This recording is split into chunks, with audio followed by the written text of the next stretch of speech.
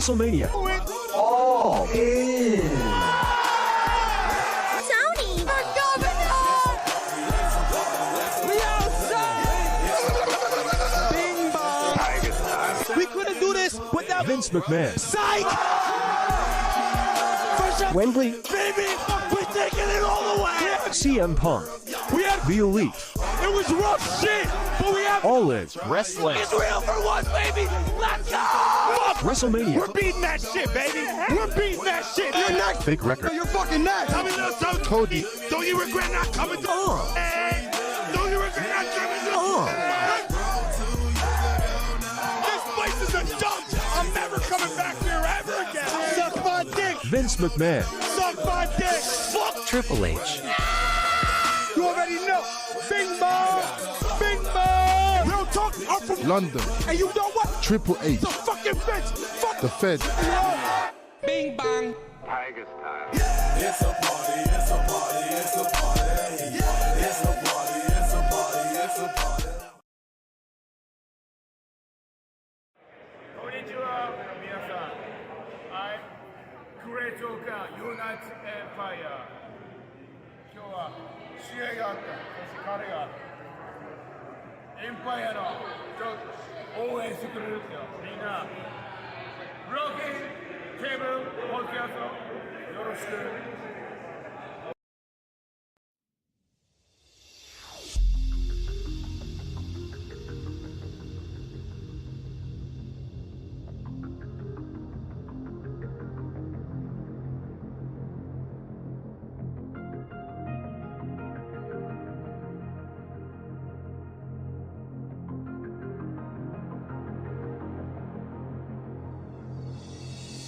Yeah, I hear the battle cry under the devil's sky. The one-winged angel screams. It fuels my hopes and dreams. The best ever shine.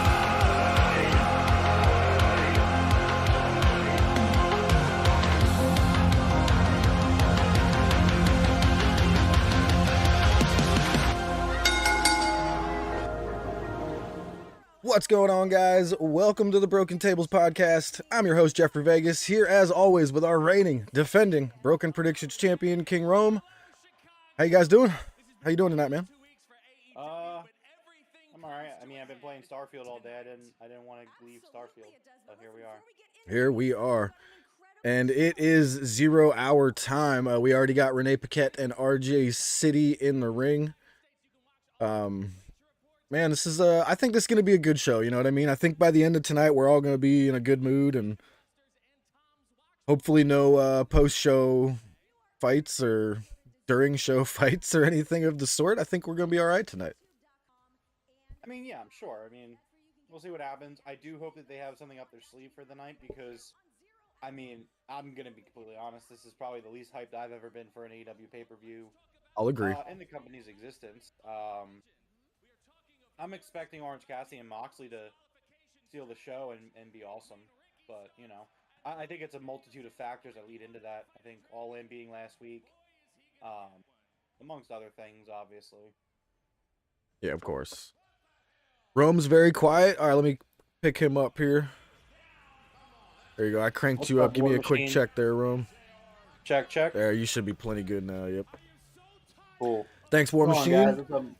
What's up, Michael Duke, the Coup, Canadian War Machine? How are you guys doing tonight? Yeah, and you know, I kind of have the same sentiment as you there. Not super enthused about the card here, but you know, when they brought Danielson out as the Dragon, I don't know if you watched the reaction show from last night, but I was flipping out, man. I was like, I noticed it when it was just written the Dragon. I was like, it's Danielson. I was like screaming at my TV. I was like, it's Danielson. It's Danielson. Yeah, when I was watching Collision last night, I was like, okay, because there was no way Ricky the Dragon Steamboat was going to be in a strap match. No. In 2023, I was like, there is no way they're doing this. There's no way that's happened. Dude, my favorite part was when Ricky Starks realized it and he did the whole like, you know, the religious thing, touch your forehead, your chest, and your shoulders. Like I was like, dude.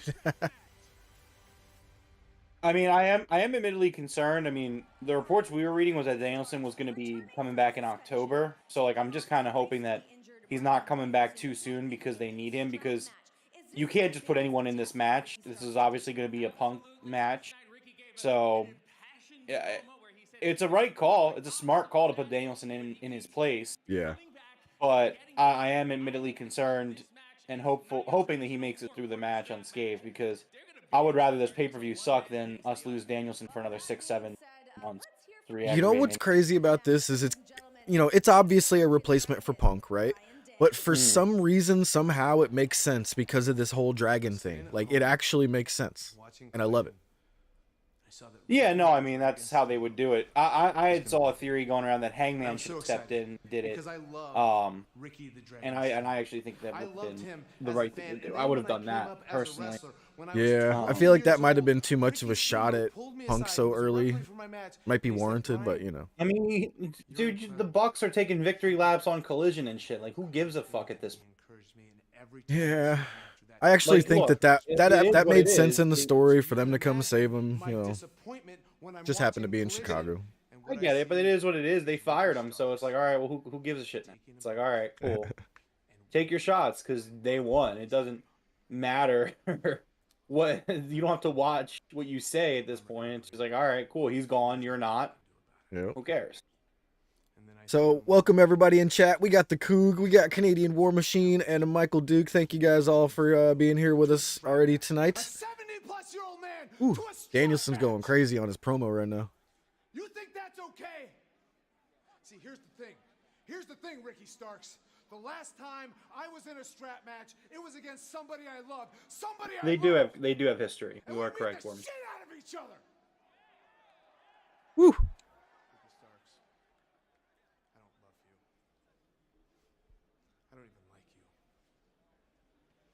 So imagine what I'm going to do to you tonight. A very passionate Bryan Danielson. I guess Danielson's a babyface? Just that much more Question. dangerous. Ricky Starks, what do you expect to really happen in this match? Which, by the way, won by pinfall or submission with the strap match. Oh, fuck. Ricky called his shot. He's clearly Oh, God, Danielson. Put up or shut up for Ricky Starks. We have a lot coming up on All Out, but we have a lot coming up on 0 Hour. Talking about Bray. God Over the budget charity battle royal. Winner gets $50,000 for their charity. What up, Wherever Christian? there is money, you will find I mean, this it's as man. good as it can be Standing by right the now day after. with Prince Nana. What do we name that? What do we name the day yesterday? We got to give it a name, like the day after Punk. Today's the day after Punk. I mean, I'm just gonna not name it. He got fired. That's it. It is what it is. Not sure if that works. This battle royal, what charity will you be donating to? Oh, well, Lexi, you know that Prince Nana is one of the most Oh, Prince charitable Nana. guys, yeah, in the whole AEW community. I think you're a second ahead of me. Therefore, Prince Probably. Nana will be donating all of the Seems like earnings it. to the Mogul Prince Embassy Nana just got on Foundation. camera. Actually, no, now he's on camera. Who reaps these benefits of the mobile? Can you hit a live button? Yeah, it says live. Is it? I'm Okay. live. The people. What? Who are these people? Any surprises in the battle royale? Nothing that I know of yet. The money, There's not gonna be. They have it on the 0 Hour. If it were to be a surprise, I would not find it a very Take it back to the ring. good. Prince, no. Nigel McGuinness, the mogul No. potentially a recipient of $50,000. Will they be in the money? One dares to guess what Prince Nana would do with $50,000. Yeah, I got a feeling it's not going to charity, but what a way to start. Who are off these what people will that are be a getting the huge charity? night here The in Yeah, Chicago. right. There is a host of wrestlers around the ring already. We're in the money. All right. Got the best friends, Trent and Chuck, coming out first.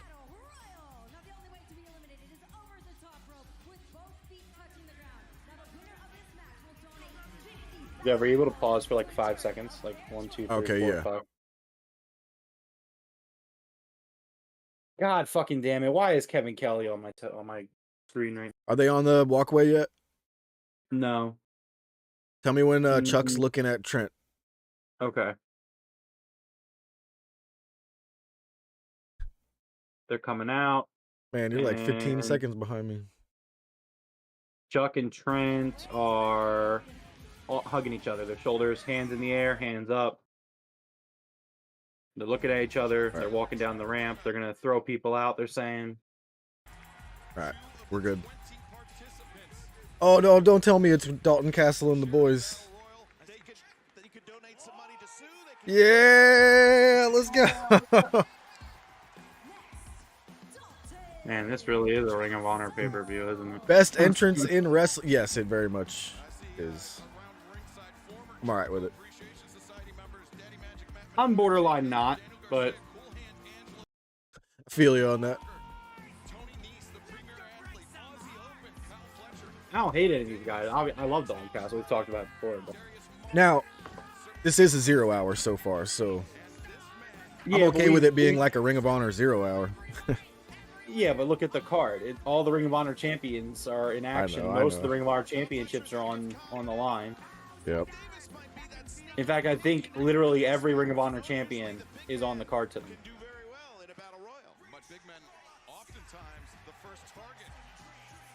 Oh, look, it's Scorpio Sky. Remember Scorpio Sky? What's Claudio doing?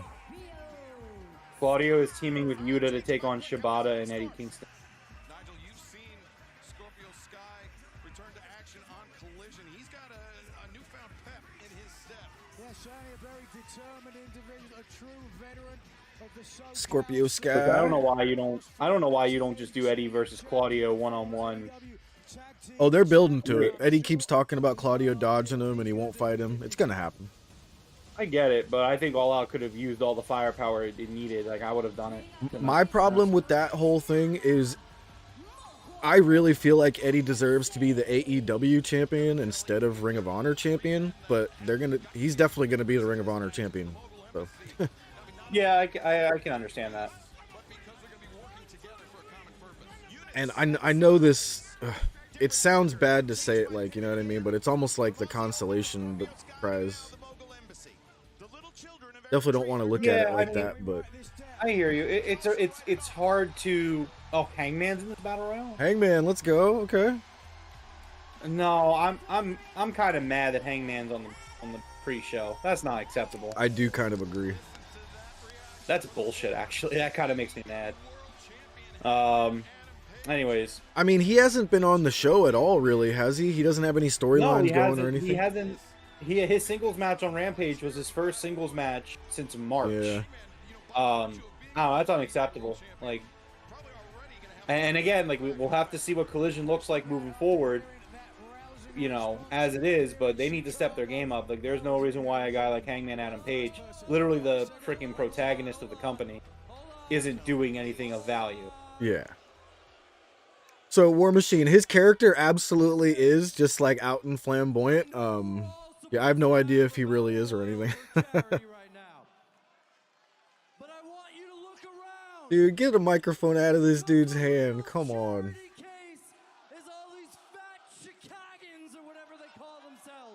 If this dude didn't have 0% body fat, he wouldn't even be in wrestling. That's real mature. This is more of a technical wrestler, so it's just not a fan. Yeah, I get it. I gave him a chance. I've given him like 3 years to win me over. It's just not. Yeah, but we share representation, so I have to kind of respect it. Yeah. What do we share? What did you share with him? My lawyer. We have the same lawyer. Oh yeah. I mean, okay, yeah. Like, I'm not gonna badmouth a client of my lawyer, my legal counsel.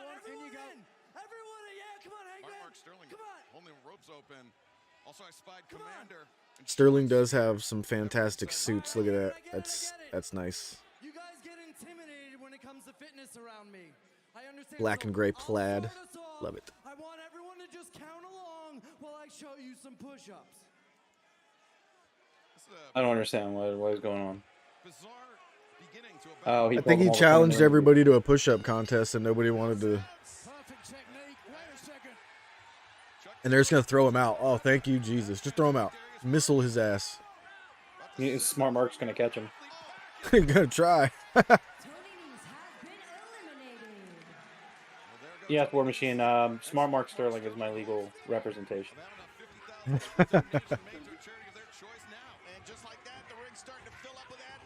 They used to flash his phone number up there on the screen. I've utilized his services once or twice in the past. You know.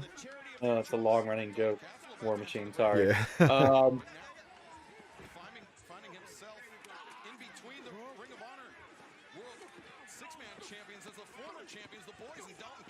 Hell of a battle royal where everybody's outside the ring. Dude, what's with Brian Cage painting his face all of a sudden? It's just like, gonna paint my face. I think it's because he was feuding with With Sting. Yeah, I think so. Holy shit! Oh, Commander. Is that Commander or Jalistico? That's Commander. Yeah, you're right. He's all black. I couldn't tell who he was. Look at Serpentico. Oh, come on, guys. Leave Serpentico alone.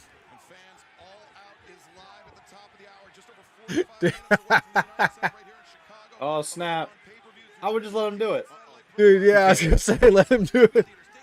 Hey, did you see Daddy Magic just take a drag of a cigarette and throw it? Yeah. He was acting like John Travolta. That shit was hilarious.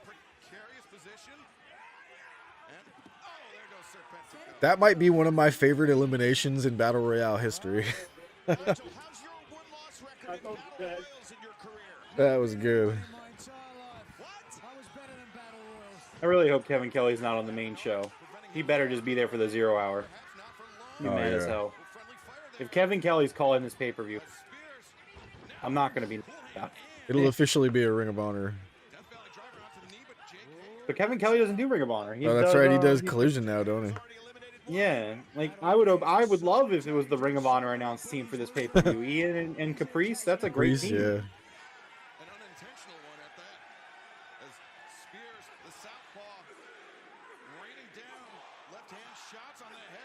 I love the 10-second I love the 10 punches on the rope spot. Needs to be brought back. Needs to be done more. Neeson Woods could be a good heel tag team. They've been trying for like a year, man. Get him. Get him, Danny. Oh,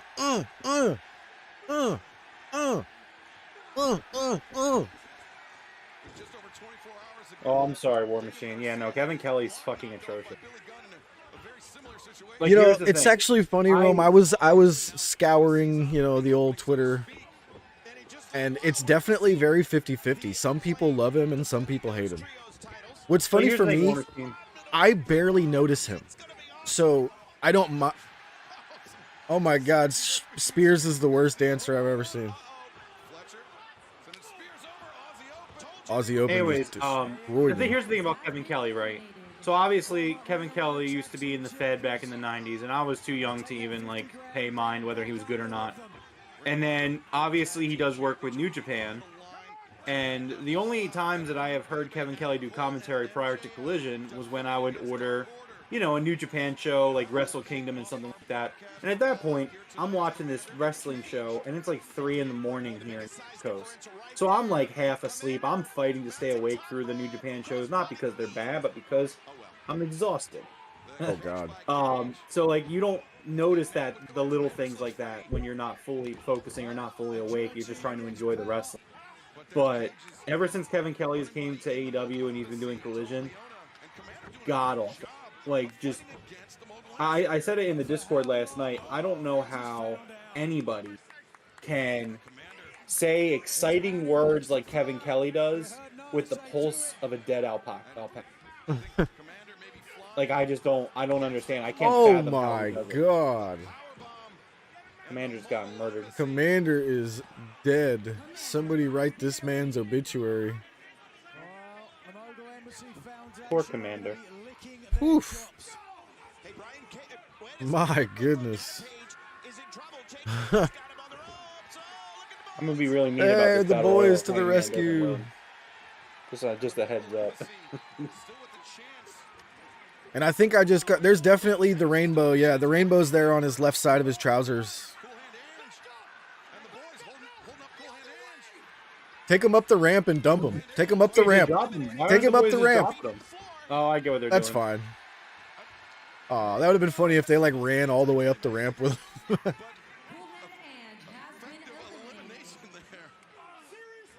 Oh, watch out, boys. Get back in the ring, Dalton. No! The peacock power was not pumping strong enough today.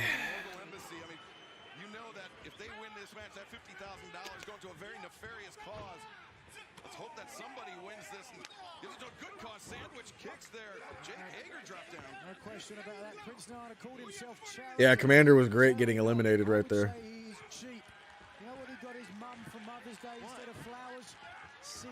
Why do I have this feeling that Scorpio Sky is going to win this Battle Royal? I wouldn't be horribly opposed to it, but I feel like somebody like Garcia should be winning this. I don't know. I absolutely would be opposed to Scorpio Sky. Here's the thing. I like Scorpio Sky a lot. Love the guy. He's been great in his time in AEW. Here's the thing, though. Whether it be because of injury or whatever reason, this guy has been started and stopped so much over the course of the company's history. I can't take this man seriously right now. I need this guy to enter into like a 6-month rivalry. And I can agree really with that. Build yourself back up. Like, this guy should not be winning this Battle Royal. I can agree with that. Again, it needs to be Hangman. If Hangman doesn't win this Battle Royal, I'll be mad as hell. Tell you what, Scorpio Sky being put together with Swerve doesn't sound like a bad idea. I don't know. I think I feel like they've done the heel thing so many times with Scorp. I don't know. I don't know what you would do with him at this point. Yeah, I don't know. Feel sorry for the Martin brothers. Darius was hurt, hurt again, came back. Yeah, it's rough, man. Absolutely rough. Yeah, because they were giving off vibes that they were going to go off this year. So oh, damn, that's crazy. I don't think I've ever seen that. That looked nuts. Come on, Jake, just get rid of him. Yep. Oh. Scorpio Sky.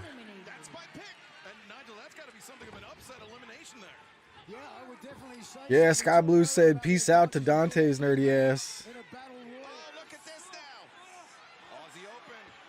She's with I keep forgetting his name. She's with the dude from Aussie Open. Kyle Fletcher, yeah.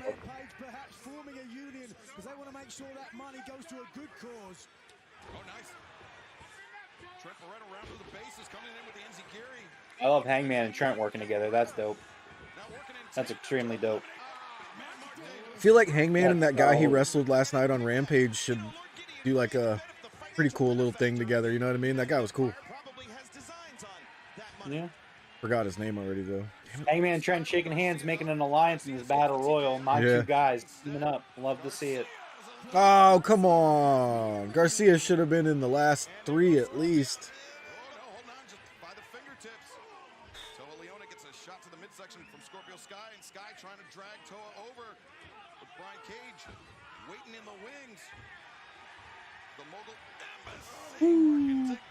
Oh, the lariat. Yeah, that was the Brody Lee spinning lariat. Look at Garcia dancing his way up the ring, baby. Let's go.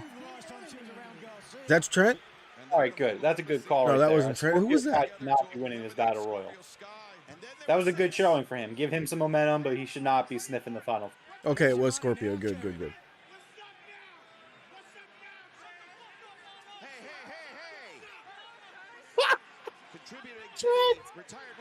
Trent just yelled, "Shut the fuck up, Nana."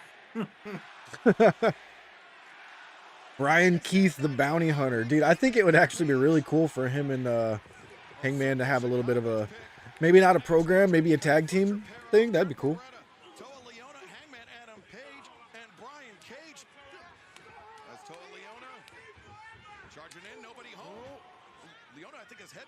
The embassy forever.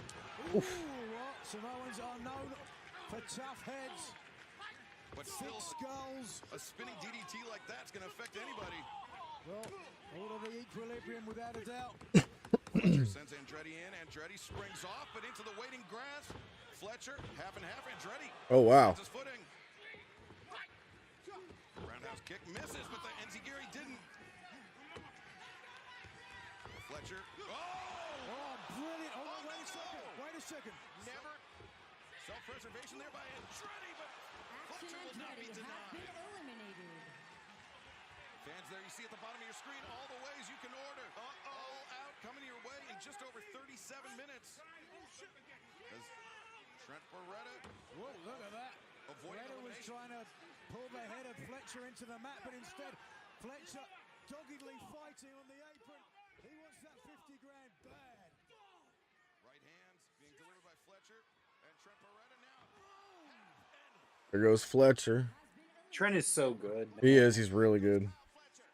Oh, but look what Trenty boy. Trent Beretta now. That's why Tony likes him so much. Double lariats by the Mogul Embassy again. And now looking at target the That was an awkward spot, but it looked pretty cool. for elimination. Oh, yeah. Can't believe that best friends are even competing after what they went through physically. I think it was the unfortunate camera angle that made it awkward. Oh, damn. Oof. The former AEW champion, no longer a favorite in my Can Hangman take out these two freaking monsters? Holy shit. You okay with Hangman winning this? Oh, absolutely. He's the only, he was He the only fucking choice. better win this, is what I was thinking once he was in it. Well, that's what I was saying. I was like, yeah, I'm mad as hell that he wasn't on the main card.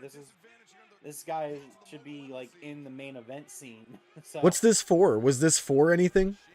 so it's a charity battle royal. So the winner of the match gets $50,000 to the charity of their choosing, which is why Nana and the embassy, they were like, it's gonna go to the Prince Nana Embassy Foundation. And Oh, like, wow. they were like, who does that go for? Whoa! Oh, he's like, the people who? The people in the embassy, us. It goes to us. Oh, Watch snap. out, Hangman. Woof. Oh. Strike and the neck breaker, Brian Cage. With Hangman softened up, could be bringing that $50,000 to the Mogul Embassy Fund. Right now, Cage is trying to end this. That's it. Oh, that's gotta be it. Buckshot lariat off the skin the cat? Man, there is No. a whole herd of cats skinned to this one. And oh, what leg strength! Tremendous leg strength, but tremendous grip strength by Brian Cage, hanging on to that top rope. And this Oof. is it. $50,000 on the line. One of these two men Oh, Jesus. to the charity of I love how Hangman's boots look like cowboy boots. Well, he's a cat. What do you mean? I know, but they're still wrestling boots. Like, they're disguised to look like cowboy boots. I love it. Oh, Deadeye. Deadeye on the Wins. apron. The only right call there. That was great. Absolutely, yeah. $50,000 to the charity of his choosing, Hangman Adam Page. Good stuff, good stuff. That was actually an enjoyable battle royale. Yeah, it was good. If you're not sick of them by this point. It's the kind. I'm really not. I don't really care. Some people really get like upset about the battle royals. It's like, it's just a match, man. It's like, it's not a big deal. Like, I understand if you don't like them because it's just not your cup of tea, but it's like, oh, they do so many. Yeah. Like, yeah, all right, I guess. So, dude, I just saw a sign in the audience. You know how everybody always has those signs that say, Simon, give me an up? This his sign said, Simon, up yours. I love Simon, though. Don't get, I love Simon. He was a security guard at All In during the Miro segment. Oh, yeah? Yeah. He was the big bald asshole.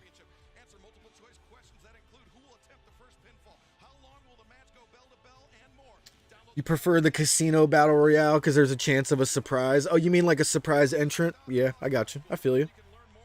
I enjoy those as well.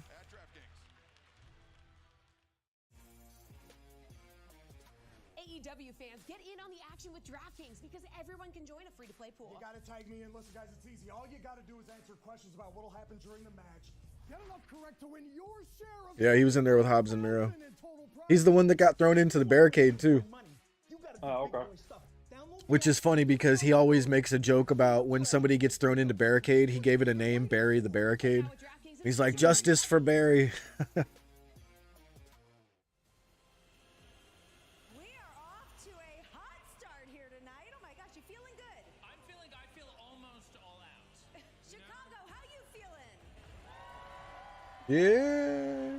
All right, we've got a hell of a show ahead of us here tonight. We are just over a half hour to being live with AEW All Out. But how do we watch it? People aren't here at the United Center. Where are they watching?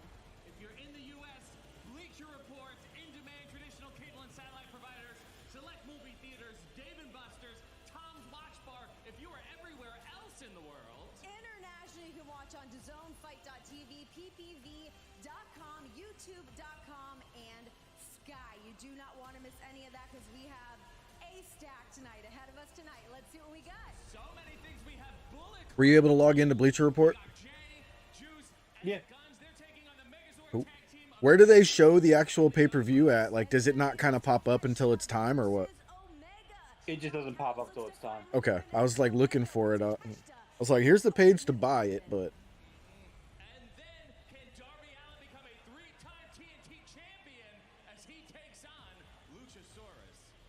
Now for the TBS Championship, Chris Statlander puts it all on the line with a woman with 2 victories over her already, the Outcasts, Ruby Soho. Do you think that Chris Statlander's shaking her boots a little bit tonight, knowing that Ruby's already got 2 wins over her? I read an interview with Statlander where she said she how about that thumbnail tonight, though? You see that? feel like they're Yeah. That was nice. Other question I They have. put out a really sick graphic for Cassidy and Moxley. a lot. I got a shoe thrown at me. A shoe. Who throws a shoe? A lot of Who throws a shoe? there's a couple. But Honestly. speaking of women, I believe we have some women's trios action that's about to come up very soon. It's all happening here tonight on Zero. Did you mean to complete the Austin Powers joke there or no? Continuing right here Absolutely, on I did. Zero Okay. Hour Singles matches for the women. I was like, if that was on accident, that was great.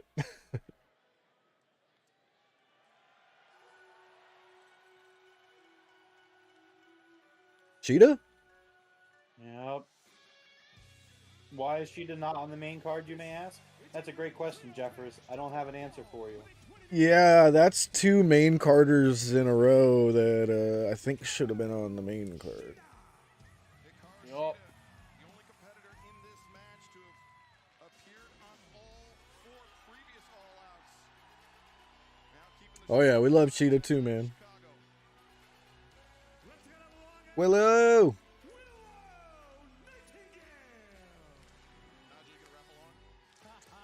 I'll save that for Riccaboni.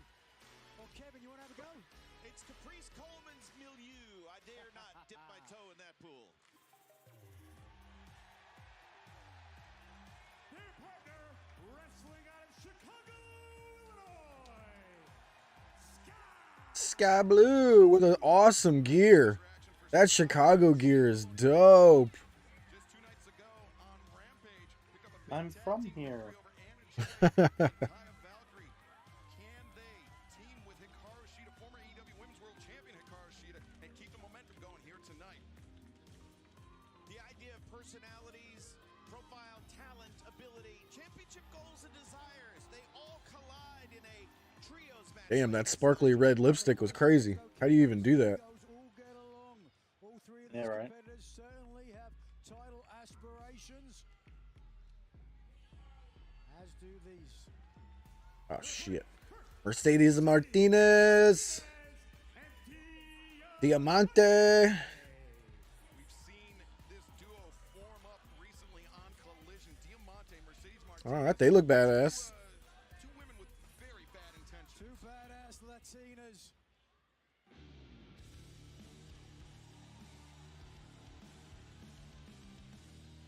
their partner, being accompanied by Billy Starks, wrestling out of Dallas, Texas. I just got chills when Athena shows up. Holy shit. With Billy Starks, what? Okay, she's just a minion or something? I get it. Billy like saved Athena, and then so she's like her minion. Okay. Has the target on her right now. I don't even know if she could trust her partners, Mercedes Martinez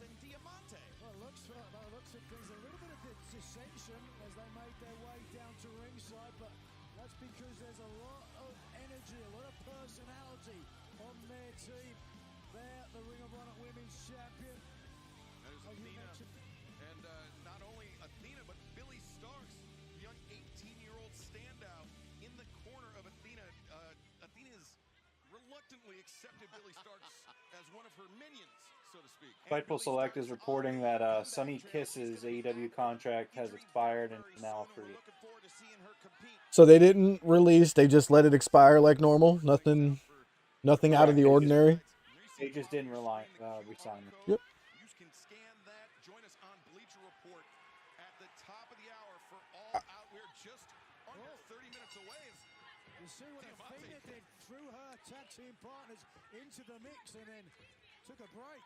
Mercedes Martinez put on the brakes, heading to the outside, and there things breaking down once again. Well, it might be color coordinated, but that's about it as far as connectivity. Woo! Sky Blue comes crashing down. That was badass. Wearing the colors of Chicago. What a desperate ploy to curb the favor of the fans here.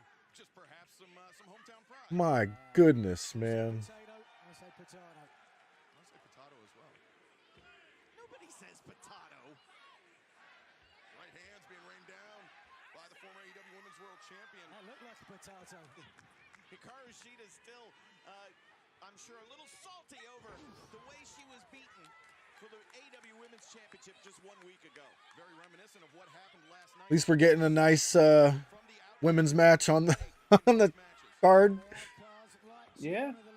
She did that on purpose. Made that famous. They're carrying on the legacy. Big Scott Hall fans are there. I guess so. The Sky Blue coming in. Knee strike underneath the jaw of Diamante. Yeah, Sheeta's gear is awesome. I'm actually really digging Sky Blue's gear.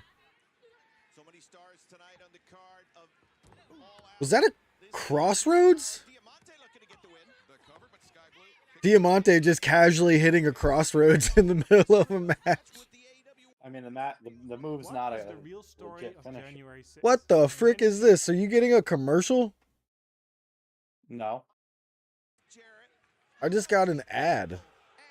Nope, I don't have any ads. Satnam Singh. Oh, you? one of the No, most yeah. incredible human beings you have ever seen. Wait a second. cover here by Mercedes Martinez. Yeah, 7'4", 1 in a billion. But we heard from Dennis Rodman last night. He said when Rodman was matched up against Shaq, he took out Shaq, and they're the same size as Satnam Singh. That was quite a sight, wasn't it? Seeing those two big men in the ring at the same time.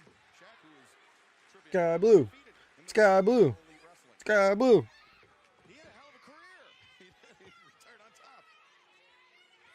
As Mercedes Martinez trying to lure in Willow Nightingale and Hikaru Shida, Sky Blue getting worked over in the corner. I tell you, man, Mercedes Martinez went from me thinking she was absolute dog water to I love everything she's done for like the past 2 months. You know. I think she's decent. She adds good depth to the roster. Mm-hmm. Nigel with Tony Storm inadvertently dropping the elbow into the midsection of the new women's But championship. how did things end up at the end of that match, Kevin? Blinded by the paint into the eyes, Who of left course. victorious? Oh, the outcast. Thank you very much. That's all that matters. That's all we need to talk about. And you believe tonight Ruby Soho claims more gold for the outcast She's got against 2 Chris victories Statlander? over Statlander already. I think it's right about time for What up, Coach? You still stuck at the birthday parties, or are you able to join us? What's going on, Coach? Or will the numbers of the outcast play a role? You can find out in just over 23 minutes. All Out going live on pay-per-view through traditional satellite and cable providers. Bleacher Report, select movie theaters, Dave & Buster's, and Tom's Watch Bar locations. Over budget, Charo. On Fight TV, DAZN, YouTube.com, PPV.com, Sky Italia, and Sky Deutschland. There was an over budget battle royale, wasn't there? Is that what they called that? What happened? Isn't that what they called the battle royale earlier? The over budget battle royale or something?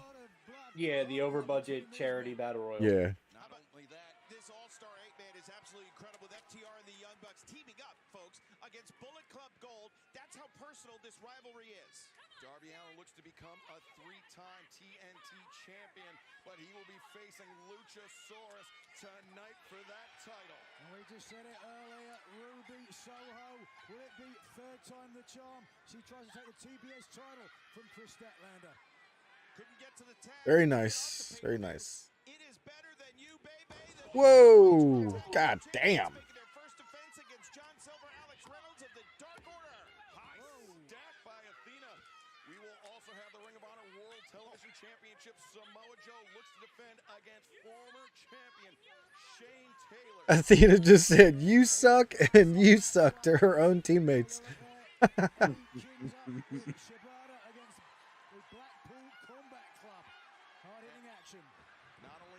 Oh, you fucked up. You fucked up. You fucked up. Go Willow. No doubt about it, but nothing bigger than Orange Cassidy versus Jon Moxley, the international title in the main event. Boy, there could be ROH title implications if Willow Nightingale God damn. victory here. Athena sells so good. What does that mean? It just meant there's a lot of guys in it. It's just a little joke when there's a lot of people in a match. Because it's a pay-per-view and they have to pay him pay-per-view money.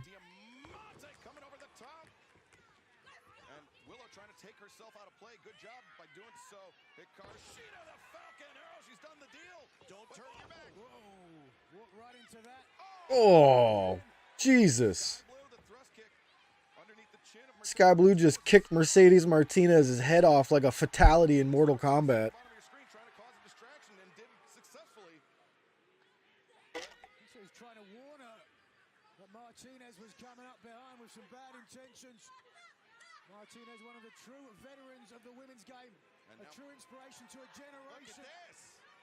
The legs wrapped in the rope. Mercedes Martinez looking for the Spider German. Page out of Mariko Yoshida's. Oh my God, she just landed on her head. Wait a second. Mercedes still. Ooh, Willow the cannon. Oh, that was badass. The O face. You about to get katanaed in the face. Ooh, Mercedes is holding her knee. She might just be selling. And this is a matchup I'd love to see one-on-one. We are center court, center ice in the United Center.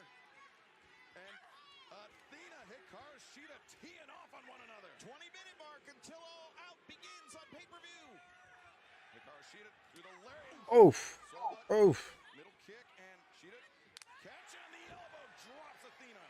Shida so dangerous, lethal with her strike. This is damn good. Yeah, it is. Forehead to forehead with the former AEW Women's World Champion. Both women with the rope. Women swept out. As Athena locking eyes with Sky Blue right in front of our broadcast position. Billy starts, get her. Oh, jeez. I thought she was going to go through the barrier and it didn't budge even a freaking millimeter. She just went splat. Tried a cheap shot of her own on Willow Nightingale. Oh, now. The nose up with Willow. Here we go. Diamante and Martinez. Oh, wait a second. That's Oh. around quickly. And Mercedes hardened to the barricade. Diamante now left alone in the ring with Willow Nightingale. Diamante is like something from a Tarantino flick, from dusk till dawn. Hold on. Willow with the fireman's carry makes the tag to Sky Blue. Oh, super kick into the power slam. That was dope. And now Sky Blue with the clear path perhaps. Let's go, Code Blue. It's the ropes, comes off. She didn't really get it the way she probably wanted to, but Yeah, Diamante didn't really know how to take it. It was all right, though. Sky Blue, Willow Nightingale, and Hikaru Shida. Great victory for Chicago's own Sky Blue along That was a good match. Nightingale and Hikaru. yeah, no, it was fun. A hard-fought win for all three women. Well, you still have time to join us for All Out, coming your way live at the top of the hour, kicking things off with the Ring of Honor World Tag Team Championship title match. But before that, let's find out what the next chapter in the story of La Faction Ingobernable. La Faction. Let's go take a walk. The boss is waiting.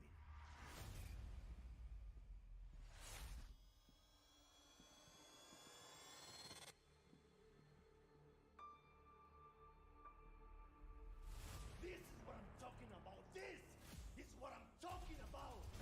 I trust you, but I needed to push you to the limit. So, we could be the LFI of violence that I wanted. Oh shit. Everyone knows main eventer and so-called big name stars mean nothing to me. La facción ingobernable está aquí para humillar. And now is our time to leave a mark. Así los quería de cabrones, así, con esa actitud. Our time is now. Now we bring the violence. Now we dominate. Take the title. Now la facción ingobernable take over AEW. Porque pase lo que pase. Jose. Yeah, that's why I was laughing.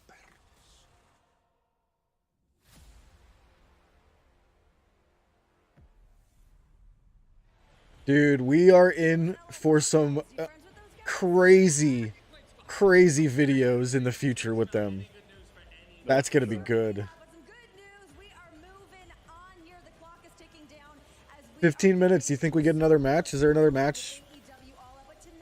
I think there was one. I don't remember what it was though. Our international champion, he's defended his title 30 times as champion. Tonight taking on his most dangerous foe, the violent Jon Moxley.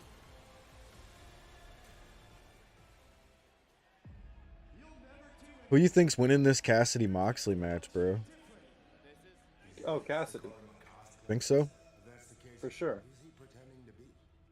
In Chicago, I had my first AEW singles. Moxley's like the ace.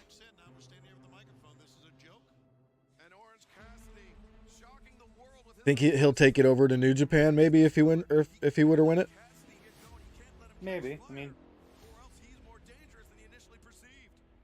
And I proved that I can stand face to face in the ring with the best professional wrestlers in the world. It's not just another international championship defense. It's everything I've been working for. And I know the real thing when I see it, Orange Cassidy. LFI take the trios titles off the Acclaimed and Daddy Ass. That's actually a pretty good prediction, to be honest with you, War Machine. That's not a bad prediction at all. But to be honest with you, I feel like Rush is about to be pushed as a main eventer because they're paying him like one. I mean, they need heels right now. Yep. So. A lot of people believe in you, Orange Cassidy. Don't disappoint us.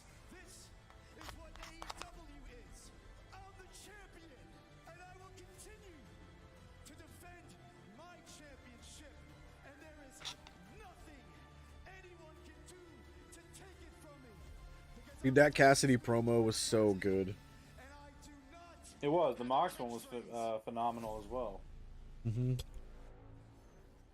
That is our main event. Orange Cassidy, the longest active winning streak in all Elite Wrestling, the AEW International Champion. Oh right, yeah, that's what's on the.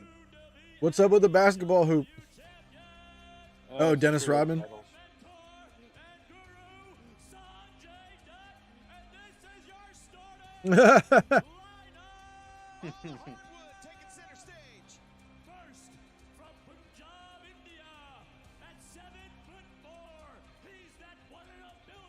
Dude, he's gonna get shot wearing that Pistons jersey in Chicago.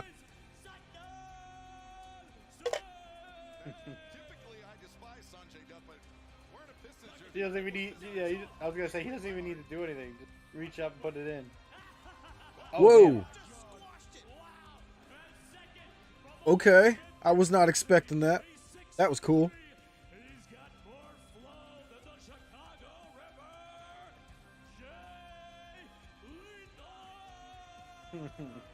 This is a absolutely great ring entrance, I have to admit. Yeah.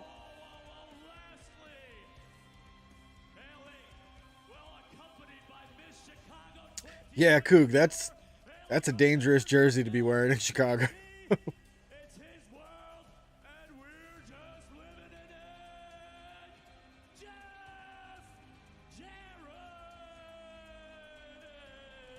Jarrett. JEFFJARRET. I don't even know if I spelled it right. I did, yes. Thank you for the graphic. First shot at the AEW Trios titles. All right, cool. This is the Acclaim thing. Yeah, I forgot. Okay, Karen again. Jeez.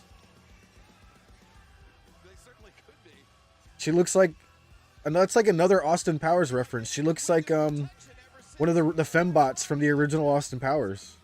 Yeah.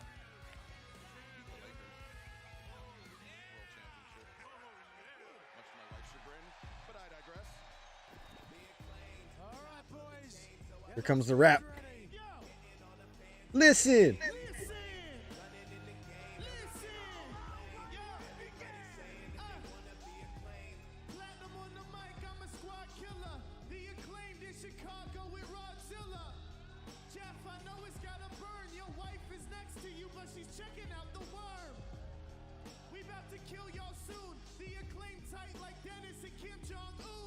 Oh. Hey, yo, we bad as we wanna be. About to beat down the 2023 oddities. It was okay. I was expecting it to be a little more, but you know. The Kim Jong-un line was good though. Yeah.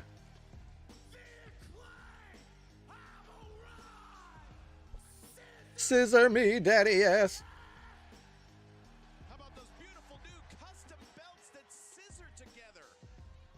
Thanks, Kevin Kelly, for just. Oh. Just sucking the life out of me. What little life I have left. Hold on, there's a problem. There's a problem already. Oh no. You see, Daddy Ass has his own referee. And you ain't it. Mm-hmm. So, you're like this. We getting a special referee? Oh, okay. But why? I think Aubrey does all of his matches, doesn't she? Aubrey Edwards, who also retired undefeated from the sport of professional wrestling. Victory in the mixed tag match. Great. Oh no, okay, it's because she was involved with the Jarrett thing. Okay, I get it. If there's anything I need to be reminded of, it's that god awful Aubrey Edwards, Karen Jarrett right. I look back on it fondly. Sure you do, but outside of the guitar shot where Karen laid out Aubrey, there was nothing else redeeming about that entire thing. 3 of those titles. Out you go, Jay. Earned with the Chicago Bulls right here in the United Center. 2 of which in Detroit with the Pistons, but I digress. I bet the Worm's been to a few scissor parties in his time. Bobby Cruz wants to ask about the relationship that Dennis Rodman had with Madonna. How many tabloid covers has he been a part of? Look at this. He's still low. Trying to balance Rome without turning up the TV and getting us trouble. I can try to I don't know. You should be good. You should be good now. Okay.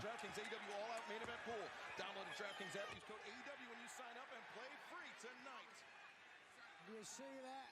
Castor and Bowens mocking the last outlaw. Mocking Jackie Fargo for that matter. Oof. Down goes Lethal. Oh, it's Satnam Singh there. A man the size of Satnam Singh, he will be the difference maker in most every scenario for the team of Jarrett, Lethal, and Singh. And there's Karen Jarrett getting her manicured claws into the hair. And there you see at the bottom of your screen. Fightful Select is reporting that Bryan Danielson is expected to be basically a collision guy. Damn right. Like he's going to be the top guy to replace Punk. Absolutely. That's hell yeah.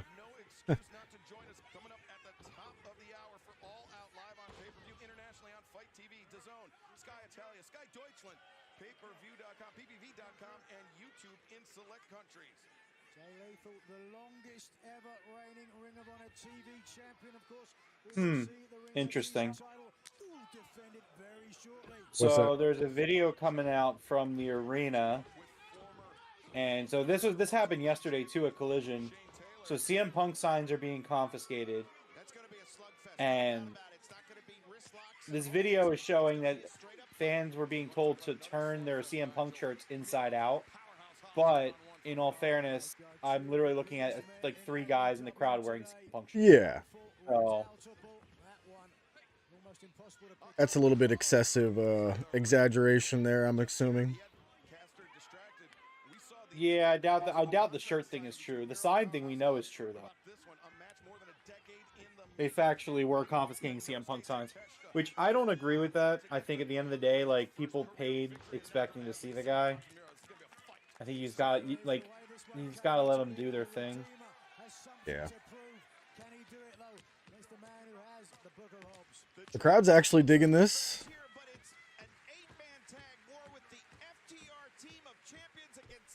Everybody loves the Acclaim, though, you know. Mm-hmm.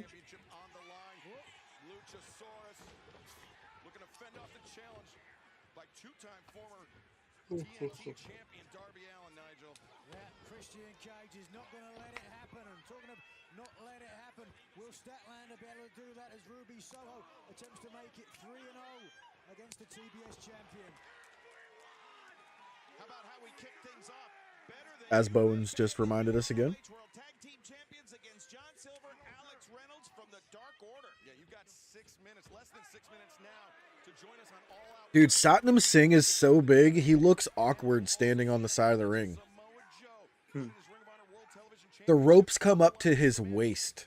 That's insane.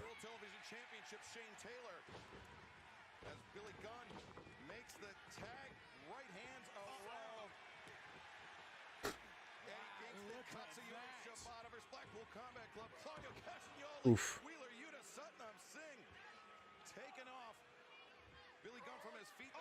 Holy crap, he was like 12 feet in the air for that choke slam. My God.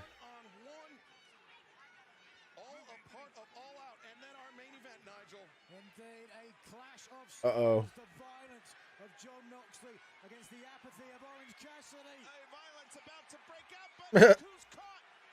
Take it from her and hit her with it again.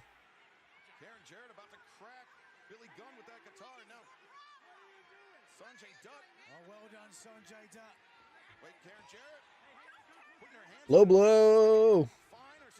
Low blow. Oh, he just hit the leg.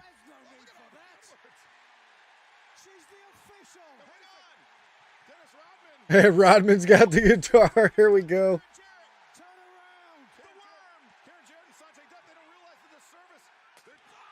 Oh, God.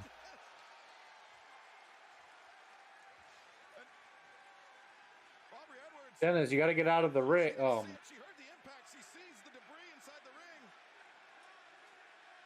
right, at least she's not playing stupid. Yes, she is. Yeah, she is. God damn it. Dennis, get out of the... Dennis. Oh, my God.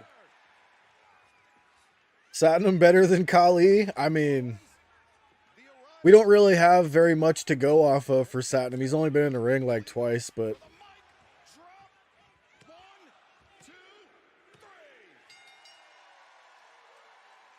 So, better than Kali in WWE? Maybe. But the Great Kali in New Japan was incredible. So, I'll go with no. If you've never seen his stuff in New Japan, there's a nice little highlight reel of it on YouTube. Go check out the Great Kali in New Japan. It's wild. Oh, okay, so a little bit of... To clarify, so the shirt inside out thing, a security guy at the entryway made an announcement, but it was like a joke. Oh, okay. Everyone wearing a CM Punk shirt has to turn it inside out. To some laughs and some confusion from. I'd be mad as hell if I was there and he said that. I would have been like, bro, like, shut the. I would have been there. I would have been so upset.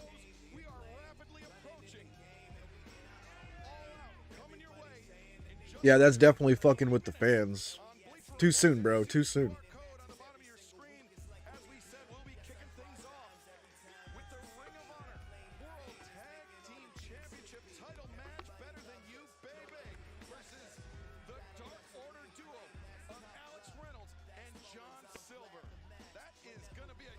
All right, 2 minutes for the pay-per-view.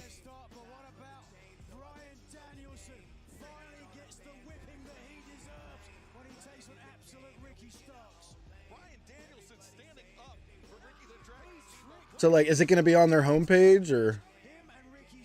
What? All I see is the buy all out.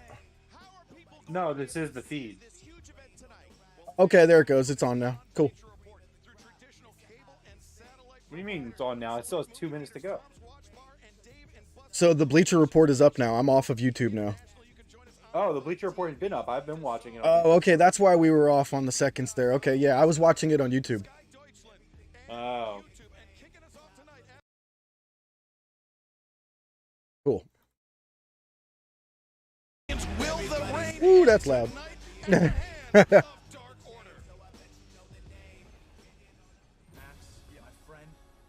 only one thing left to do. So Bleacher Report confirmed one account can watch on 2 different devices. Awesome.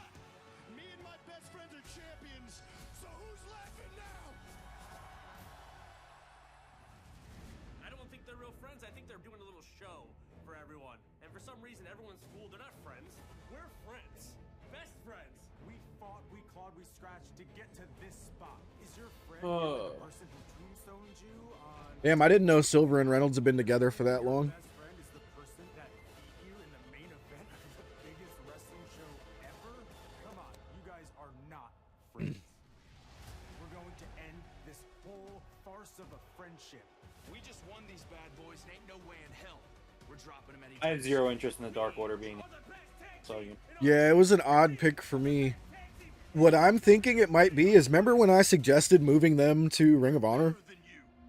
If Well, they yeah, and this is the Ring of Honor pay-per-view. So yeah, and if they somehow win this and become the tag champs, that like de facto moves them over there, you know what I mean?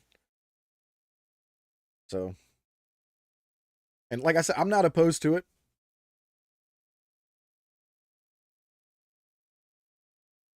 I think we've outgrown the, you know, the comedy act of Dark Order, which you see that they've obviously stopped doing the comedy side of it. I haven't even seen them on BTE now that I'm thinking about it. Have you? They were on a few weeks ago, but generally no, they're not on BT. Yeah. They used to be like regularly featured.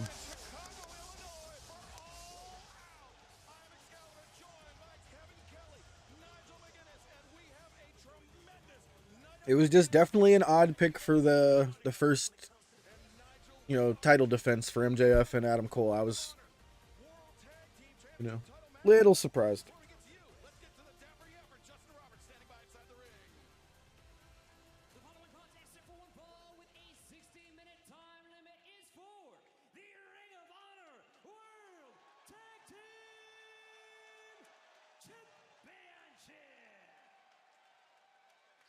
This match is going on first, huh? Yeah, I guess so.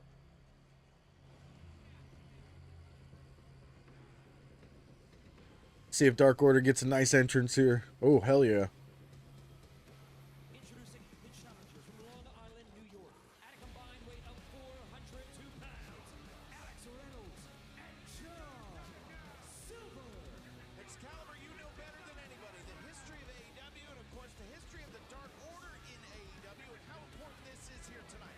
Dark Order, an organization that's been... Have you ever watched Evil Uno's YouTube channel? A little bit, yeah. His wife has the same like mask and Mrs. Uno. Awesome. Whoa, Uno's mask is red? That's sick. What the hell?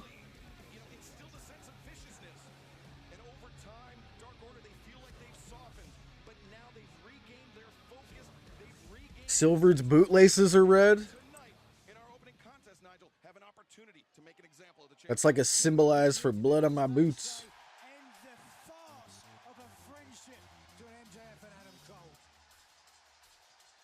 Does the friendship continue tonight? It's got to. You got to keep this going on TV, don't you? What, better than you, baby? Yeah. They got Maybe, another I new mean- shirt. Like, that's another new shirt. Yeah, I mean, I don't know. I definitely would not have Dark Order beating them, even in a turning on you way.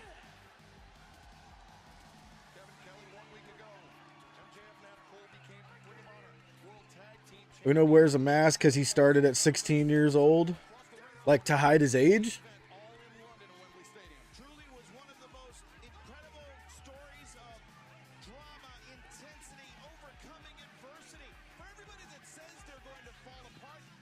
Max just smashed somebody's beer.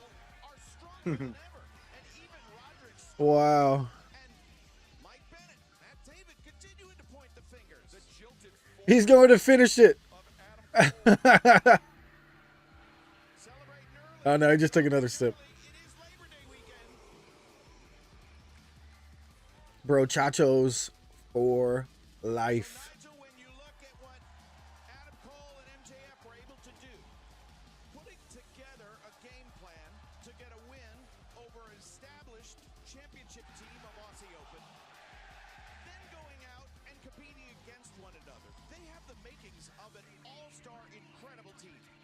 Question about it. I mean, they have undeniable charisma and success as well as the Ring of Honor Tag Team Champions.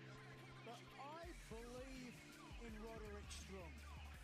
When Roderick Strong said about Adam Cole, he knows what he's done.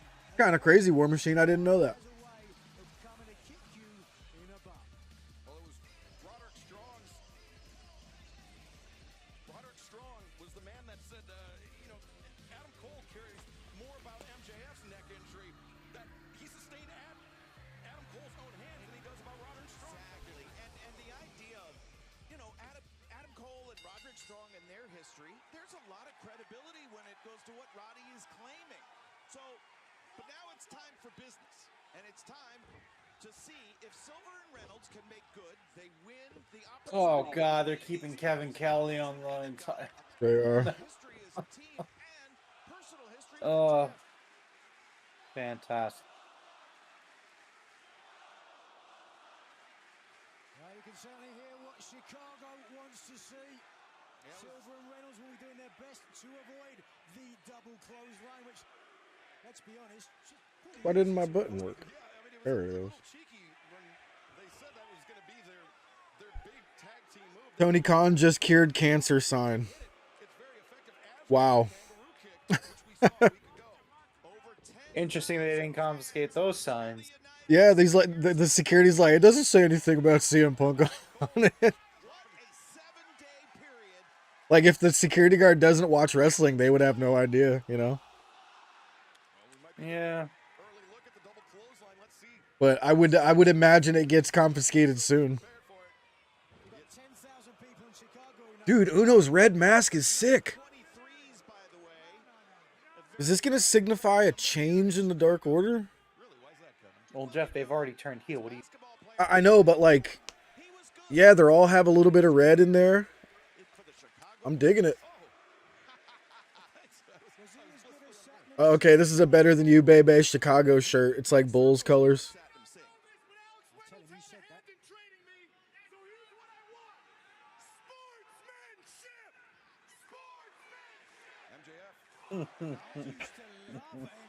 Still see lots of Punk shirts, yeah. Yeah, I could see minimum three of them right now. One right there, front and center. Was already kind of debunked. The guy was saying it joking. Oh wait, is that a Danhausen CM Punk shirt? It's got the teeth instead of the Chicago. Probably. It's our scumbag, baby.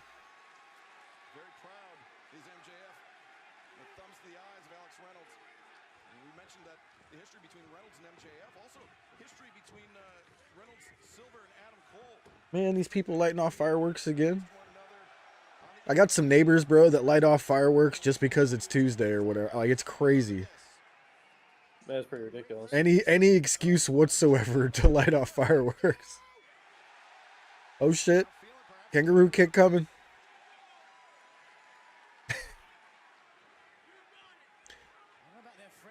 Oh man. Oh, come on, Johnny.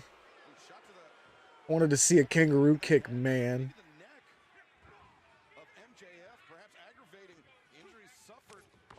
Oof.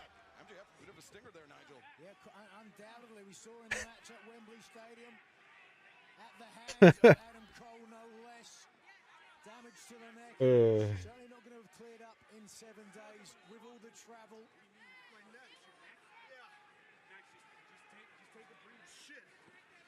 Oh, he's still selling his neck from when Cole pile drove him on the table.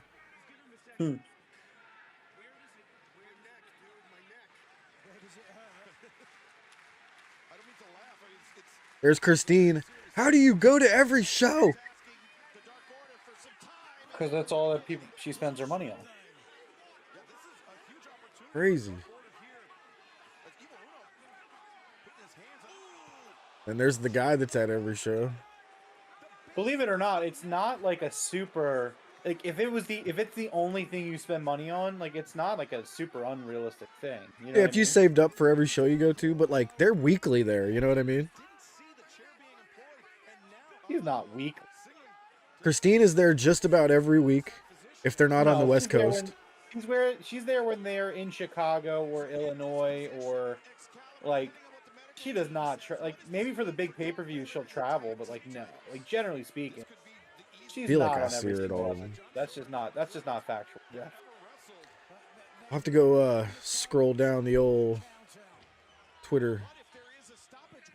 Oh damn, MJF's really selling his neck here.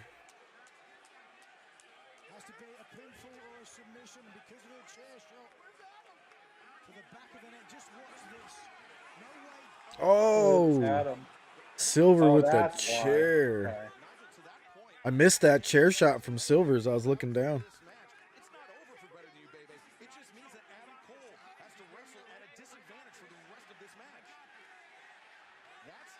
If he can't continue, they lose the belts, right? No, they just said, Jeff, that Adam Cole will just have to go on alone. Oh, okay.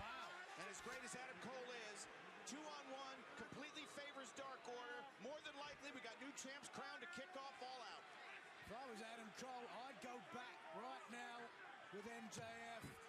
Take a count out, Ross. That is not in Adam Cole's DNA. He's not going to take the easy way out. He's a coward.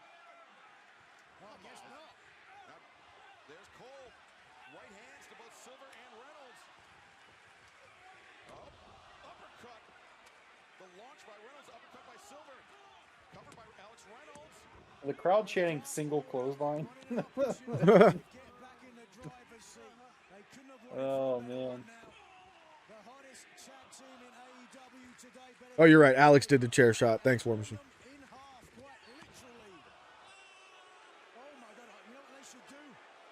Do I even still have the Johnny Hungy button? No, I think I got rid of. Oh, I do. He's so tiny though.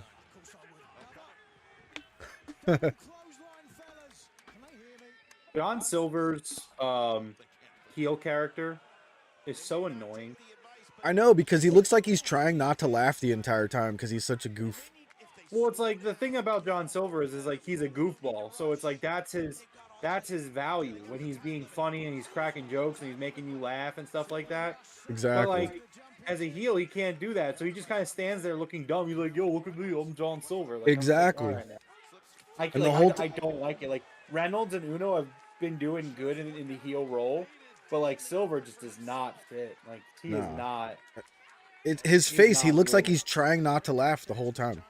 For sure, yeah. He looks like he wants to crack a joke. I feel like when I see his face, excuse me, he's got like 5 jokes in his brain that he wants to say at that moment, but he can't. And so he's like cracking himself up, but he can't laugh. That's a great way to put it. That's what it looks like though. Like next time they're doing a promo, like well, look at Silver. Just look at Silver. And like he just looks like he wants to pop off with some joke. That's funny. He's just got this really good joke he's laughing about in his head, but he can't say it. Such a commanding presence when he's got the advantage. As our broadcast colleague, the human suplex machine. Yeah, crowd's still pretty hot. And it's not the, this isn't their massive stadium, right? No. No, this is the United Center, I'm pretty sure. Yeah. Is it the United Center? Yeah. Yeah, it is. Got the best opportunity to take out the former three-time Ring of Honor champion. Oh, yeah. Big elbow strike. Backs Cole up to the ropes. Reynolds, no. Well, that was cool. Reynolds using the ropes, using Cole's hands on the ropes to drive him back to the cover. Some creative offense and some of the great Brody Lee will be smiling down. Get him, Uno. Get him.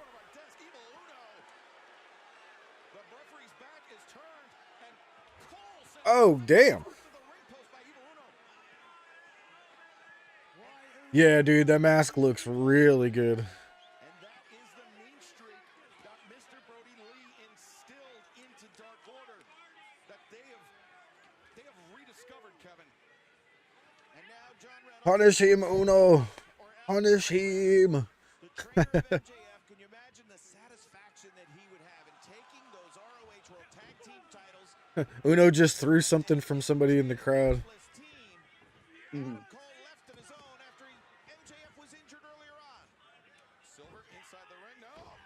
Oh, that's sick. Silver was looking for the brainbuster, but Cole countered. And Cole, as of late, used to indeed looking to his corner to make a tag when he's hurt. Evil Uno's there. Yeah, mocking. Saluting him. That was great. You're number one. No, you're not. Uh-oh, charging into danger. Elbow strike, Enziguri stunner. Oh my gosh. Damn, that was sick.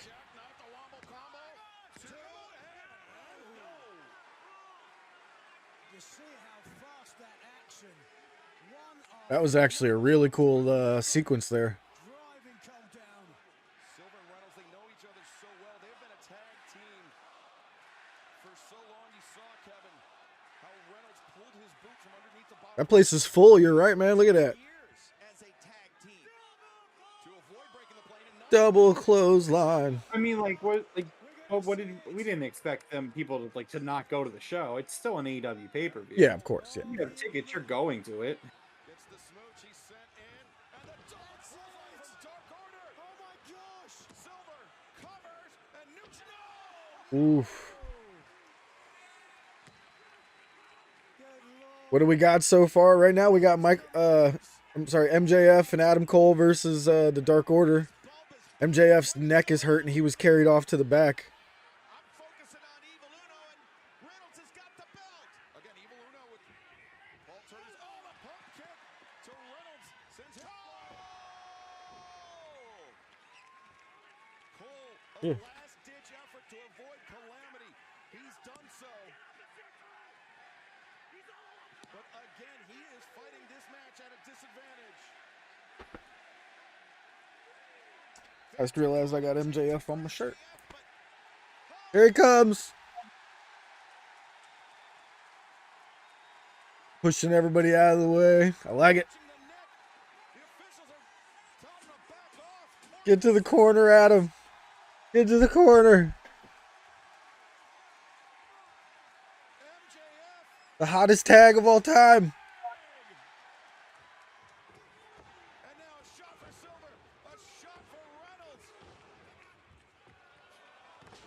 He just threw Silver like he is. Oh, double eye pokes. Bonk.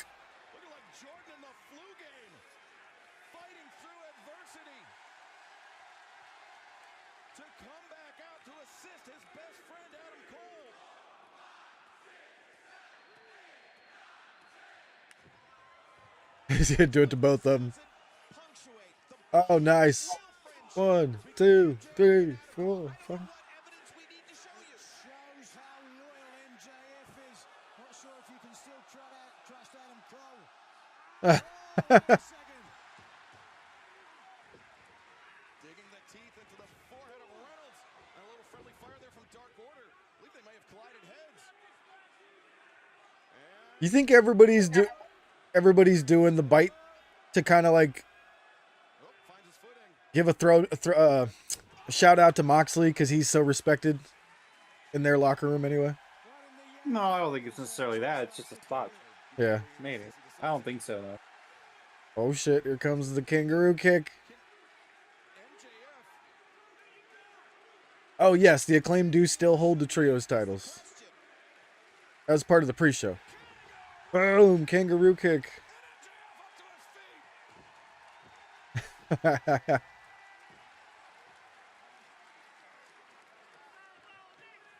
That rope shake is what made me love the Ultimate Warrior.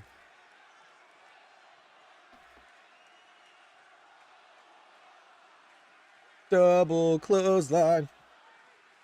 Double clothesline.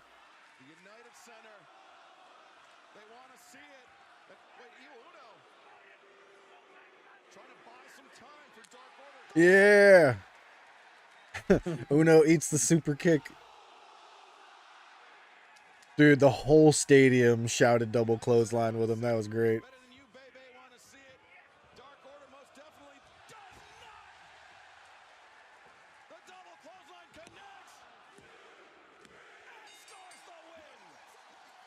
That was great.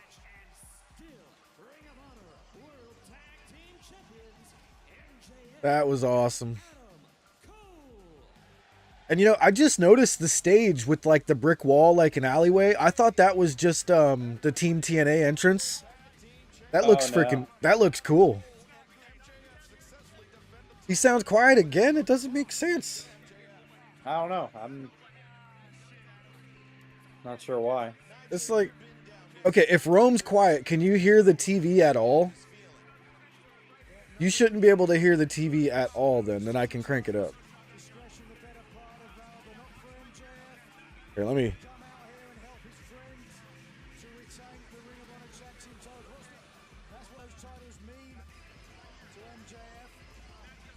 Okay, so you do sound a little bit distant from your mic, I guess. I mean, I can move it a little bit closer, but it's right here. So Yeah, you should be fine. I cranked it up a bit. Okay.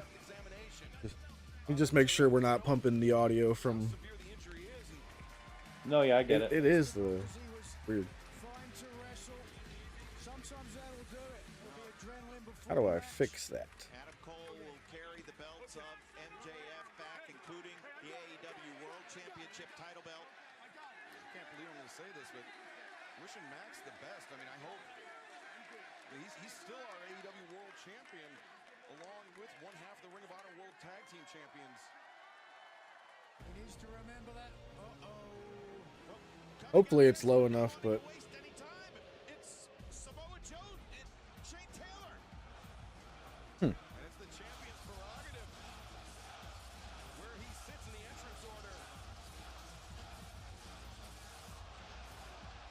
Look at that. The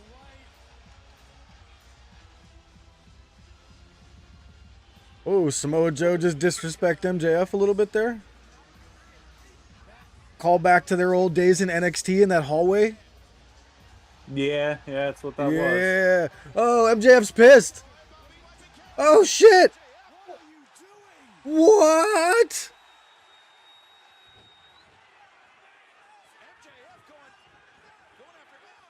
Yo. Oh, he's getting choked out. If MJF's going to be a babyface, him feuding with Samoa Joe makes a lot of sense. Dude. That was awesome.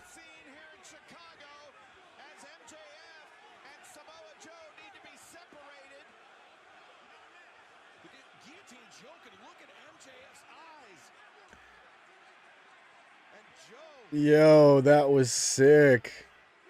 What a wild scene. Did not expect this at all. Samoa Joe says, get him out of here. Joe didn't want to wait anymore, gentlemen. He wants to face Shane Taylor. He wants to get the fight in the ring.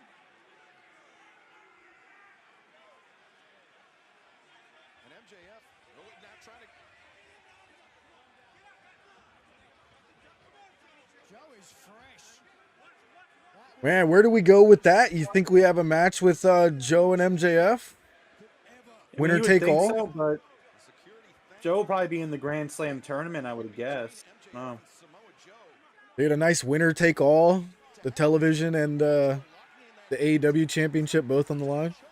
No, they wouldn't do that. The muscles, the voice box as well.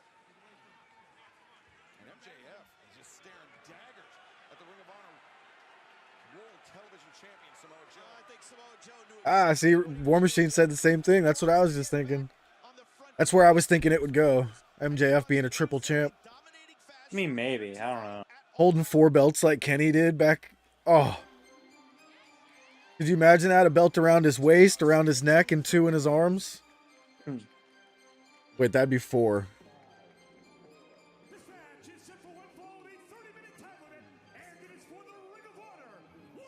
All right, Shane Taylor Productions.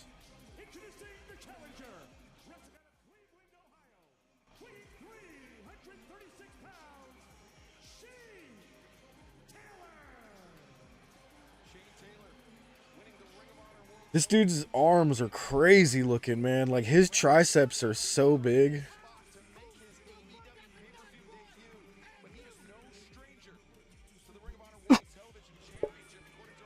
I forgot that's who MJF was facing. I'm sorry. I forgot that's who Samoa Joe was facing.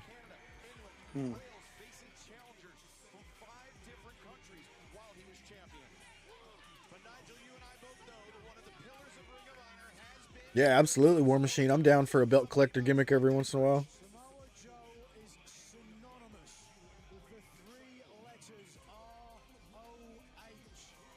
Arguably the greatest Ring of Honor champion of all time. The man that took a promotion and made it an international phenomenon. Samoa Joe, the longest reign as Ring of Honor World Champion. He is less than 60 days away from. Good grief, 336. I have no idea what that means. And we don't need to worry about settling into our seats, boys, because this is not going to last long. Heavyweight fights don't go 15 rounds. Woo! Coming to that point, both these men are going to be looking for haymakers, and when those haymakers land, they are explosive. Notice no tape on the. Okay, I like Shane Taylor's fighting style. This is pretty nice. I like it. His hands, he tapes his wrists. Reason is the stiff wrist is the power behind the puncher, Shane Taylor. Well, Taylor has 20 years background in boxing. Oh, pounds? Okay. I wasn't listening to the announcers. Not often you see that. Shane Taylor, a huge point to prove here. I rarely listen to the announcers, to be honest. Unless Taz is saying something funny. Legendary run as Ring of Honor World Television Champion at stake. But the title is almost secondary. I think it's the reputation. He wants to still show that he is the baddest of the bad. If there's anybody that is There's a CM Punk shirt front and center on camera. Ring of Honor history, it's got to be Jay Briscoe, but Samoa Joe also in that. Joe has to win this? I mean, 100%. There's no way Shane Taylor's beating Samoa Joe here. Strong hands, strong fists. Yeah, I would be very underwhelmed to see Joe's title reign end like that. Yeah. Cleveland has his father on the wrong side of the law. I mean, and this may sound a little harsh, but I don't think this match has any right to be on an AEW pay-per-view. Not against the quality of the match, but the you know, there's just nothing going into this match at all. To Yeah. What he was hired to do, he would still be in prison today. Cover by Shane Taylor. You went from 306 to 294 in 3 weeks. Nice, man. Who's standing over who now? Talking some trash to Samoa Joe. Yeah, this is a big old Haas fight. JR would have been a good announcer for this match. yeah, for some reason they were like, hey, what if we just put Kevin Kelly out there? And I don't know. Man. I don't know. Seeing Samoa Joe do a tope suicida is just crazy. Yeah, what up, Nat? Yeah, it's a Ring of Honor title match. Had 2 weeks of build. There's no way Joe's losing this.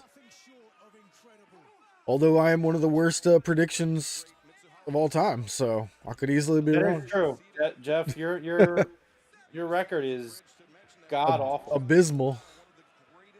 The Glass Joe of the Broken Tables podcast. Wrestling history in attendance here tonight. A huge honor for both Samoa Joe and Shane Taylor to be competing in front of that man is Joe with the Manhattan drop and the high boot. Followed up the crushing senton. Samoa Joe one. No. Yambag City. Samoa Joe, not used to his opponent kicking out on one, certainly at this point in the match. And Nigel, to that point, Samoa Joe not used to matching up to a man almost identical on paper. 6'1" is Shane Taylor, 310 pounds. Joe 6'2". Jim Ross would say this would be one good slobber knocker. Oh yeah, man, he'd be hitting all the classic. That's the thing with Samoa Joe. Such a powerful midsection. It's extremely difficult to hook a leg and pull the All around, it's an interesting team. It's like you got to think that they really just wrote the Ring of Honor pay-per-view. I mean, because they got Nigel. They got I guess it's more of a collision commentary team, but you got Nigel and Kevin Kelly. And then, of course, you have to have Excalibur. You can't not do Excalibur. Yeah. But I would rather have Taz than Kevin Kelly. On Oh, damn. Look at... Oh! That was crazy. I'd never seen that before. But he's headed up to the top. Oh, wait a second. You go for the king. You better not miss Shane Taylor. Unfamiliar territory. You going for a big old leg drop? Oh, no, okay. I was going to say, with those thunder thighs, he should do a leg drop. Don't stop now. Nat's not watching, just chilling out here. Chilling out where? I mean, obviously, Pittsburgh, but... She means she's chilling out in the stream, Jeff. Oh, okay, just chilling out here in the stream. Ah, yeah, thank you. I understand. I went right You over... don't do the best at context. So. Right over my head. Because Shane Taylor is writing an upset story. The Lariat Taylor just crumbles. Taylor saw it coming and he did his best to avoid it. There was so much momentum coming from that. But Nigel, just because you see the truck coming at you doesn't mean you're any safer. Absolutely, but you can see from your screen. Slowpoke strikes again, Nat. It's okay. It's been a minute since I can remember seeing Samoa Joe on the back foot this much. Andrade just tweeted about CM Punk. Oh, really? Yeah, he said, "Thank you, CM Punk. I hope we meet again, but face to face in the ring. We have a pending match." Oh, wow. Taylor's been working on his intensity, endurance. Legendary coach Mark Beecher down in Houston. Maybe Punk would fit in New Japan. They could say whatever they want, and he's not going to know what they're saying, so he's not going to get angry. I don't know. I think Punk's done. Yeah, I do too. I tell you, I saw a poll today of people that was like, do you want him to go to the WWE? And it was literally 50-50 of over 8,000 votes. Yeah. I don't know. I think that, like, CM Punk going to WWE kind of would kill the appeal of CM Punk. I mean, like... Yeah. Like, a whole big thing about him. It's not because... It was before he left WWE, too, but it's just... Like, that would just be so out of, like, why he relates to people. Yeah. That it's just like, I don't know, man. That would just... That's so unbelievable. I mean, obviously, money's money and anything can happen. But... I keep hearing Punk to Impact. I just can't see it. No, Punk's... Kidding me? That's...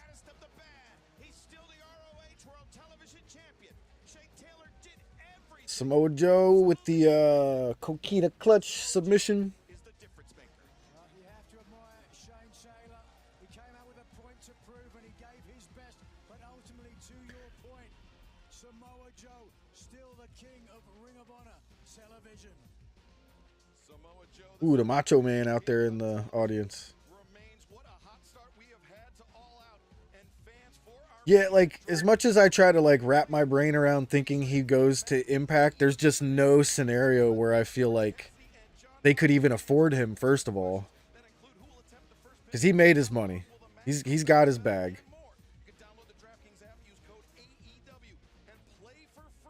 Yeah, there you go, Nat. Yep. Yeah, that's correct. They couldn't afford him. Yeah, Like, no. AEW fans, get in on the action with DraftKings because everyone can join a free-to-play pool. You gotta tag me in. Listen, guys, it's easy. All you gotta do is answer questions about what'll happen during the match. Get enough correct to win your share of $25,000 in total prizes. If you want to win big boy money, you got to do big boy stuff. Download the app, enter the promo code, and join free to play AEW Pools. All of a sudden, I can hear Daddy Magic coming through on your side. Probably just because this he's just so loud. Yeah, he's loud.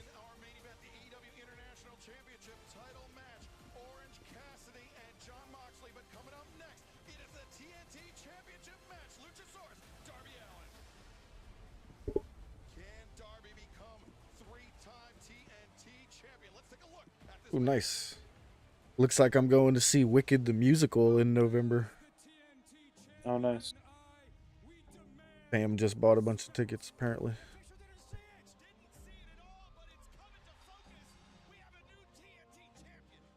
I tell you, Michael, I would love a freaking cheeseburger right now.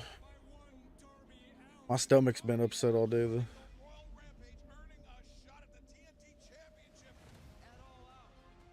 Let's had some rice. Father of the Year time. Yo, did you see that clip that I posted on Discord of Christian? Was there any audio for you? I might have missed it. I don't remember seeing that clip.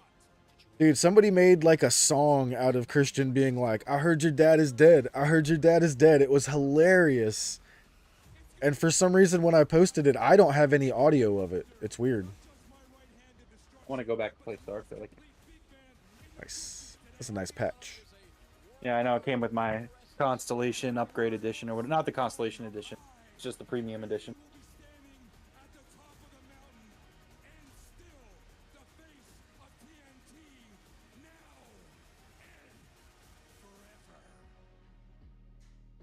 I'm gonna go grab a beverage, Jeff. I'll be right back. Yes, sir. Oh, Sting. Is it Sting and Darby? Hope so. I don't want to look stupid again.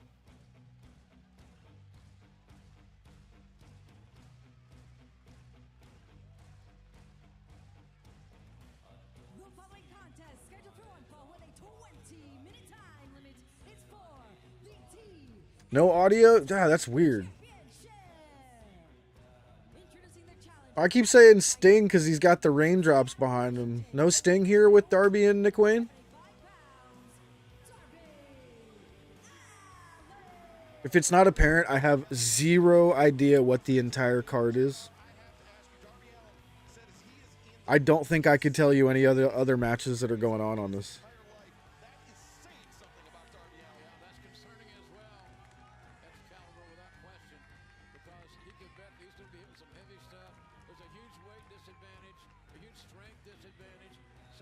Yeah, no audio with the Christian thing. I don't know why it didn't have audio. When I downloaded it, there was audio.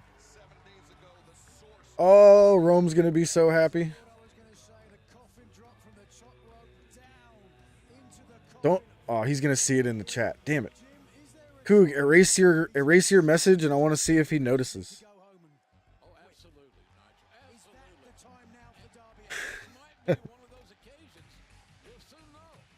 Hey, if you guys don't mind, please go over there and drop an elbow on that like button. See if we can get the algorithm to pick us up a little bit. I would really appreciate you guys doing that. Doesn't take much. All you gotta do is turn your phone sideways, hit that little thumbs up real quick.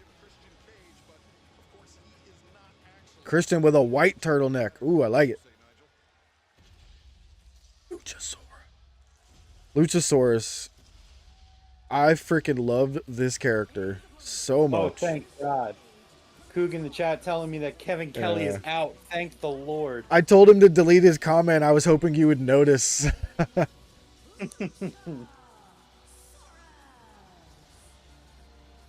do you like Skittles? I fucking love Skittles, bro. Are they the purple Okay, bag bro. too? Oh, dude. Oh, you got the gummies? Are they okay? Are Yeah, they I was about good? to tell you. If you like Skittles, especially the wild berry Skittles, you have to get the wild berry gummies. They are so good. Okay. I'm not a fan of gummy type candy, but the purple bag of Skittles, the wild berries, like my favorite candy. So These taste exactly like the Skittles too. really, They are exactly the same taste. that's crazy. I'll have to try them then, because yeah, the purple I bag is my recommend them. favorite. They're really good. Damn, I was just at Five Below today too. I should have grabbed a bag. I usually get them at Wawa.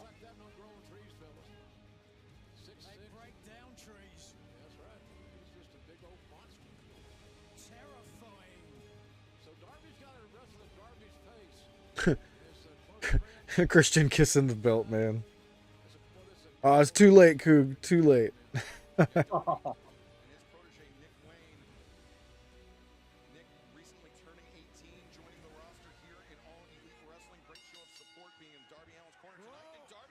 Love Christian Cage changing up his gimmick last night, being like, "Enough about your dad, Nick. What about your mom?" Yeah, that was great. Oh man, Christian Cage just in these dark, dark times of my life, Christian Cage remains a beacon of light. I gotta say.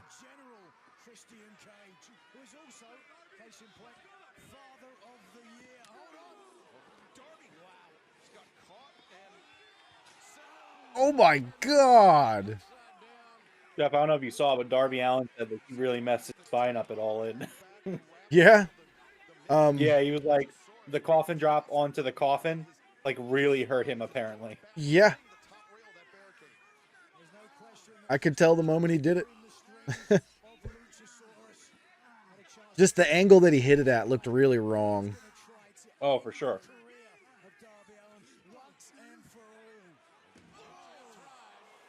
This kid's insane, man.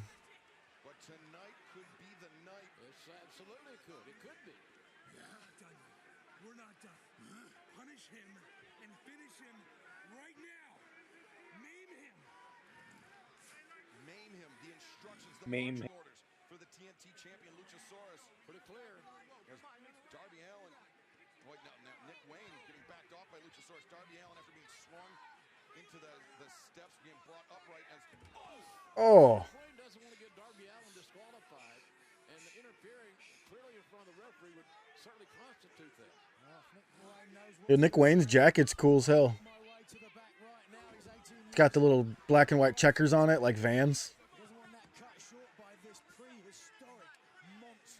Luchasaurus rolling in the ring to break the count. He doesn't want to win by count out. He wants to follow the orders of Christian Cage. He wants to maim. He wants to destroy Darby Allin. Luchasaurus. And we don't know how badly Darby's banged up. We know that he's got to be banged up because we've seen what his body is. I was just about to say, is that blood on the stairs? Dude, when Darby's head hit the stairs, it fucking splattered blood on the side of the stairs. Mm. There's probably more there now. You would think so.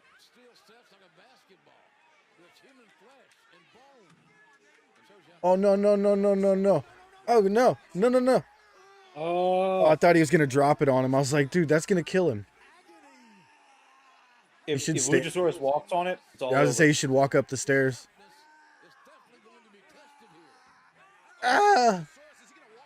Oh! Oh my god! Ow!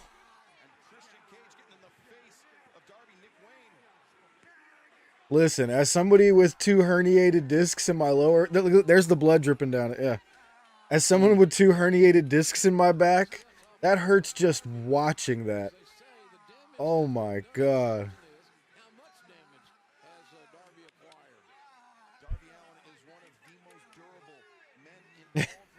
War Machine says my back hurts just watching that. Yeah, absolutely, dude. I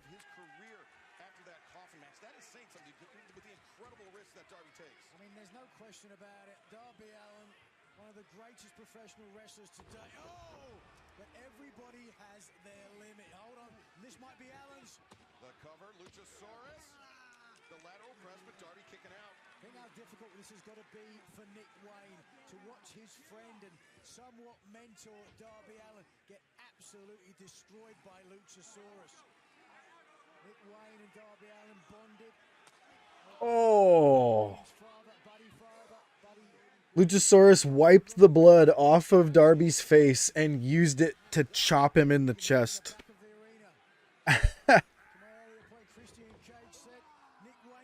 Okay, so Nat, if you're not watching it, Luchasaurus put the stairs on Darby's back and walked up them to the ring. Like, imagine Darby under the steel stairs, his little head popping out, and Luchasaurus walking up them.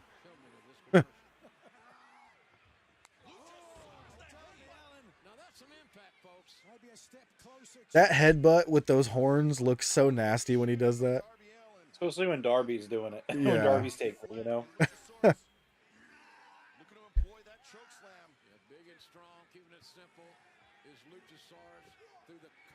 That was cool as fuck.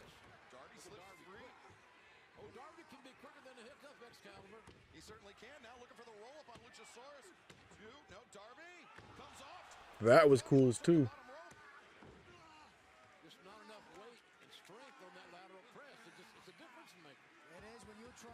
Yeah, he's got to be like 250 at least.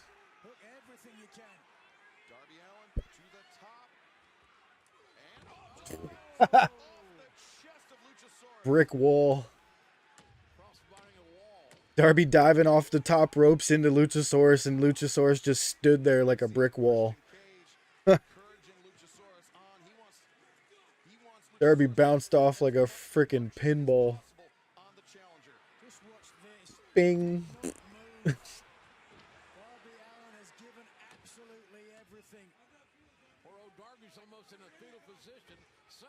Ooh, ripping off the bandages. Yo, have you ever wore that medical tape that he's wearing? No.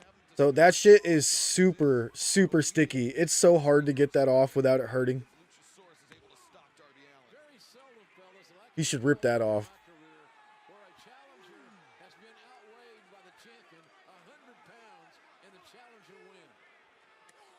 He was on Big Brother.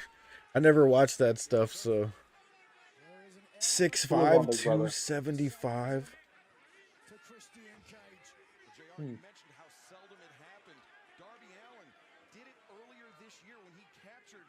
Damn, 6'5", 275. That's a big man.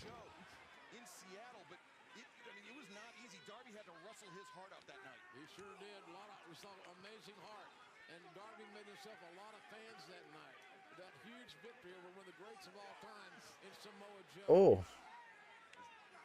Darby forcing Luchasaurus to take a seat. Allen is doggedly fighting back in this match. I gotta tell you, I am impressed. Darby likes to do that missile drop. Is he doing that missile drop kick thing? This is crazy, dude. Okay. That was much safer. Much safer. For sure. It sounds crazy to say that a giant front flip off of the top is safer. Yeah, but right. that missile drop kick is just, no, don't do that to yourself, dude.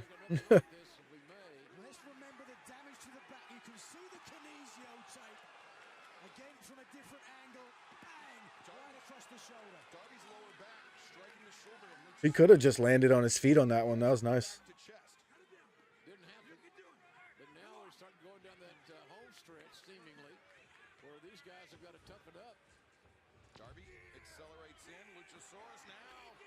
Oh. Oh, that was cool. Oof. I almost thought he had him right there. Yeah, War Machine, I had to wear it on my wrist for a while. It's so hard to take that shit off. It's like a Band-Aid times 10.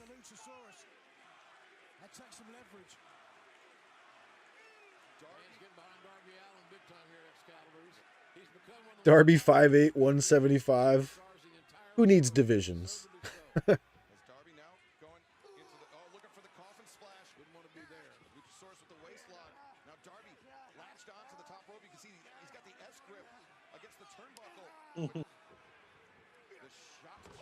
Jesus. In other words, he's 2/3 of the man Luchasaurus is. Christian Cage calls the most complete big man in the business today. Take a look here.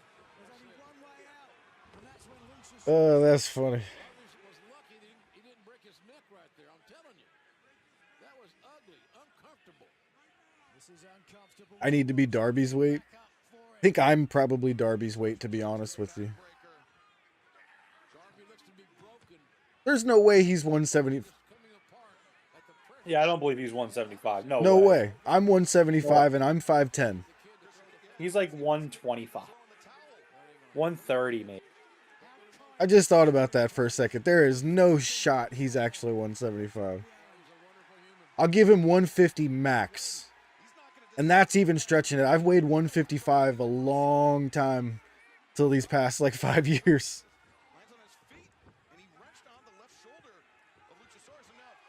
Oh, Christian taking a missile. Oh.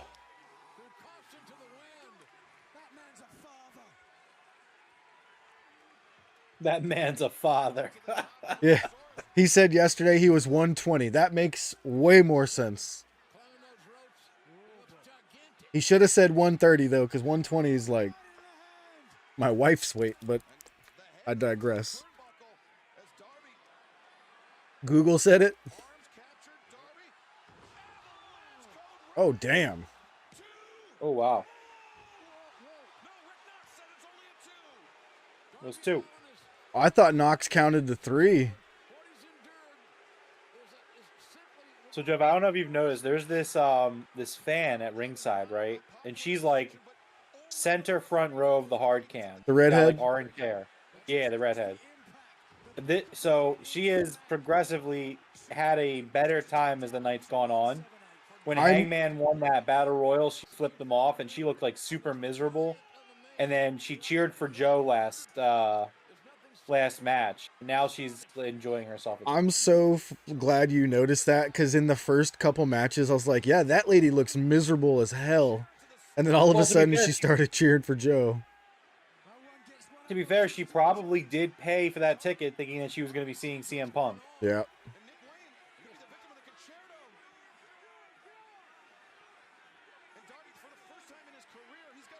Yeah, Darby, just go. Gotta get that title, bro. Darby, win the title.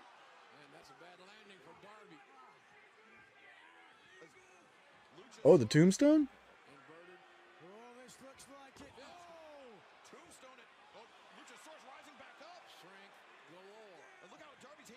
Oh, damn. Oh, jeez. Darby's getting real low on it.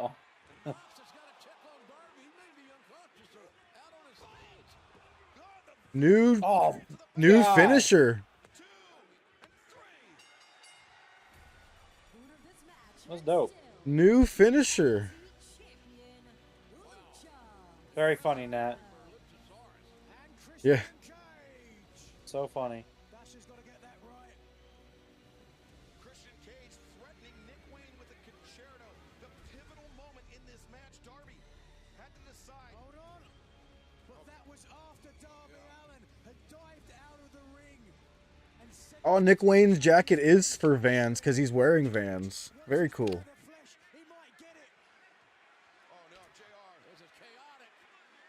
Where's AR Fox?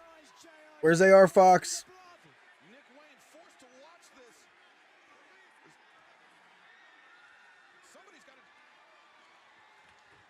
Okay, none of those are AR Fox. What a weird and lame. Why? I mean, I guess because there's a bunch of baby faces. I also find it hilarious that these baby faces outside of Chuck, they're all the Ring of Honor guys still. Like, what is going on? Their best friends are both there, I guess. It could have been a lot worse than it is. Nothing is not bad enough now. Darby Allin dodged a hell of a bullet somehow, some way. His resilience is That was a badass match. Match was really good. I didn't really care for like the post-match stuff. I think either do the shot or don't do the shot. how much can Darby take? I mean, he came in battered, Like, why wasn't AR Fox the one to come make the save there? Yeah, I agree with that. I think that might lead to some truth behind he's got some heat backstage for some reason. Yeah, that's just all around a dumb decision. Like, that right there was the perfect spot for AR Fox to come make the save, and Nick Wayne Right, to and be Nick like, Wayne's "Oh, like, okay, "All right, I maybe forgive I-" you. I forgive you now Yeah. too." Like, Right, I agree completely. he must really have something going on.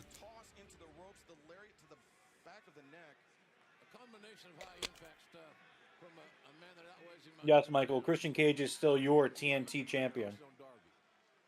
Yes, sir, Michael. Yeah, where was Sting? Great question. Yeah, this show is just weird. It's a weird show.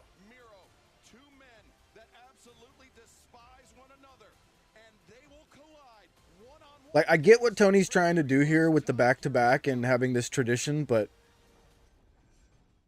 I don't know if it's going to work. Maybe next year he'll have some better time to prepare and realize what happened here, but, you know. See, what I would have done is, and again, it comes down to Dynamite and Collision, where if you have two very strong shows telling a lot of storylines, and hell, even Rampage as well, if you're utilizing your TV time enough, just have enough storylines going so that way you have two pay-per-views worth of storyline. I know that's very difficult, and that sounds like a lot to ask, but I think that you definitely could have done something like that where you're building up enough matches. And like obviously maybe a few matches kind of double dip and you do a few like same storyline. But I mean all in all this pay-per-view just feels like a thrown together Ring of Honor pay-per-view. Like the Joe match was very little build. The Dark Order, like and I'm not opposed to Battle Royals. I'm really not. So like I'm fine with it. Everyone knows that I don't care. But I think that like that build was super quick and like there was no there was no purpose to it, no weight to it at all. And you kind of go down the card, and a lot of the matches on this card are like that. And I just think that that's kind of a swing and a miss for them because for like AEW pay-per-views are events, Jeff. Like you always come over, you bring the curlies, and granted you weren't feeling super well today, and that's really kind of the main reason you didn't come over. But like the point is like AEW pay-per-views feel like an event, whereas like All Out does not. Like this show does not feel like an event.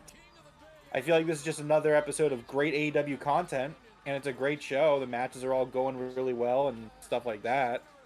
But I don't know. It definitely doesn't hit the way you would expect an AEW pay-per-view to hit. Nah. Michael says Luchasaurus should hold the title, not Christian. They need to do something about it.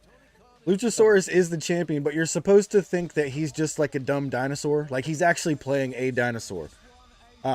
They don't come out and say that because they don't want everyone to make fun of it, I guess would be a weird way to... I don't like saying it like that, but hopefully you get what I'm saying. But he's supposed to just be like... What was that movie where Jet Li was like that dude's guard dog? You know what I mean? Something like that, you know, like... He's basically Christian's guard dog, but he happens to be the champion. But Christian carries the belt because he's kind of like the master, you know? That's a tough one to put into words, isn't it? Yeah, I get what you're saying. War Machine agrees. He says it's the weakest pay-per-view so far. Yeah, again, I don't know. Again, like, I think that I'm very curious to see what the buy rates for this pay-per-view are going to look like because I have a feeling that, like, the buy rates for this pay-per-view are going to be like the bottom, like the core AEW audience. Like, yeah, I don't think anybody who thinks about buying a pay-per-view bought this pay-per-view. And maybe that's harsh, but like we're like Jeff, like we obviously we do a podcast about it. We are very intertwined with the product and the company. Us buying the pay-per-view, not a shocker at all, obviously. But I think if you're like a regular fan who like you look at each pay-per-view and you're like, will I buy this pay-per-view or not? Like you got to be passing on pay-per-view. And again, I know that sounds kind of harsh, but like yeah, ooh, nice especially start. like all in being a week ago, Punk being fired yesterday, the card not having a lot of great build. There's just a lot of reasons why. Very little excitement about this show. Oof. I love these tie-ups to start a match. And again, yeah, War Machine, I agree. I think the in-ring matches have been solid. They've been good. I feel like a lot of the matches are playing it up for laughs, and maybe that's just because honestly that's just what we need at this point after like the blow off of All In and the Punk firing stuff, you know, maybe we just need to kind of get a little lighthearted, I guess, Yeah. because most of the matches on the card tonight have been so far pretty lighthearted with comedy in. But yeah, I mean, Yep. War Machine, we haven't missed a single pay-per-view either. And the only ones that I haven't bought are ones that I've been to as well. Like correct. Yeah, this same as Full Gear with Mox and MJF we went to last year. Or 2 years ago. Jeez. No, that was last no, it year. was last year. Yeah, it was last It year. was last year. November 22. Unrecorded strikes, shall we say. Indefensible.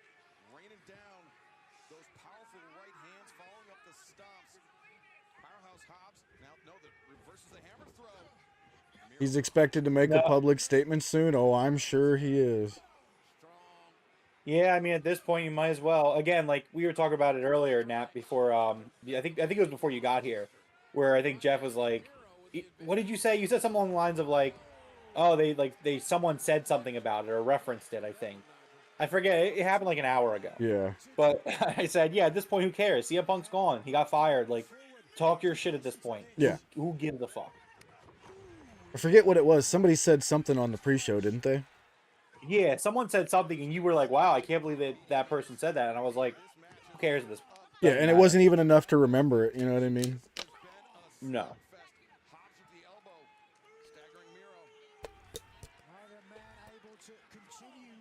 Oh, War Machine, that's so nice. Talking about Jeff like that.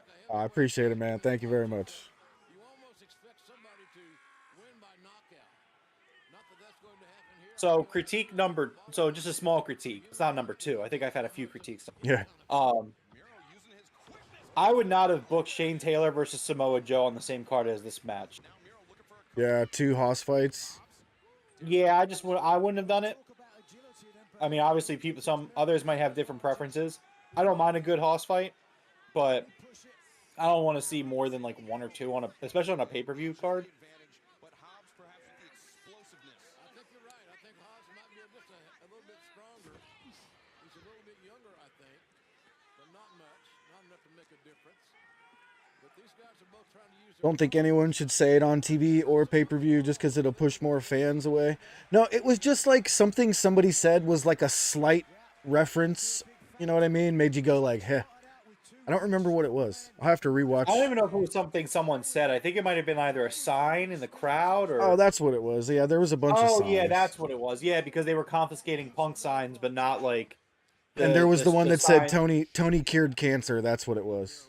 Yeah, the anti-Punk signs were not confiscated, but the pro-Punk signs were. Realize just how intelligent he is and how much mat sense he has. Woo, that was nice. And I mean, Nat, I hear you. I mean, I agree. I would also like to forget that it ever happened and just move on. But I mean, it happened. So again, we're already living in the timeline we're living in, Nat. So we're just gonna have to keep rolling with the punches. Whatever happens, I would. And the worst part about that whole shit for me is how avoidable that was. Like, that's the most easily avoided situation of all freaking time, and yet here we are. I mean, I said it yesterday when I popped into the live stream that you were doing, where it was just like, it's like you said, how could it be avoided? And I told you that Tony should have just sat everyone in a room. Like, guess what? At the end of the day, Tony Khan's paying all your paychecks. He's the boss. You get everyone in the room. They don't have a say. It's like, hey, there's a mandatory meeting. Your boss is calling a mandatory work meeting. Deal with it. And I would have Tony has like this party of lawyers who like looked over the case. Okay, like why couldn't you have done that to a sit down? Like have an army of lawyers in the room there. Make it very clear that like no shit is to be started here or you're getting fired or something like that. Yep. And if CM Punk got fired through that way, then like okay, then that at least Tony tried. But I will always hold this against Tony as much as I love Tony Khan and I love his him as a wrestling promoter and like everything he's done for AEW and for pro wrestling. And I think in terms of the business, like pro wrestling and booking and stuff, he gets me and my taste as a fan. But I can't sit here and say, like, oh man, Tony could handle that perfectly. Like, no, Tony Khan royally fucked it up. He just decided that like everything would be fine and we would just kind of move on and act like things wouldn't get worse. And like that's just not like I have a background in management. Well, I still am working. So like I know how this type of thing goes. And I'm not even like, you know, running a wrestling promotion or a giant conglomerate. Like I'm just management and store management of like chain stuff and whatnot. So it's like I could have told you that just acting like everything was going to be fine wasn't going to work. You know what I mean? And we talked about it when they said they were going to do the split between Collision and Dynamite, where it was like, okay, well, what do you do when you do pay-per-views? And then here you go, And the there first we go, pay-per-view yep. afterwards, it blew up. So yeah, at the end of the day, Tony should have done what he needed to do, and that was get every. And I'm not even saying Punk and Neely. I'm saying the entire company. You rent out an auditorium. I don't know what you got to do. Like you get everybody in the mandatory company meeting. Were you able to hear You what they were swap. just chanting? I couldn't tell. No, I'm sorry. I'm ranting, Jeff. Yeah, I'm I know. still in an obscene amount of pain. My heart's still, it's broken. My heart's broken. Yep. Stop spamming rolling leg sweep. What is that? A move in the game or something? That could be a fighting game reference, actually. I was thinking it's probably to the AEW Fight No, Forever I think game. it's just a regular because there are moves like. I mean, maybe I don't know. Fight Forever was terrible. I gave it a 4 out of 10 on the Game Room podcast. Yeah. But I don't know.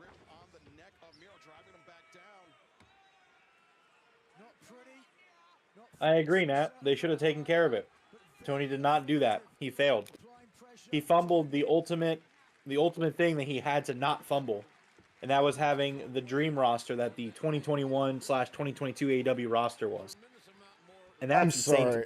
I can't put any blame on Tony Khan for this, man.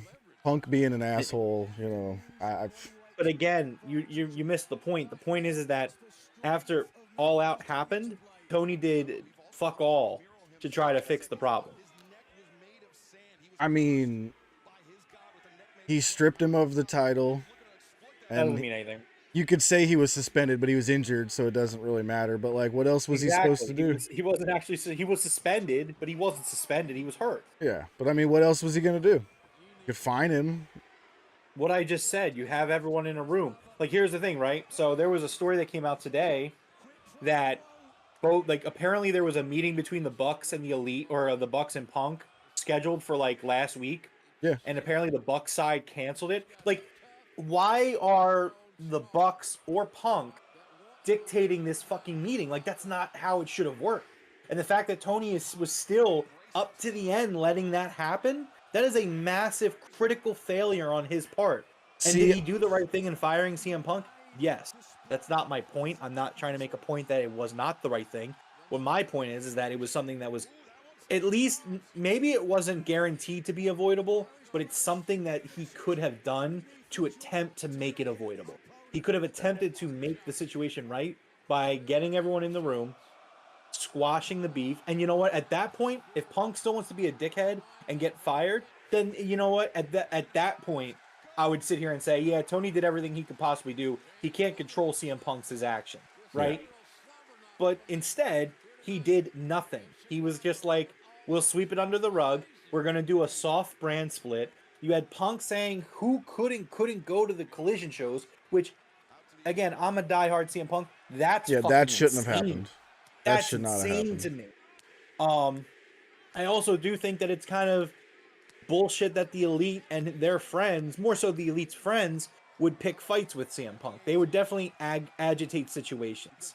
Jack Perry, as I said on the last Wednesday's pod, Jack Perry literally stared into a camera and instigated on CM Punk. That was factually something that happened that we saw with our eyes. So it's just like... And the travel coordinator, that was on purpose too. Yeah, that too. But like, at what point do you have to put the blame on Tony Khan? And Tony has a huge amount to play. And, you So- know, it's like, I'm not saying the Elite shouldn't be EVPs. They should be. I'm not saying anything like that. But it's like Tony needed to be the boss, and he just kind of let it coast until it blew up.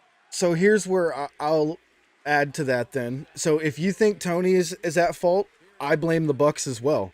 Because I think all of this is stemming from the Bucks refusing to get into the room you're talking about having a meeting with everyone.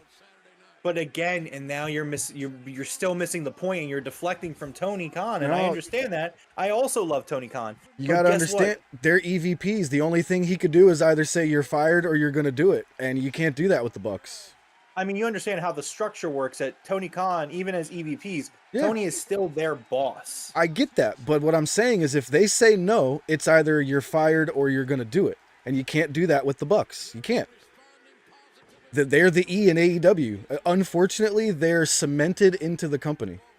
I think we're just going to have to I know. agree to disagree on this one. I mean, I hear your point, and I don't disagree with your point. I'm sure the Bucks didn't want to do it. But I want to see what... Hold on. That fan that was very unhappy at the beginning of the show has a sign now. Yeah, I was trying to read it too.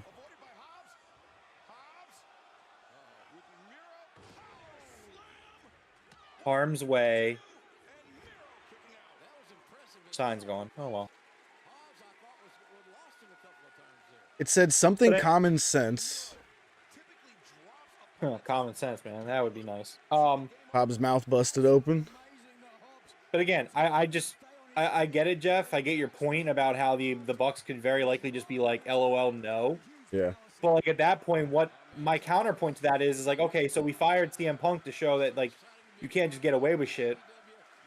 Like, are you suggesting that like Tony, if the Bucks, say Tony says, okay, company-wide mandatory meeting, all employees must attend, all talent, all stagehands, all producers, all office people, head of legal, Mega Park's there, everybody's there. You're telling me Bucks say no, and it's just supposed to be like, oh well, like no. I can see the that. Bucks, just like CM Punk, should not be above the law because again, what does that tell the locker room? That tells the locker room, especially friends of the Bucks, that they could just do whatever the fuck they want. Which again, like the point of firing CM Punk is not to say fuck CM Punk. The point of firing Punk is to say that you can't just do anything you want in this company. If you fuck around, you're going to get fired. So the same standard needs to be given to the Young Bucks.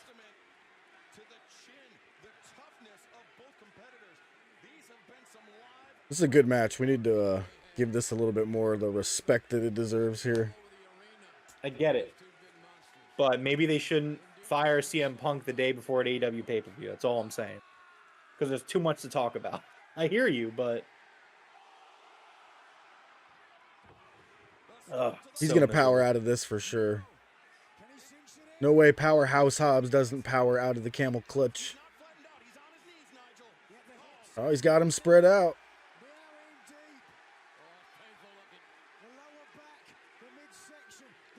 I would actually have Miro win this. I would too, but he should at least power out of this. Yeah. He's called Powerhouse. If anybody's going to power out of this, it should be him.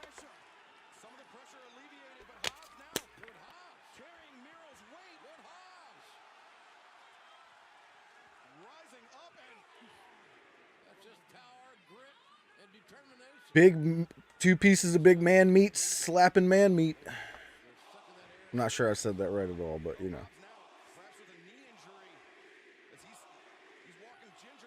Are they saying only beef? No, holy meat. Holy meat.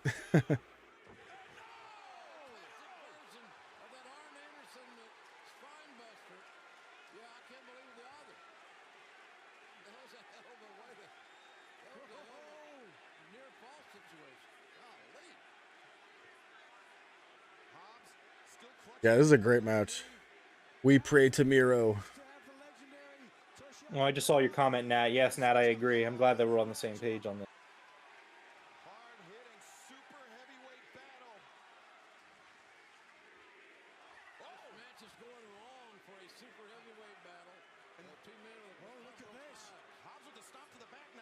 Punk on Miro needs to get a huge push since he just returned. There's a huge gap at the top now.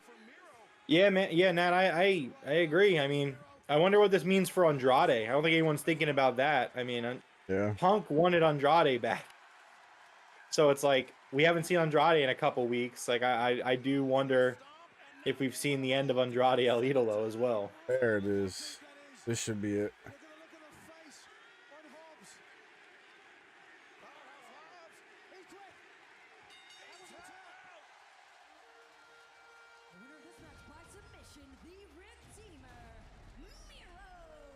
Heard Arn Anderson's name? Yeah, the Spine Buster. They always reference the old Arn Anderson.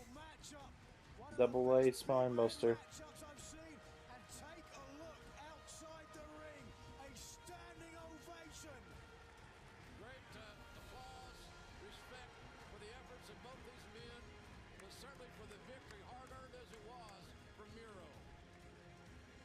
For real, Coog, that was really good.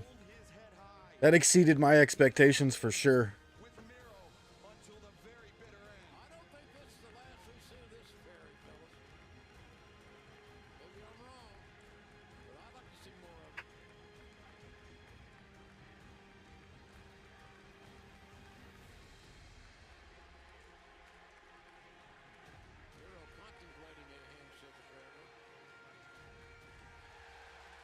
All right. That'd be a scary ass tag team if that happened.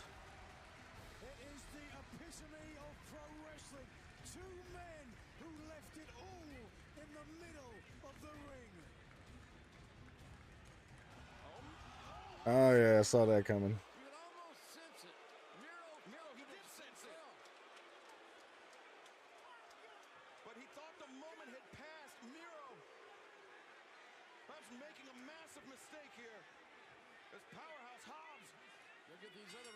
So much for my tag team hopes there. Well,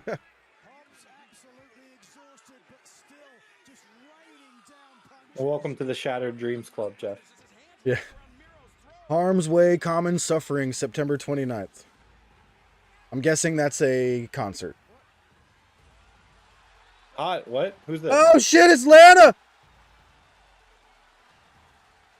This is the pay-per-view surprise? Oh, she took her shoes off. What the?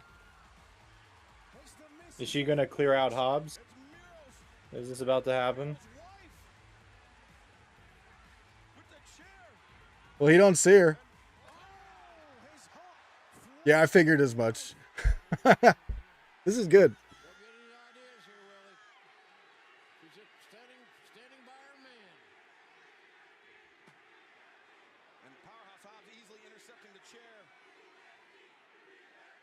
I am sports entertained. Chicago crowd saying beat that meat. I am thoroughly sports entertained. Well, that makes a lot of sense for you, Jeff.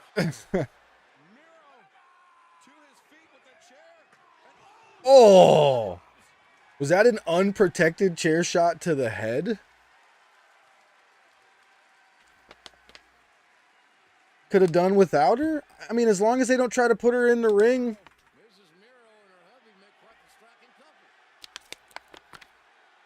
I'm fine with it, but it's just funny to me that, like, as underwhelming going into this AEW pay-per-view as it's been, the AEW, like, surprise that pay-per-views are kind of not known for, but, like, that you normally will get at a pay-per-view. Like, it being Lana is just so fitting to the pay-per-view. He's walking out on his wife. What?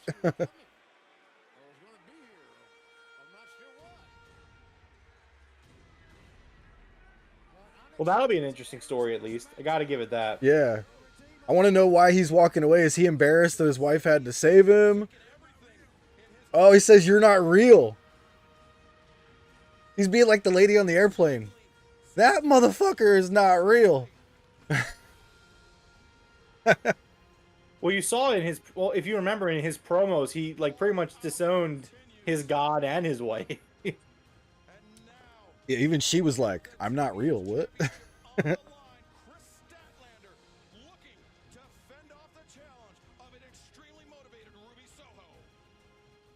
Call a divorce attorney. I'm getting sick of saying it, and I know y'all are getting sick of hearing it.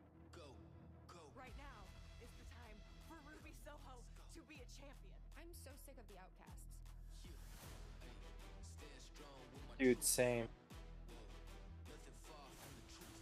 I'm sick of them taking advantage of other people, of constantly playing games, of acting like children. Ruby, if you want to act like a child, It's like a long episode of Collision. That's how this feels. Good That's not a matches. good thing, though. Yeah, I know. I'm like good matches, but no pay-per-view feel behind it. No, not at all. I think that could even just be an attest to we just had basically the biggest pay-per-view ever. So like only a week after, almost nothing is gonna feel like that, you know? Yeah, but you could have done you could have had a good enough build, you know. Yeah. Definitely could have done without a bunch of Ring of Honor stuff in it.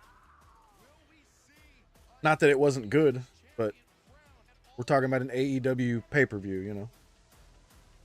Yep. Oh, what you got? Rice Krispie treat? Mm-hmm. That's my jam, dude.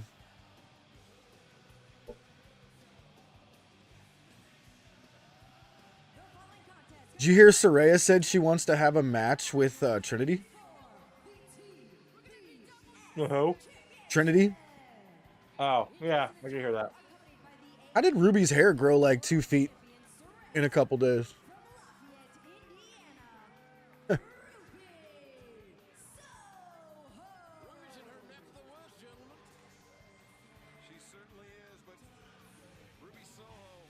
Be an extension. 100%, yeah.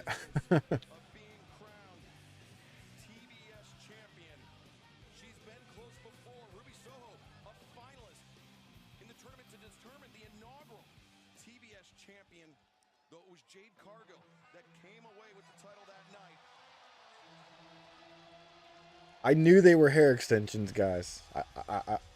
I was aware. Yeah. I have a feeling they're gonna get ripped out in this. It seems like. I mean, if everybody wants to pile on Jeff, I'll allow it.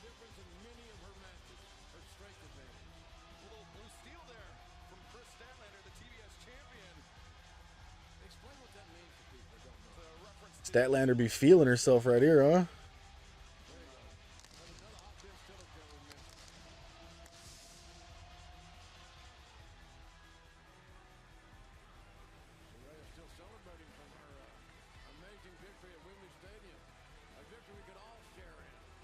Ruby looks awesome with that ponytail thing. What is this?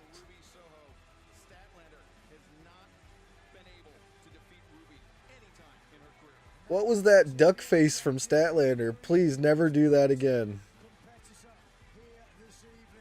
Is that okay? She's doing Zoolander. Thank you, War Machine. Okay, now it made sense. I was like, what was that duck face thing? Makes sense now. I haven't seen that movie in so damn long. Holy jeez.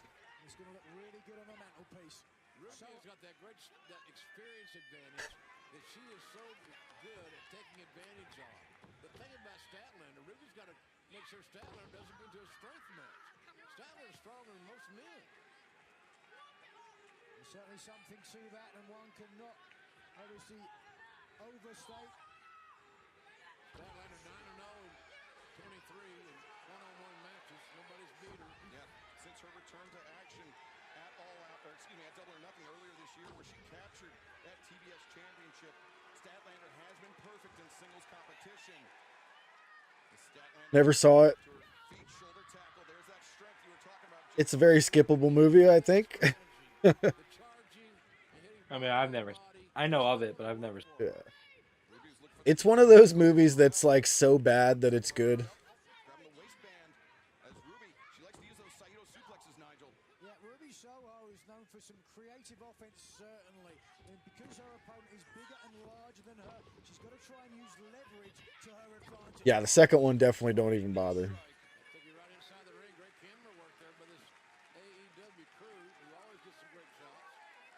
Like if you're really bored one night and have absolutely nothing else to watch, sure.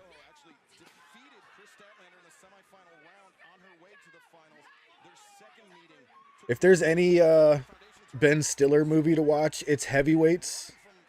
It's an old Disney movie that is dark as hell.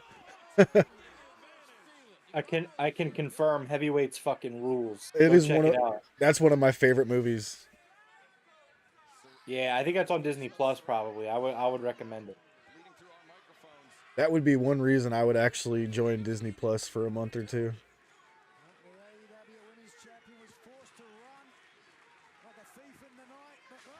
Oh, that was nasty.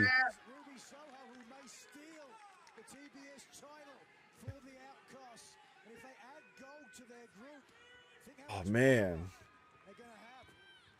Yeah, the Outcast already powerful enough as Ruby covers. One count. Ruby was training to merely get this big champion back into the ring because of the size difference.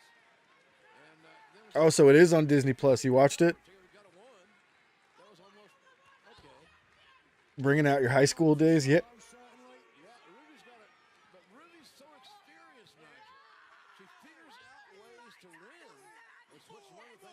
Yeah, I also did not know that there was a second. It's Will Ferrell like getting out of prison or something. Yeah, and War Machine. When I say it rules, I watched that as a kid, so like, get a big asterisk of nostalgia goggles there. Okay, I've seen it as an adult. It still holds up. It's great. Well, that's good to hear. I haven't seen it probably in like 15 years, so. Yeah. It's like The Sandlot, dude. It definitely holds up. Okay. And when you watch it as an adult, it's even it's darker than you remember. You're like, "Oh my god, he's trying to murder these children." Like I mean, I do remember that. Yeah, he was like, "You guys are gonna stop eating altogether." Like, wait, what? She's competed for championships on the big stage in this very city, in fact, at Revolution. And we'll cover here, Ruby Soho looking to end it. Well, you know, Statlander had a serious knee injury. She was out for a long time. Two of them, right? That's right. Out over a year, as I recall. watched The Sandlot like a year or two ago. That movie made me want the Converse All-Stars, man. I was like, oh yeah, I'll admit you probably shouldn't trust my opinion on movies. Or anything for that matter. I like some pretty bad movies out there. Like B movies are my thing, actually. Grandma's Boy is one of my favorite movies ever. That movie Battleship, I think, is extremely underrated. Ruby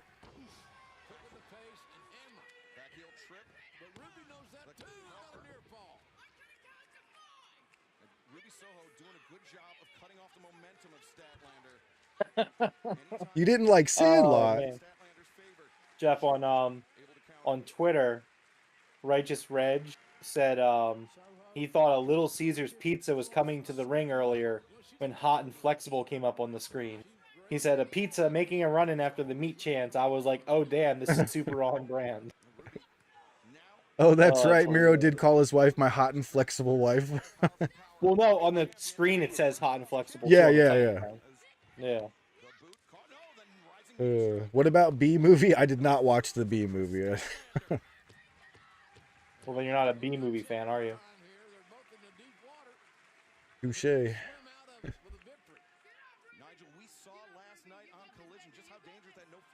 What are some of your guys' favorite movies that are widely considered to be bad?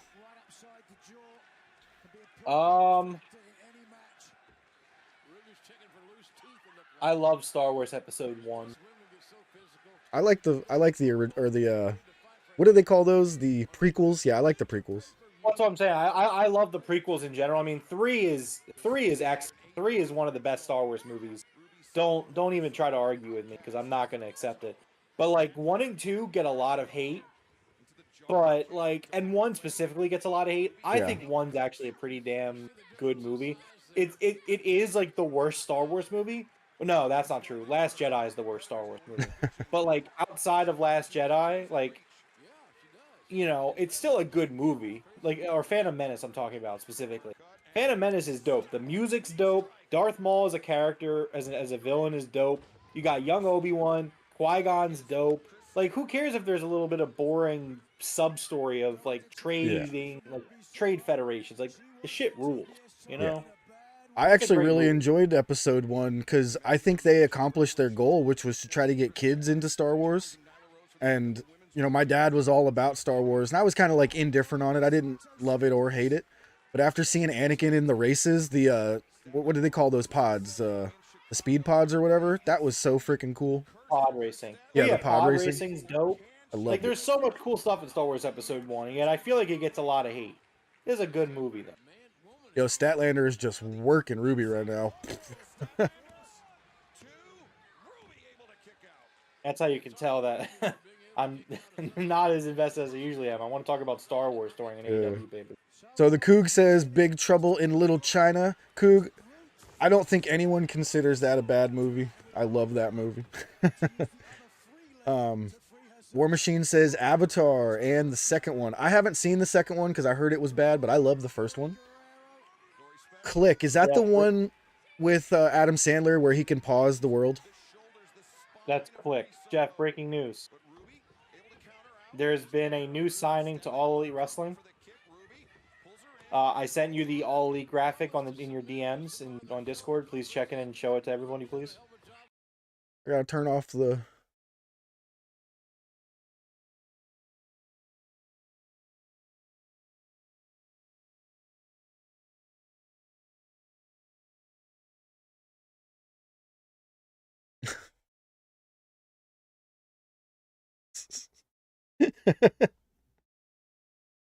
Yep, big signing by the company. Oh, man. The meat is all elite. That's a good one. Gotta find the humor in something, right? Right. Let's see what else. Well, I gotta scroll up, actually. You guys threw down a bunch of movies. The Avatar ones. Click was funny. The part where Adam Sandler froze David Hasselhoff made me laugh so hard I couldn't breathe. And he was slapping him. I literally couldn't breathe. Two-headed shark attack. I've never even heard of those. Clue with Tim Curry. I might have to see that. Tim Curry's amazing. I never got to see the Clue movie. Jersey Shore shark attack. I think Queen Nat likes the old Sharks. Shark Week.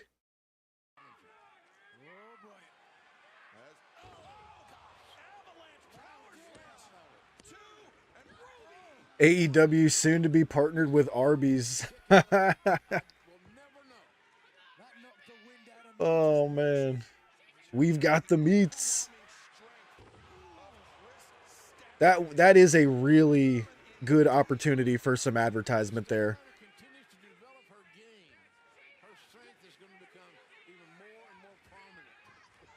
She has claw marks tattooed on her hand? Or are they claws?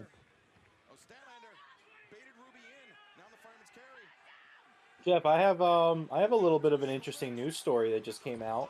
Oh, poison. Damn. A news story from bodyslam.net. It is details regarding an incident between CM Punk and William Regal upon William Regal's AEW debut last year. Okay.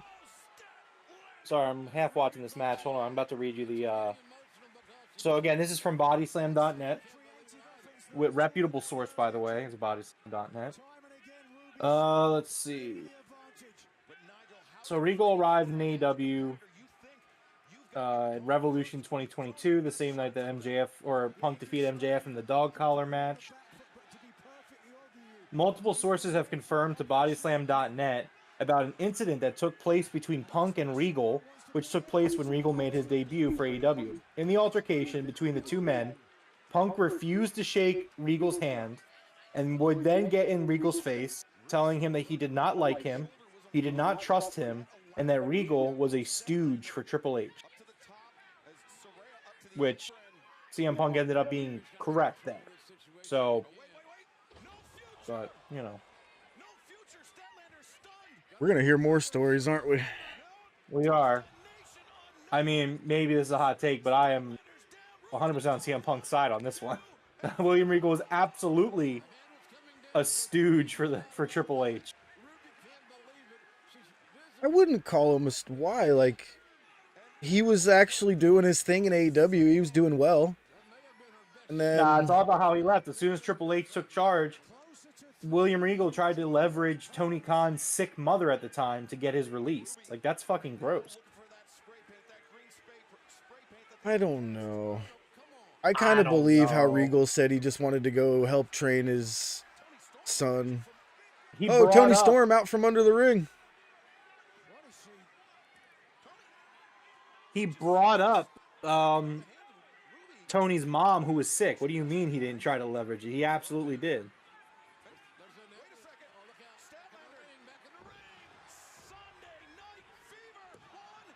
2, 3. So Tony Storm just cost Ruby the match. I mean, by taking away her ability to cheat. Yo, fuck that guy with the Saraya still sucks sign. Get out of here, bro. That's not the type of energy we're bringing to the women's division. Fuck off. Tony Storm looks so good in this new character. This might be the best character in all of wrestling.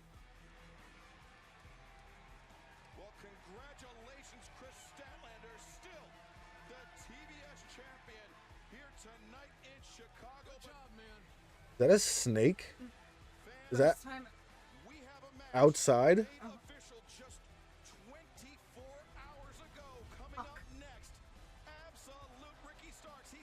I can tell he's tiny.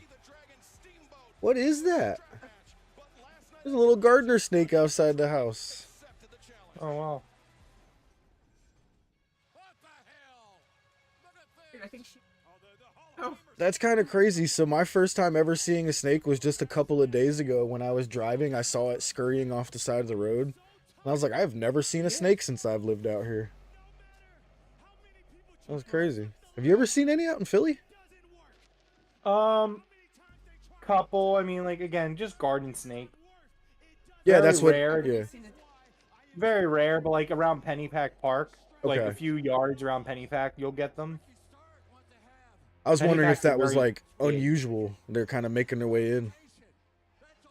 I mean, again, like you got, like Jeff in the Northeast, you got Pennypack Park, which just stretches like across the entire Northeast Philadelphia area. Okay. So it's just like, it's called a park, but it's basically the forest, basically the woods. It's the woods with a lot of trails in it. So, yeah, I mean, it's not super unheard of or uncommon because of like Pennypack. Like around where I live, you won't see gardens because it's so far away. Yeah. But in the surrounding area, it's not the most unheard of thing. I think I saw a garden snake once when I was a kid. I mean, I didn't go near it because I was like, oh my god, a snake. Yeah. But, you know. Steamboat. The other dragon. Yeah, that looked very House of the Dragon right there, didn't it? Yeah.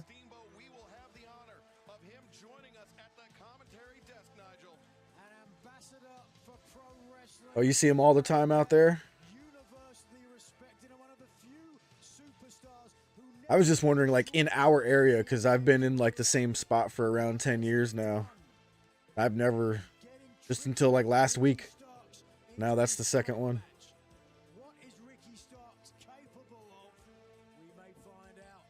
Anyways, so back to this this Punk Regal story. Super believable in my opinion. Did you see Steamboat just made it a point to talk to that redhead lady that we've been looking at? No, I wasn't looking. Yeah, he went over to her and shook her hands, and he said something to her, and then she said something back.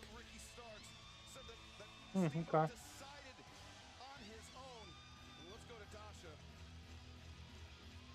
Yo, Ricky with the Louis Vuitton gear. Nice.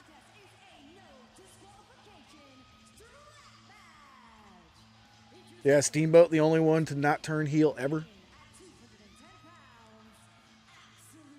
Was John Cena ever a heel? Like his little rapper gimmick? Yeah, Maybe? he was. Yeah. Yeah.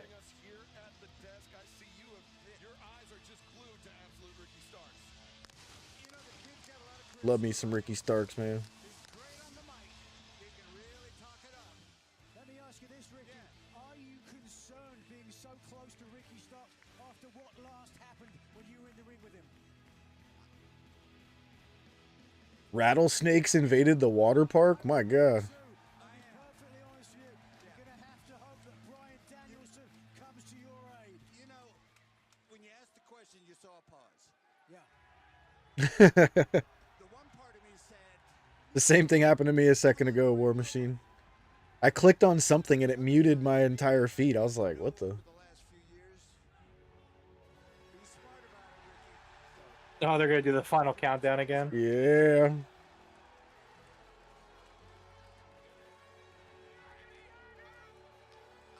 looking at a young guy that is trying to make a name for himself, right?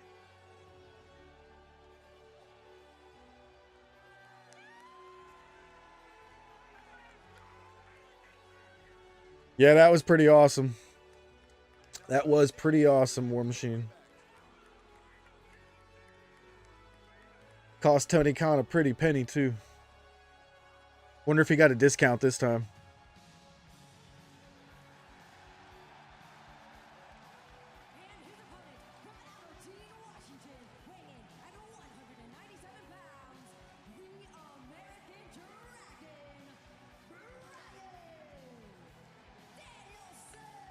Oh, he's got his hair braided, too. I can't find anybody to do that shit.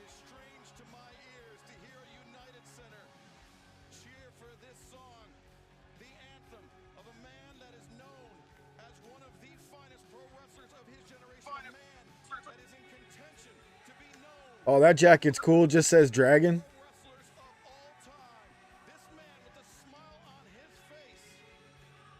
He must have went to the Ren Fair and got it done, because that's the only place that I can find that does it.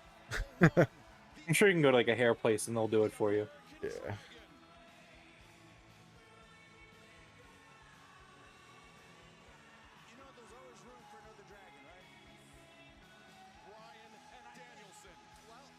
Oh, that's crazy, Nat. That's cool.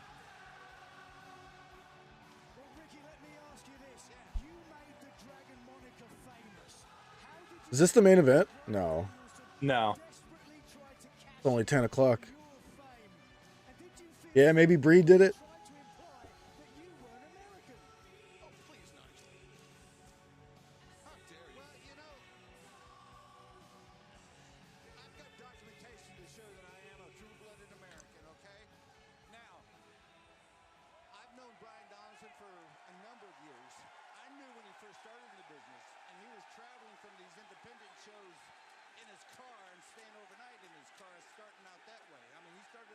He certainly paid his dues, no question, but take a look now if we can. Yeah, Bryan Danielson returning from injury, the first man to place the strap around his wrist, and Ricky Starks. Oh, Ricky Starks taking out of the ring, hesitating. Well, Starks is furious, and rightly so. I mean, Ricky Steamboat, you tricked Ricky Starks. He's checking his pulse.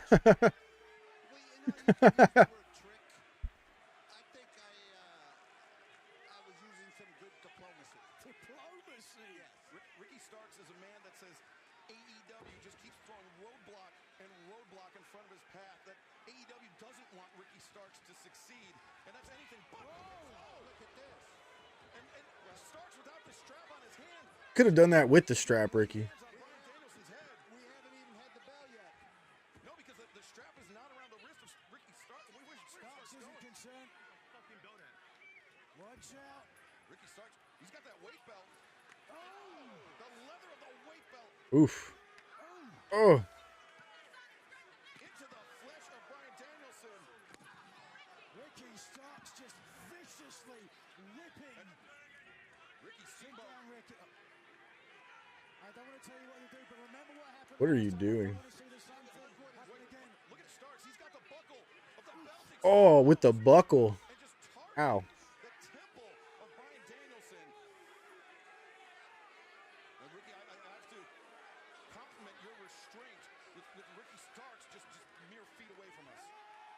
Who's that? Who was that?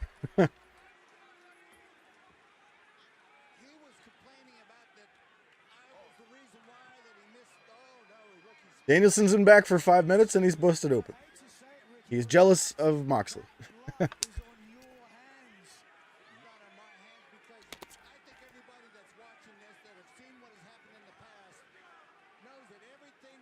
Ooh, nice camera shot there. And look at that.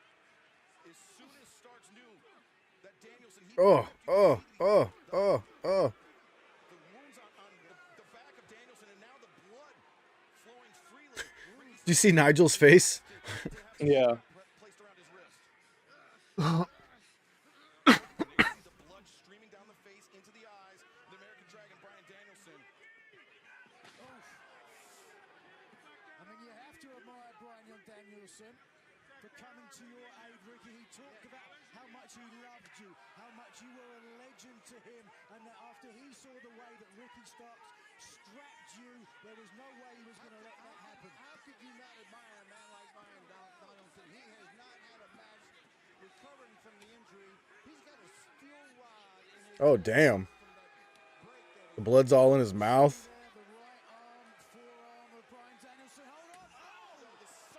Jesus. Between the boot and the steel of the steps.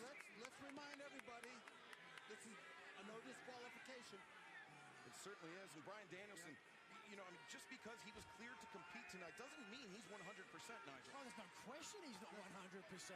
Absolutely not. He is not, because as you know, there's nothing like spring time conditioning.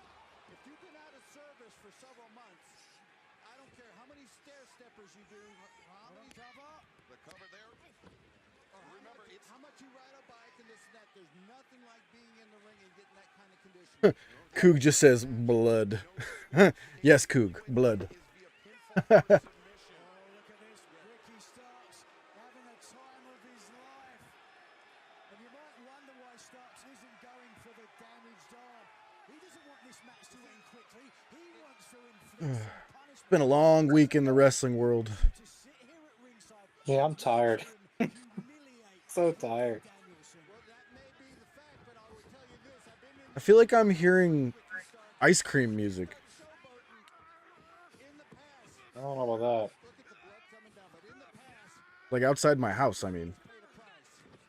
You see referee Aubrey Edwards there asking Bryan Danielson if he wanted to submit. Danielson shook his head.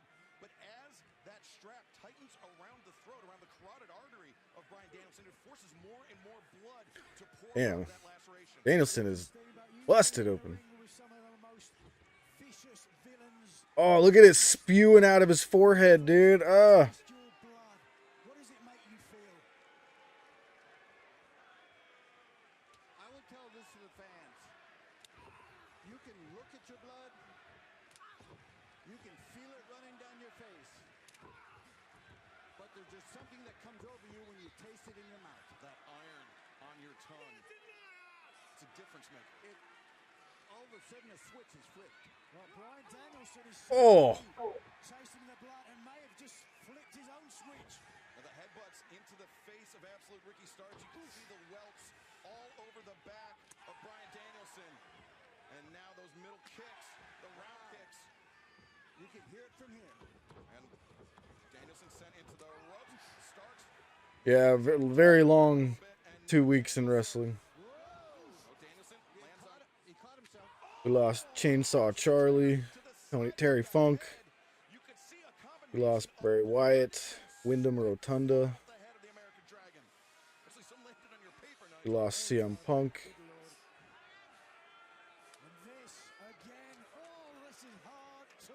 And remember, even though they're in the ropes, it's a no disqualification strap match. Everybody thought when this match was signed that you got one up on Ricky Starks. Yeah, squeamish alert, man. Danielson went a little deep with that that blade, if he even did. You know, you're right. And Stark thought the plan out, and the plan was what he did. He said, I've got to attack this guy before the bell sounds. I've got to get the upper hand, and I've got to get it quick. Good strategy. Yeah.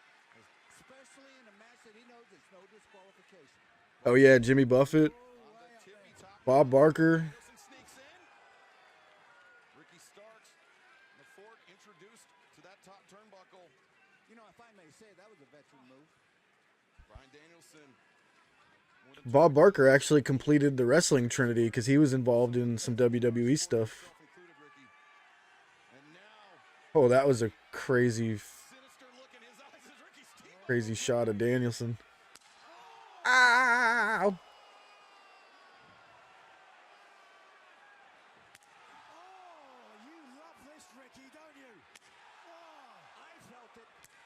Dude, you could hear those up in the rafters.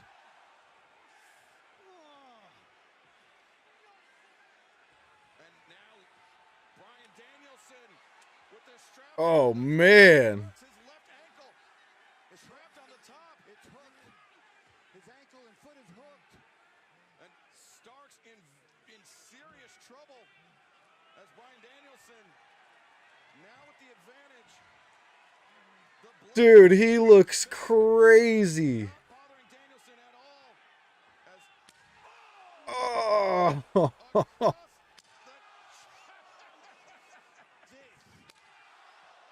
Oh, he took that one in the mouth.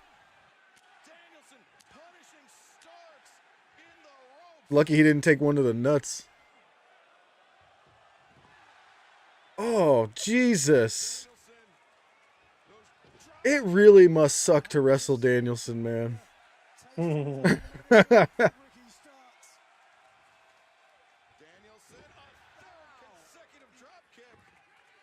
Oh.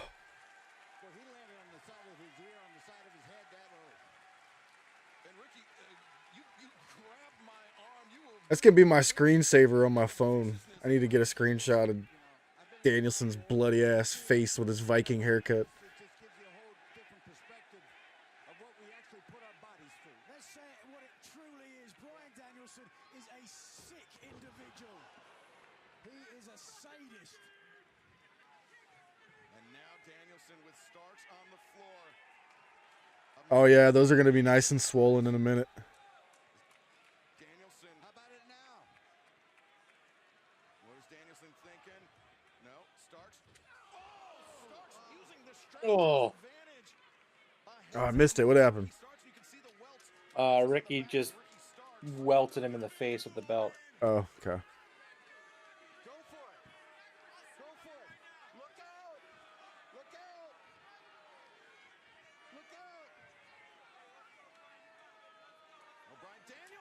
Oh. Drawing in the slack of the strap and driving Starks head first into the steel ring post. The shoulder of Starks repeatedly going into the ring post, the side of the head as well. Danielson could be looking to soften Ricky Starks up for that label lock, Nigel. Trying to weaken the shoulder and the neck joint. And this sick man is salivating at the taste of his own blood. Don't bleed on me, Mox. There's a sign out there. Should have said Danielson. Is there a Crimea River sign? Yeah.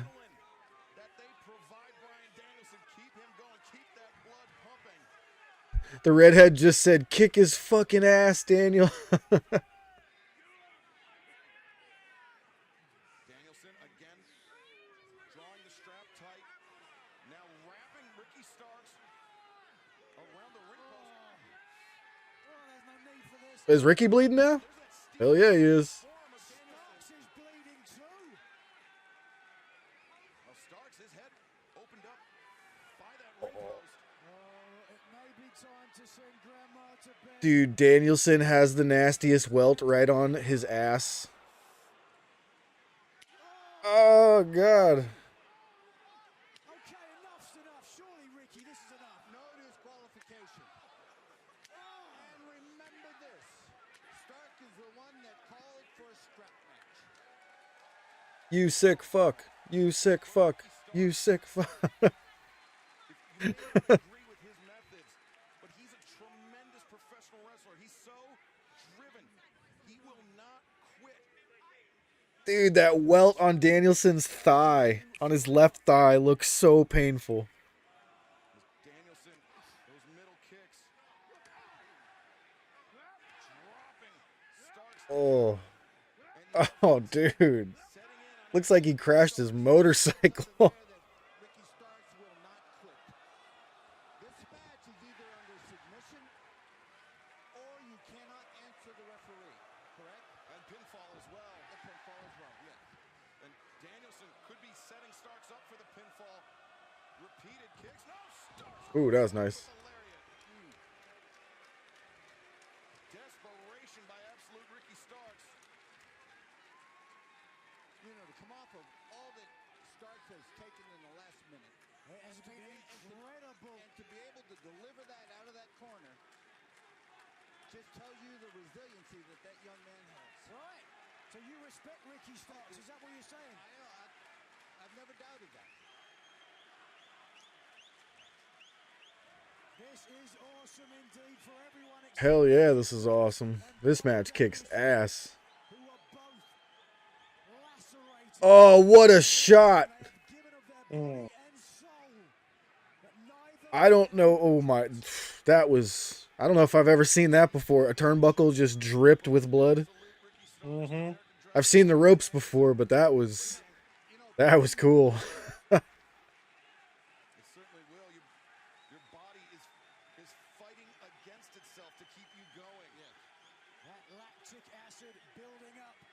I feel like Aubrey needs some blood.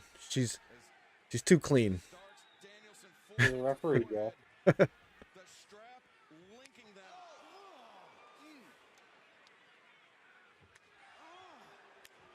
Dude, they're hitting each other in the face. God damn it! Stop it! Holy shit!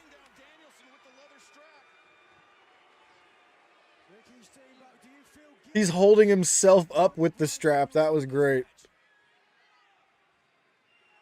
It's what we do. It's what we do. It's what Bryan Danielson does. It's what he's done for over 20 years. Oh shit. You fucked up. You fucked up. Oh, right in the face, dude.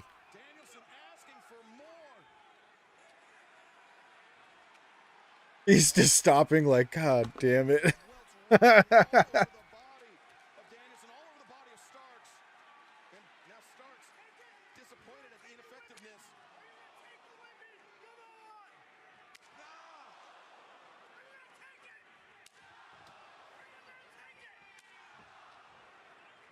Oh, fuck.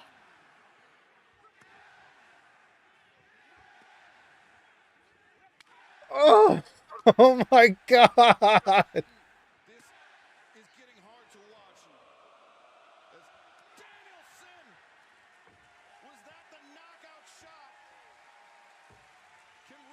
Oh my God. Just gonna leave it there. Oh, is that Big Bill? I forgot all about Big Bill.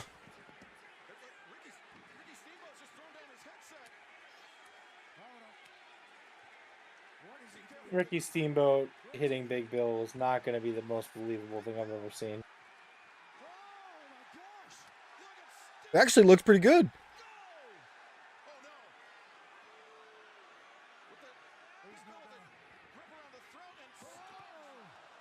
Oof.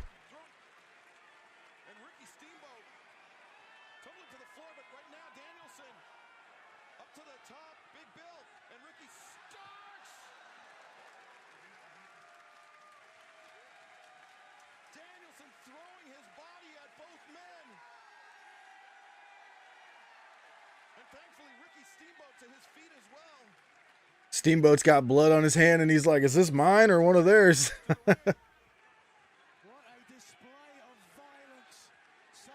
How many whips are we at now? I had lost count a long time ago. Oh, spear!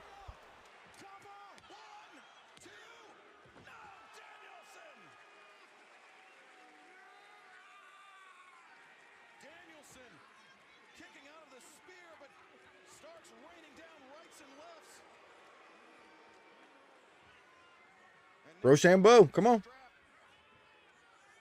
The double underhook could be looking for Rochambeau. No.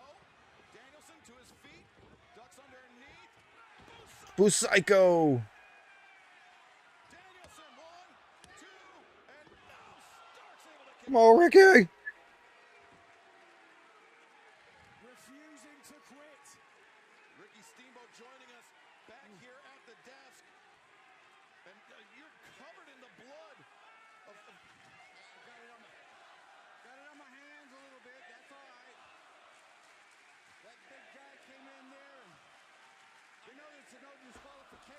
Think we're at like 199. Sounds about right.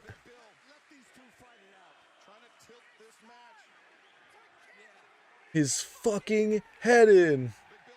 Danielson just shouted, "It's time to kick his fucking head in."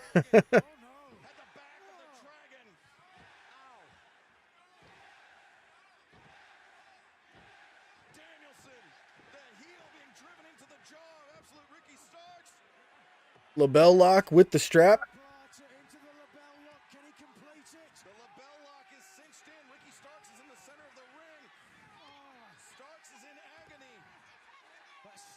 That's a good point, War Machine. He went back to commentary. Usually they don't get back on the mic.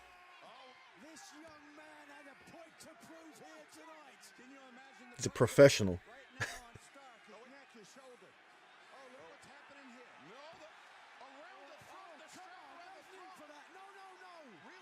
Double wrapped it.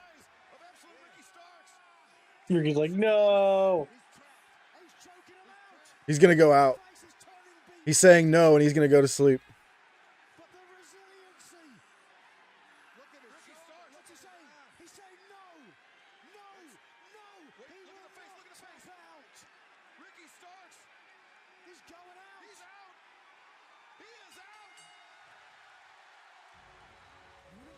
That was fucking awesome. That was fucking awesome.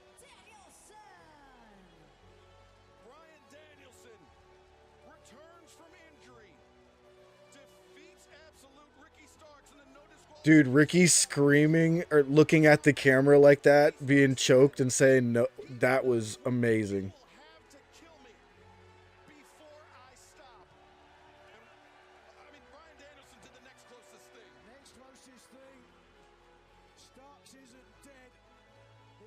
Wow.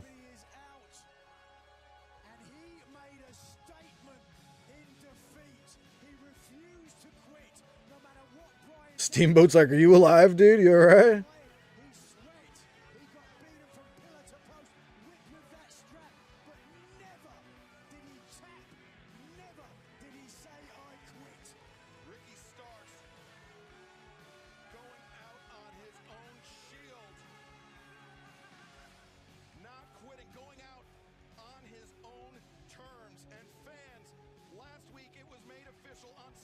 Wrestle Dream, Sunday, October 1st.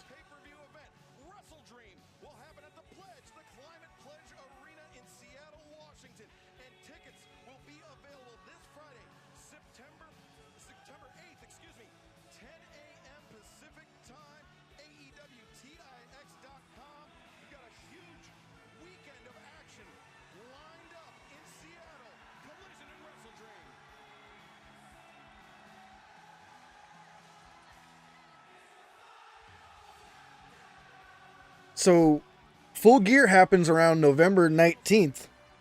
Yes. I guess that's about a month. Yeah, it's not bad. Yeah, Jeff, you're pulling a little bit of a slow poke here. Well, no, I'm talking about Wrestle Dream being shoved into October, and then right after that's Full Gear. I was just seeing how close they were. Yeah, no, well, it's October 1st. Yeah. About a month and a half between each other. I guess Warner's getting these extra pay-per-views they wanted, huh? Yeah. They announced Wrestle Dream last week at the media scrum. Okay. Yeah, does that make 7 pay-per-views or 8? Depends on if you count Ring of Honor pay-per-views. Ah. I would not.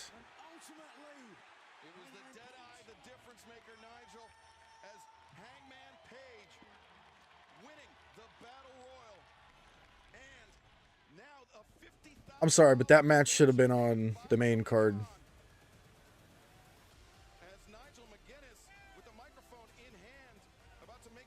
What could we have swapped out for the Hangman Battle Royale?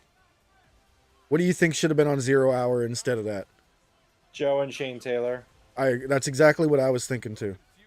Because that's a television title, you know what I mean? That's not a... Yeah, hold on. Nigel's talking. I want to hear what Nigel's saying.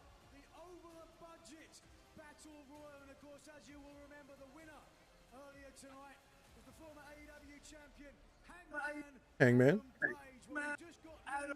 is official.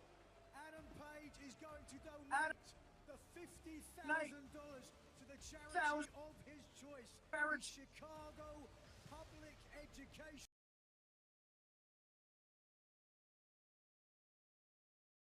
Nice. He's donating it to the Chicago Public Education Fund. They're announcing Hangman's donating his 50 grand.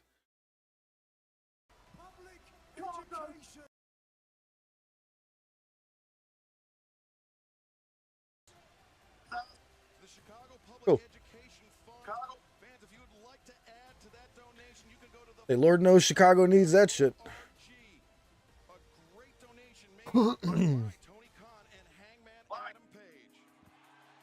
Here comes Shibata. Yeah, hurry up, War Machine. Shibata and OC. Wait. Shibata and Eddie. Why'd I say OC? I just really want to see Orange Cassidy right now. Shibata and Eddie Kingston.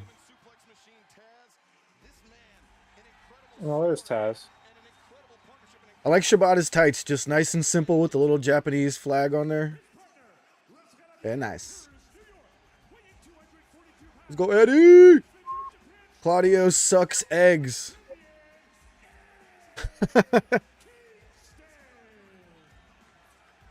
True, Nat. True. Absolutely, I like this team. I really do. I think it's going to gel well. I think it'll fit well. It's well documented. I think Kingston incorporates that Japanese strong style of Shibata. He is that. The shirt of Eddie Kingston, reminiscent of the classic Dusty Sucks Egg shirt.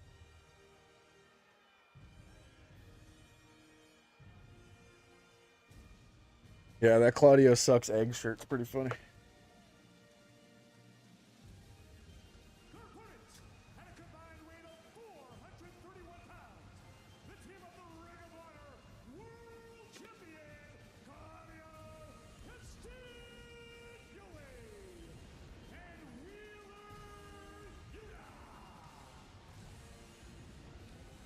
Nigel, Eddie Kingston's love and admiration for Terry Funk, the late great Terry Funk, may be only eclipsed by his hatred for Claudio Castagnoli. He certainly hates Castagnoli with a passion.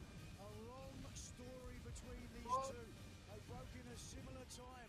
They traveled the independence up and down the You see, They had a very different contrasting personality. what else we got here? Because I don't even know what other matches are. What's the main event? Orange Oh, Cassidy it's and Moxley and Cassidy. Yeah, yeah, of course. My thumbnail. Duh.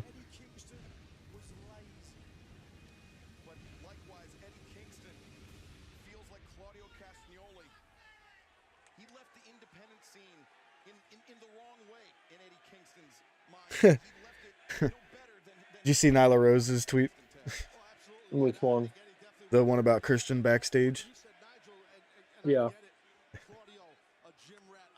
Nyla says she ran into Christian backstage and he had a massive smile on his face. So she had to call her dad to make sure he was okay.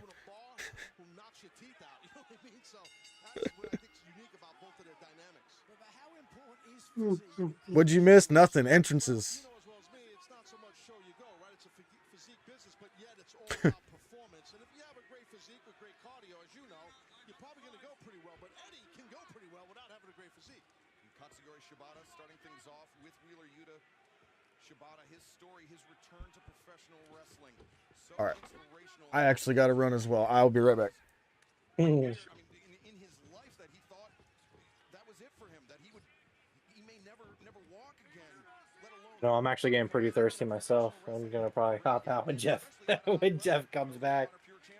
Oh. How's everyone liking the show tonight? How's it going? Check the AEW channel. Discord says not. Okay, let me see. Hold on. What do we got going on over here?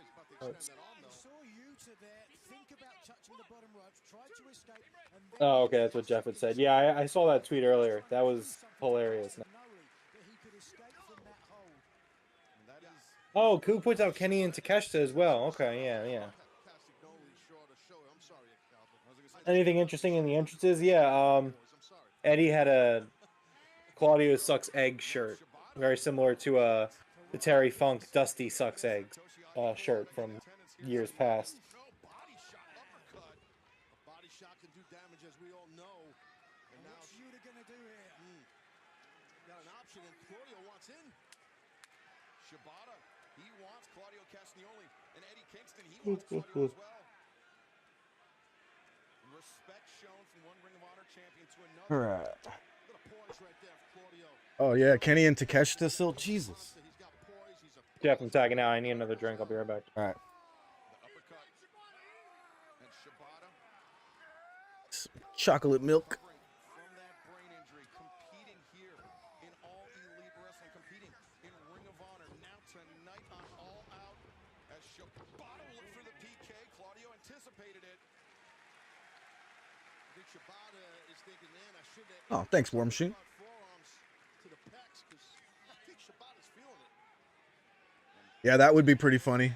Kenny with a Don Callis eats corn the long way shirt.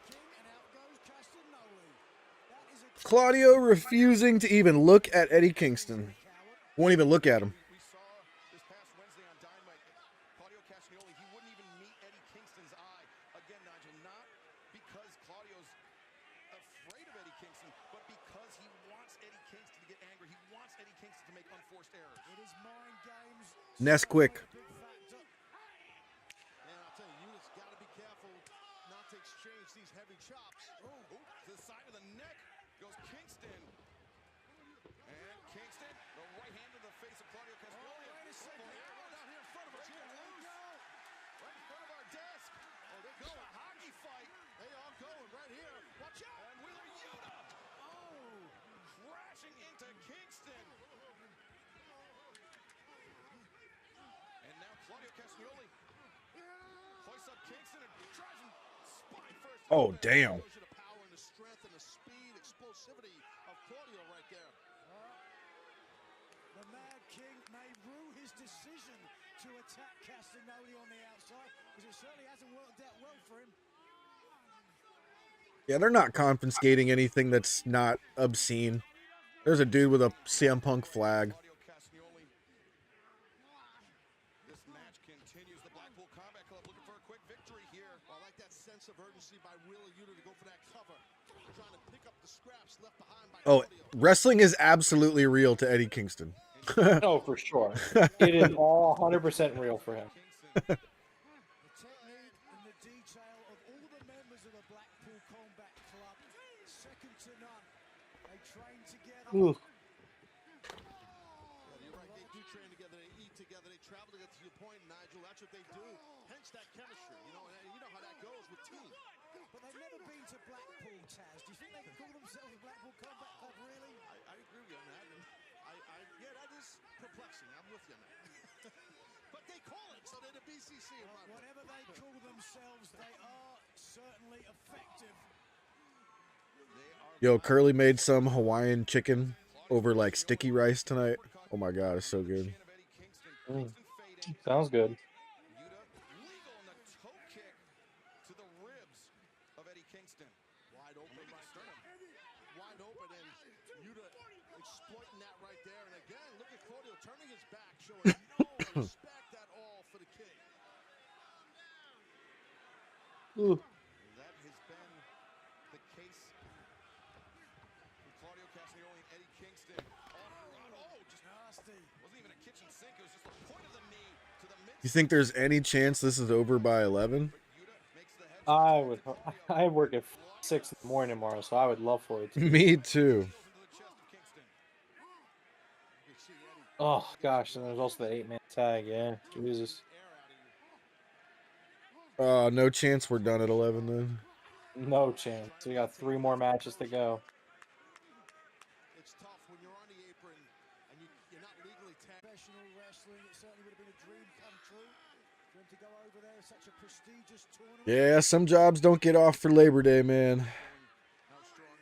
No, sir. Luckily, I am in customer service, so I do. Yeah, I mean, normally, so at the job I've been working for the last few months, usually it's so they have paid holidays. Yeah. but I haven't been there for 90 days. The paid holiday thing kicks in after 90 days. But so like when my boss did the scheduled me for tomorrow, so that way I could at least benefit from time and a half, which I'm not opposed to. I'd rather work a morning. At least I'm working a morning shift tomorrow. Yeah. They're essentially going to Oh. pay you 4 extra hours to work. That's cool. Yeah, so it'll be fine.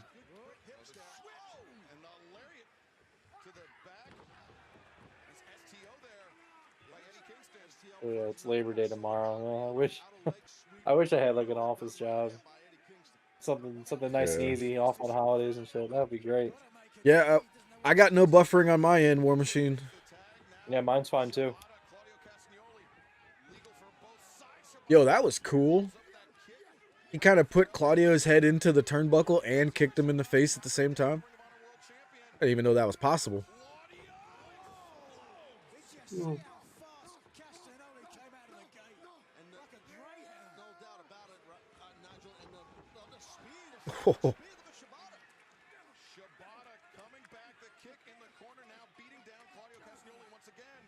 Holy moly, Michael. 12-hour live stream. Probably Starfield. I was going to say Starfield.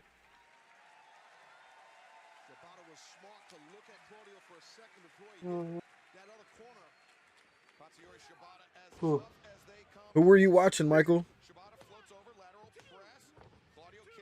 Interested to see what other streamers are getting popular out there besides the OGs.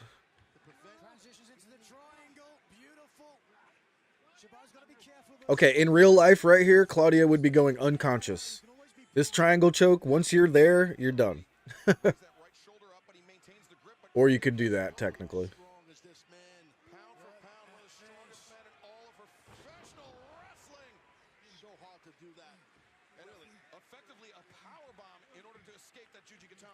Without even gripping his own hand, Claudio just curled his bicep. And now Wheeler Yuta to the top. Claudio and Yuta look for the fastball special. Oh, it's gonna be 96 degrees tomorrow. Yikes. That's too hot.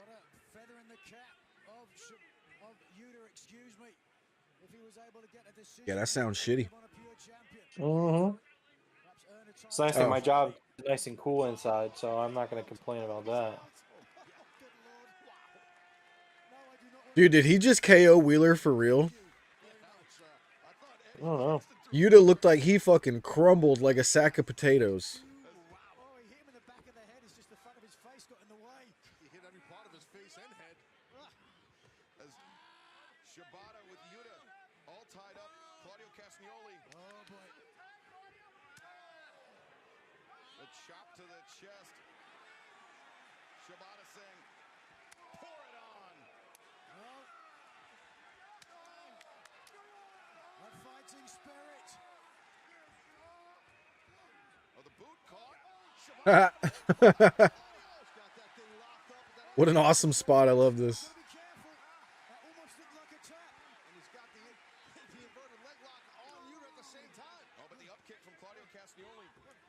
Castagnoli not legal, so even if he had tapped out.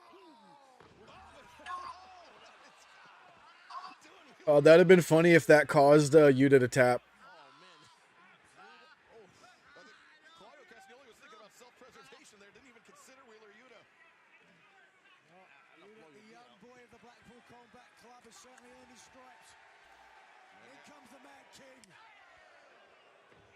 Kingston through the chop. Yuta. Nice drop step behind Kingston. Kingston anticipated DDT.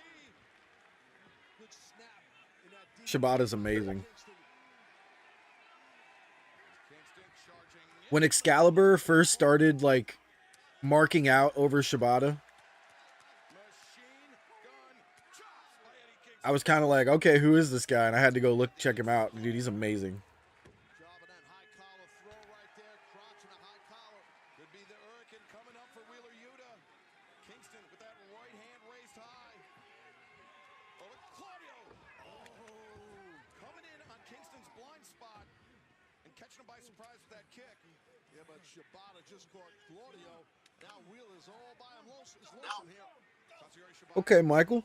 I don't do Facebook anymore, so sorry.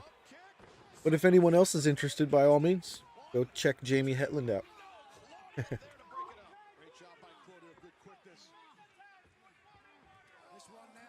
The only time I go on Facebook is if I need to sell some sports cards, and I don't even do that. Oh, nice. It was her 1 year? How cool. I'm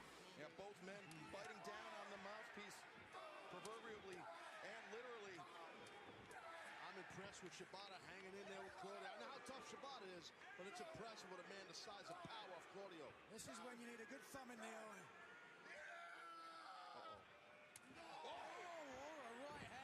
Overhand right power. And it's not easy. Yeah, they were just headbutting each other. No, that was pinpoint precision. That was actually an open-handed palm strike right across the jaw. Yeah, thank God Taz joined the commentary. Yes, sir.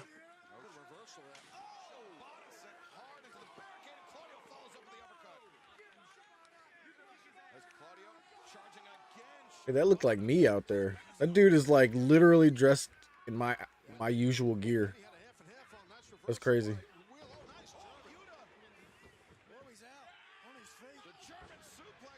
Kingston instinctively fires off the enziguri. Drop step by Yuta. German suplex again. Yuta with a pin. No, Kingston kicks out. Well, Yuta stuck him with that German. Couldn't get the win, but it was well done.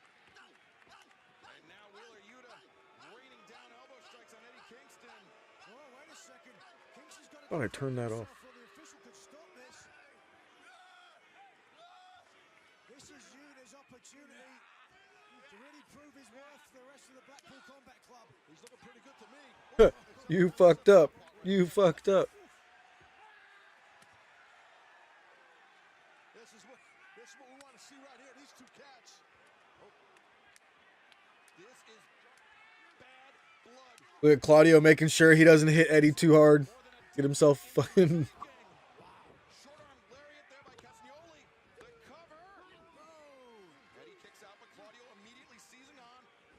Hammering down. Yo, mad respect to Eddie for playing ball here. We all know he really hates Claudio in real life. Like, this is how it's done.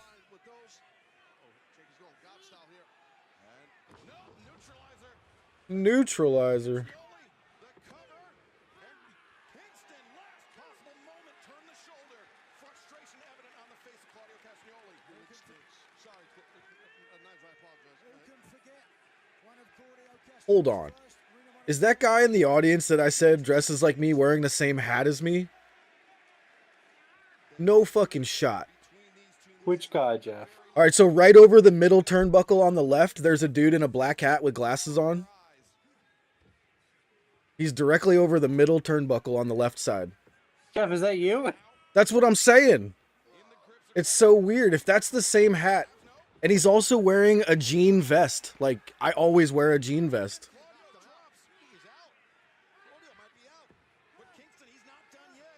So weird. Okay, it's not the same hat confirmed. It's a Chicago Blackhawks hat. Okay.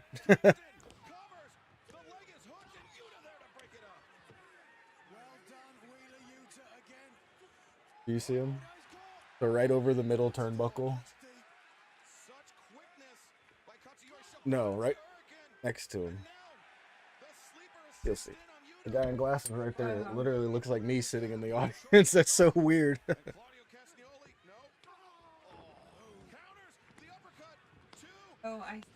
Oh. This Claudio Eddie saga is so good, man. I can't wait till we get this one-on-one.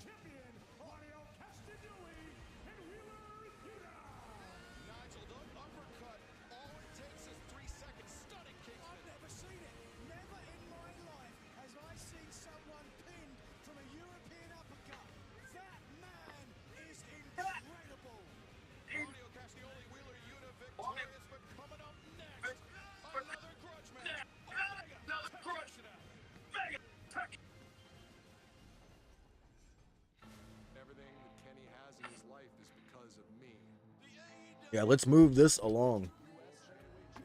I don't even need this video package. Just put them out here. Let's go. See, the thing is, Jeff, I planned this out a little bit because I knew obviously we were going to be watching pay-per-view tonight, so I didn't get a lot of sleep last night in the hopes that I can be very tired and go to sleep like as soon as this ends. Oh yeah. But now it's starting to backfire on me because now I am fucking tired as fuck. Oh dude, yeah. So yes, I would love for I would cut the 8-man tag. Can we just like cut the 8-man tag? Seriously, put that shit on Dynamite. Yeah, it sounds like a Dynamite match. That's why I keep snacking. I'm trying to stay awake.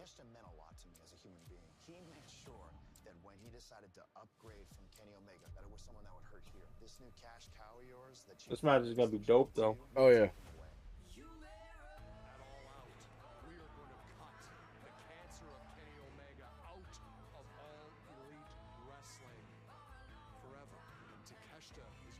Man, that scar on Don Callis' forehead. Oof.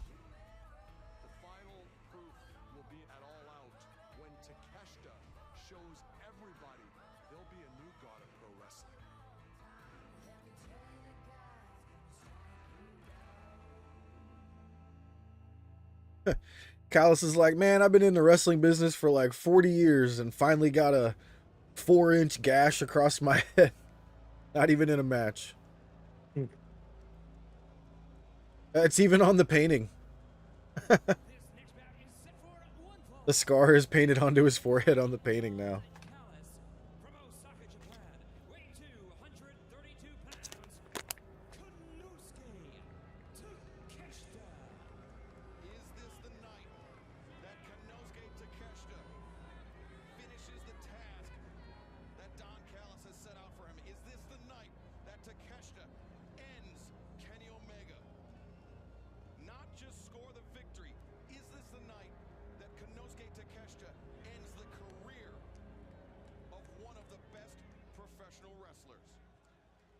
Let's go. Oh, he's got a long list. Let's go.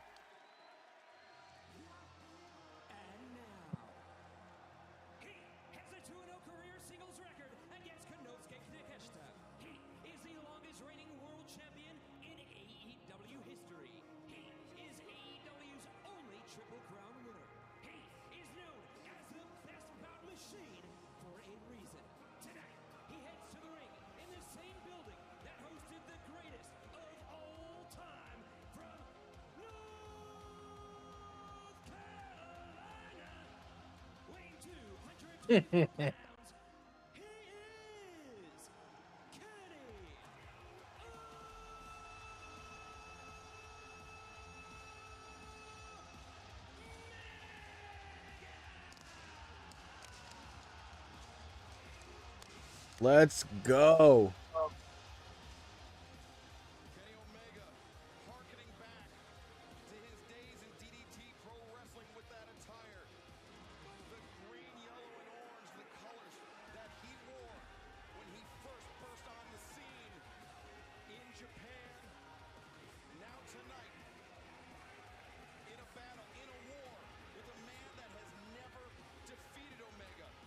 Omega is my hero.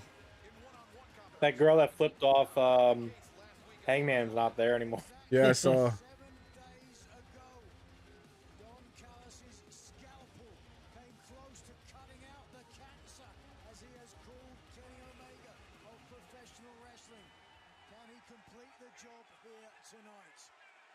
here we go. This is big. Takeshita, you gotta just figure, man. He is coached up big time by Don Callis about every little thing about Kenny Omega. I actually might want to grab a soda for this to keep me awake. Yeah, I'll be right back. Something of a natural when it comes to professional wrestling. A tremendous athlete, a decathlete in his own right, then fell in love with professional wrestling. This should be great because there's no language barrier here. Kenny can speak fluent English, so they shouldn't have any trouble relaying stuff to each other. Just 14 years of age when Konosuke Takeshita debuted. Certainly has some innate ability. Very few people pick it up quite so quickly. Only 17 years of age, but nonetheless, like a duck to water, Konosuke Takeshita. Well, Takeshita had wrist control, good wrist control now with a top wrist lock. Dude, everybody ringside flipping off Don Callis. Just everyone giving him the finger. That was funny. The redhead's back.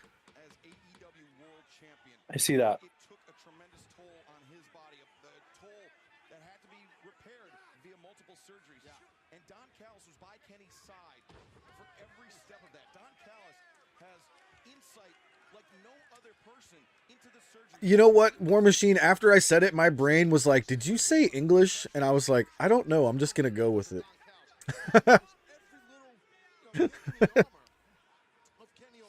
Pretty sure you knew what I meant.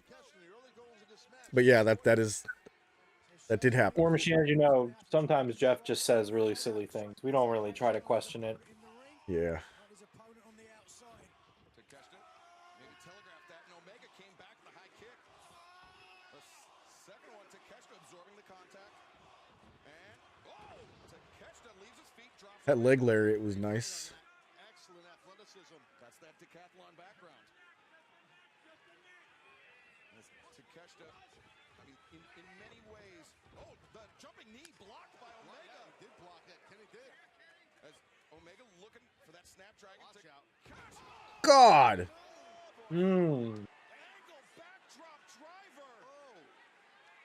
That's not good. Excalibur has a name for it ready to go, so we know it was on purpose.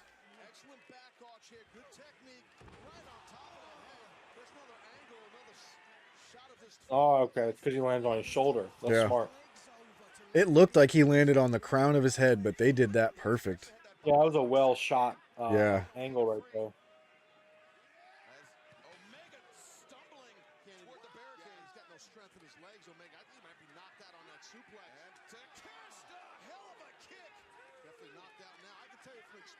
From doing it enough, you can knock a dude out with a suplex with no problemo, and that might have just happened here.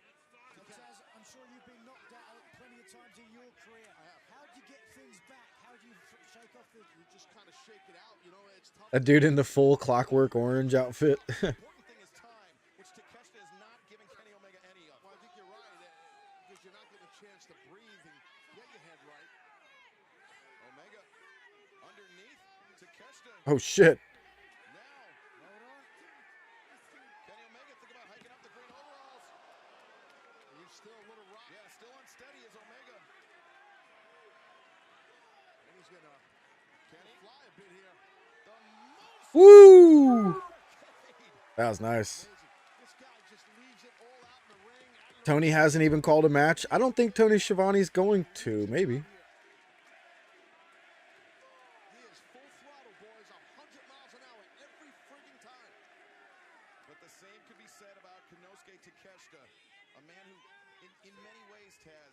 You got that cleaner shirt?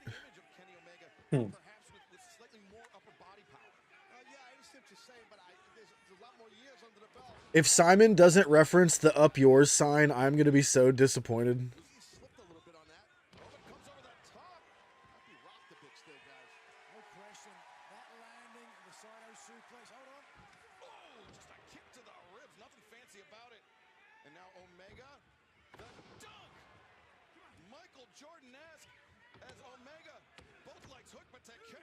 Kenny speaks 3 languages? What's the third? Spanish? I'm guessing because he goes to AAA, maybe?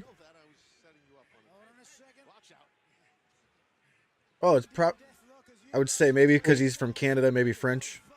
I was going to say, probably English, Japanese, and French.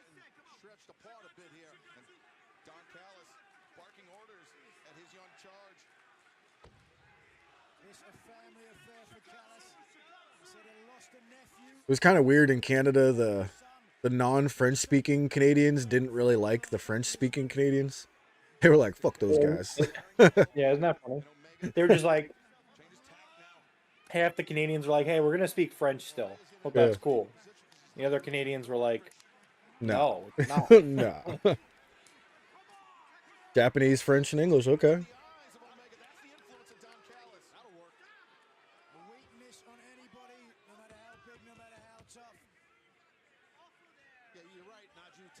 War Machine, which side are you on? What'd you say? I'm asking War Machine which side he's on. Is he in the French-speaking side or the screw that side?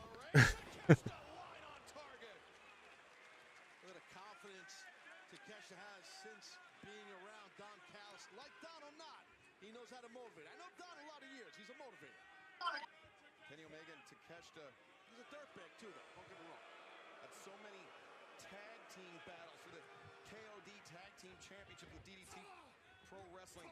Their two singles meetings each time seem to escalate. The first happening at Korakuen Hall, the second Ryogoku Sumo Hall. Tonight in the United Center, all out Chicago, Illinois. Kenny Omega pops up. Whoa. Whoa. All right, I think that's like the third time tonight that I saw something I've never seen before.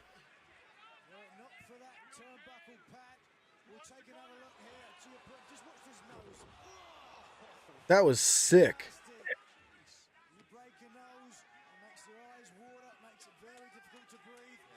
So Takeshita had Kenny in like a power bomb thing, but he like threw him over his head and made Kenny's face go into the turnbuckle, the middle buckle.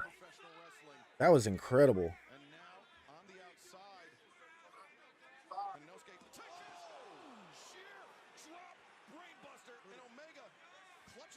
You're in Quebec, which is French, but you're English. I feel you. Feel you.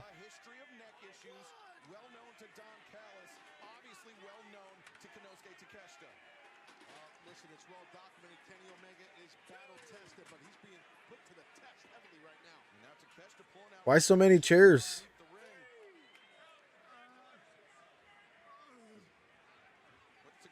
Hold on, risking disqualification here. Paul Turner admonishing Konosuke Takeshita. Look at this, Takeshita. Wait, Takeshita. Don saw the opening. This is the plan all. Holy Jesus. What? Another one of those fireworks, but that's the loudest one I've ever heard in my life. What the heck? You know, I think I actually heard it too on your Discord. Oh.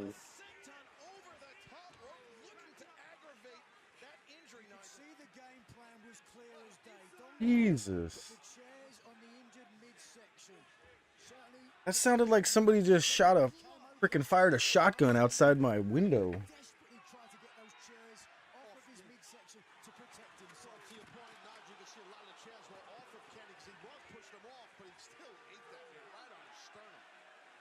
That was loud. Say the firework people must have got their hands on like one real firework. If a transformer blew up, we wouldn't have power right now. Not necessarily. Backup could be a thing. True. Or it could have been on a different line. Yep.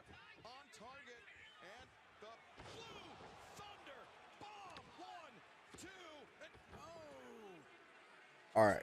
This Blue Thunder Bomb never finishing anybody is getting ridiculous. Some wrestler out there somewhere needs to turn the Blue Thunder Bomb into their finisher and keep it protected, damn it.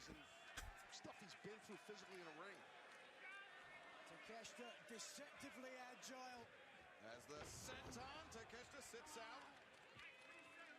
And the fans here at the United Center, they're the Olay chant in reference to El Generico, who cover here by Takeshita, who's the man that Takeshita faced in his first match as a professional wrestler, a man that he was so inspired by that Takeshita, he's continued to draw influence from his opponents, from Generico, from Jun Akiyama, from Omega and Ibushi themselves.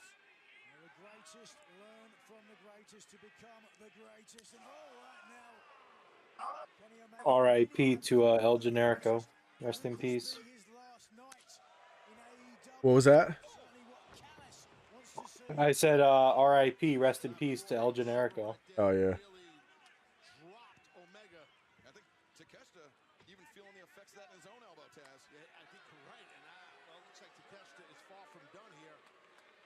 Kenny's not moving too much down. Konosuke Takeshita high above the ring, but not for long. Oh, Omega with a God. the back of his head. normally that back senton, you try to throw your shoulders into your opponent. That was the back of the neck of Takeshita. With Don Callis watching on, disaster for the Callis fans. Damn, Tack's head just bounced off of Kenny's knee. Mm-mm. Omega, the Polish hammer into the chest of Konosuke Takeshita, looking to interrupt the breathing. haymaker forearm shot. Takeshita coming in. Oh, the jumping knee. Whoa, that was cool. Momentum carried him over the top. You see Omega, that welt near his left eye. Uh-oh. Gotta be careful here, boys. You might get some incoming action coming up. Orange Cassidy on your wallpaper. Nice. Mine's One Piece. It's been One Piece for like 5 years.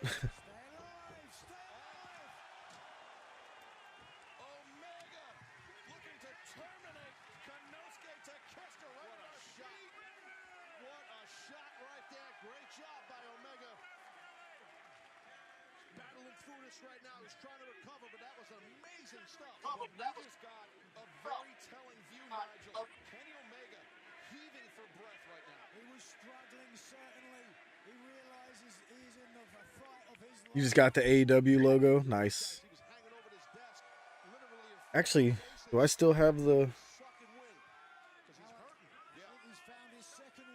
So, I'm not sure how well this will come across the screen, but AEW actually, their Twitter account made this for me.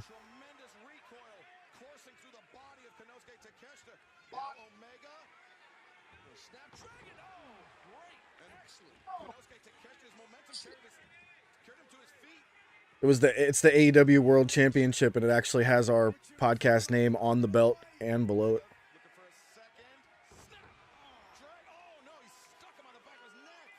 it. Takeshita's folded in half from that Snapdragon. One more time. One more time. There's not much movement in Takeshita. Those Snapdragons will wear you out. He's locking in. They are gorgeous. Those Snapdragons are incredible. Ow. Oof. Poison Rana.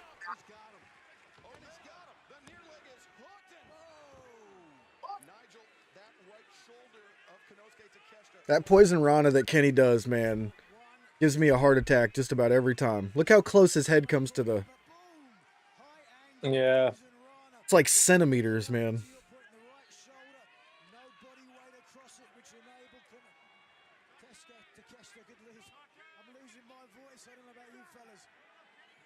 Omega looking for the feet trigger. No, Takeshita. Oh, that was dope. Nice athleticism. There's a German hit. Oh, look at that. Takeshita lands on his feet. Jumping knee. Oh. He's not done, boys. Takeshita's not done. Oh, blocked it with the foot. What a shot by Omega. And what a chin on Konosuke Takeshita. Look at the eyes of Omega, man. He's locked in. Swinging on miss by Omega. Oof. Jesus, man. Yeah, Nigel's voice is slowly going.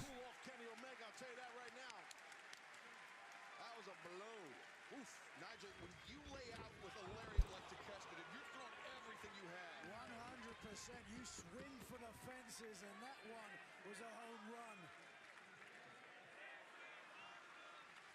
In situations like that, Taz, you have the danger of overcommitting. But when you land, when you hit a lariat like that, it can be a difference maker. That a "This is awesome" chant? Damn right. You just leave it all out here, and that's what Takeshita did with that line, with that clothesline. Both men are down. You've got to assume whoever can get to their feet first would probably have an advantage here or get rolling. Both men have absorbed a considerable amount of punishment. You could see the... Can somebody tell Tony it's okay? We don't have to go to midnight. A very evenly contested match. Please. Between two men with a very long history of Feels like a DDT match. I mean, it... You know, yeah. great stage. Chicago's United Center for All Out. I'd be thinking powerbomb or something here, Takeshita, but Kenny blocked it by dropping to a knee before, moments ago. The elbow strike, and now Takeshita with Omega. No, Omega slips free. Hoists up Takeshita. Power bomb. Rolls in through. V trigger. It's done. What a shot by Kenny Omega with that knee. And Omega quickening the pace. He knows he has Konosuke Takeshita reeling. He could be a V-trigger away from victory. Oh. One-winged angel. Where's the screwdriver?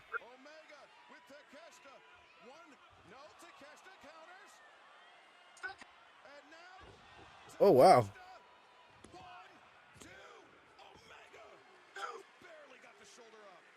Super close. Sorry, Nigel, go for it. Not a lot of mustard.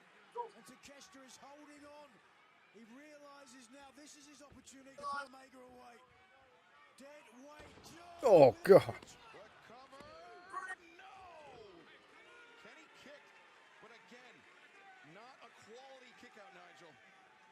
You can understand why.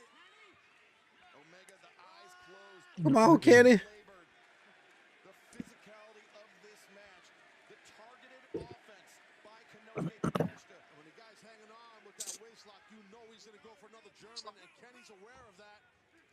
Oh, no, Kenny lands on his feet, stunned Takeshita with that.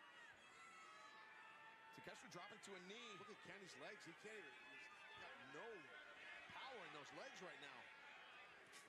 Oh, just Omega, wild swings at Takeshita, forcing him to cover up. Man, I was just realizing I bought an energy drink for tonight. I forgot all about it. It's too late now, Jeff. That's exactly what I'm thinking. Too late now.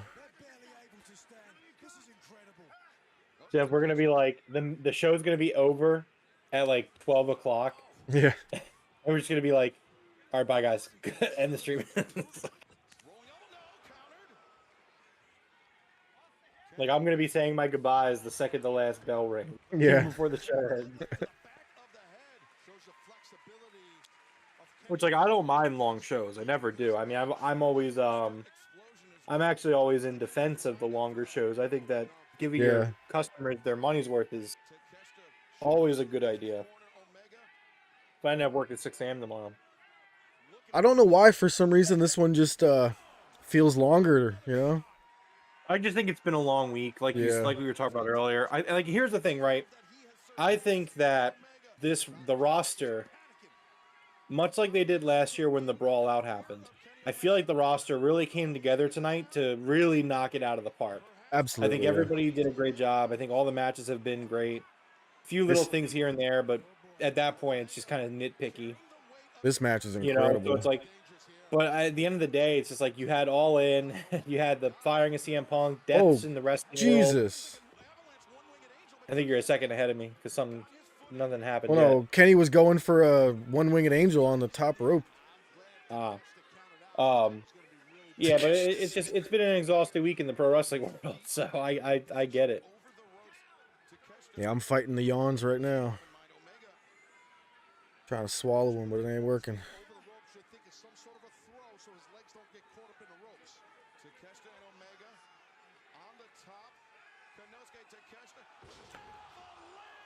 Oh, that was an avalanche blue thunder bomb.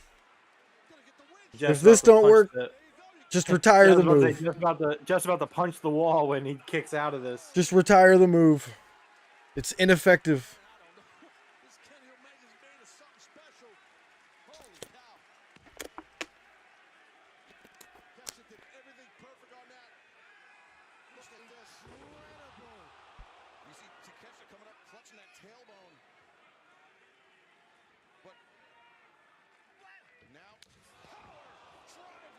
Damn, big V trigger.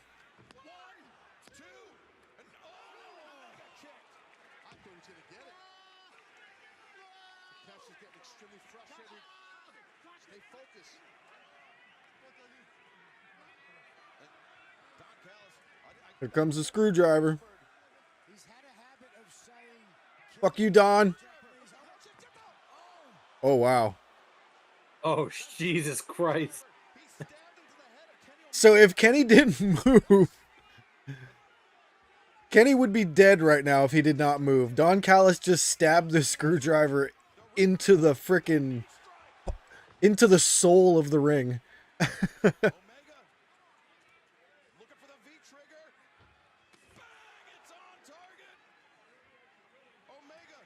You got yoga? Oh, no. Oh no! Oh, it's Bully Ray, Chris Sabin all over again. Oh, let's go!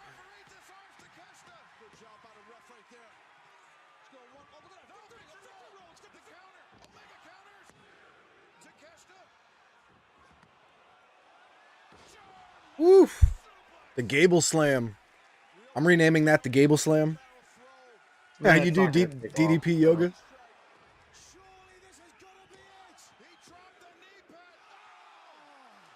Oh my god.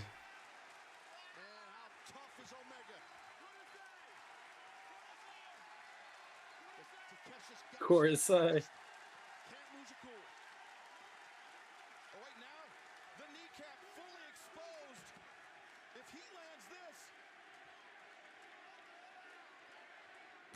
Oh, Jesus.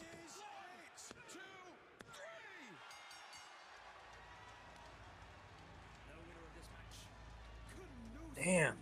Takeshita winning clean over Kenny?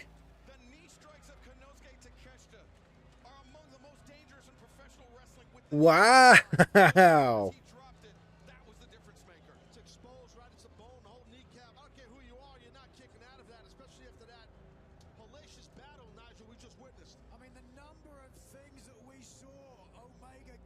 Wow.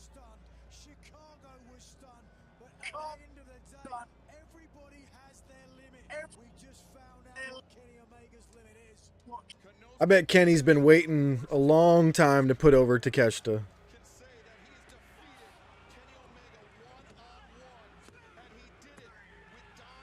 Oh, I just figured out Kenny's gear. It feels very Ninja Turtles-ish now, doesn't it? Like Michelangelo? No, it's a DDT throwback. Okay.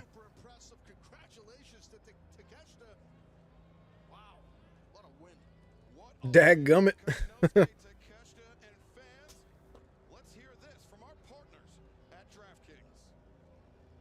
No, I just want to go to the next match.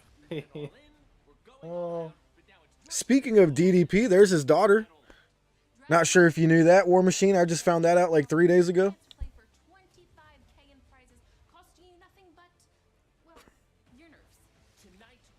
You're gonna be like, of course I knew that.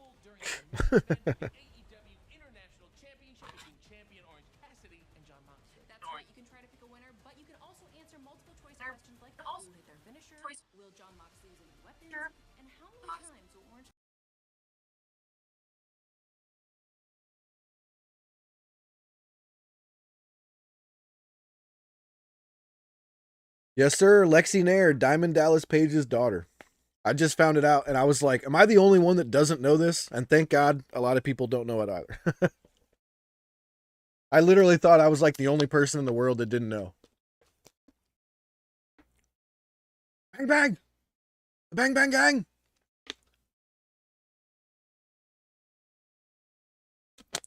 Juice, man.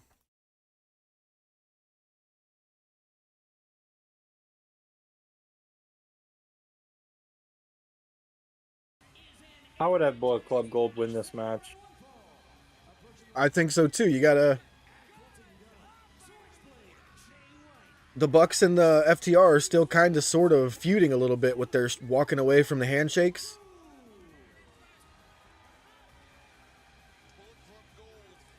I tell you, with this pay-per-view running long, I wouldn't mind if the Bucks just beat the shit out of FTR and walked out of here.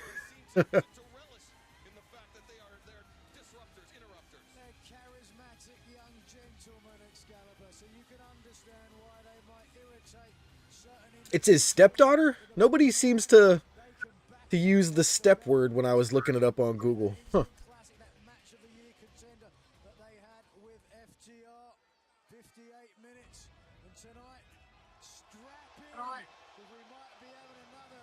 Yeah, I did know she was dating Big Bill. I did know that. Super kick party!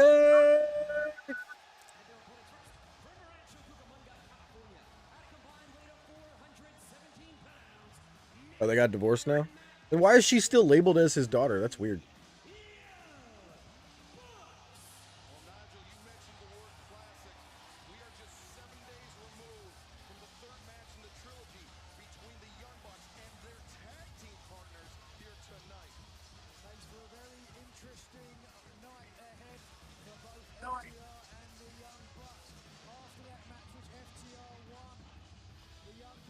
Oh yeah, it's all updated now. Okay.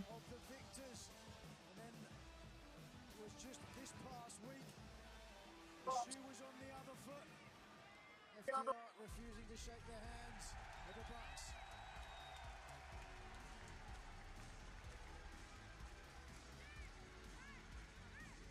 They don't need to shake hands, they just need to get along. Jill, North Carolina, at a combined weight of 443 pounds, they are the AEW World Tag Team Champions. Dax Harwood, Cash Wheeler,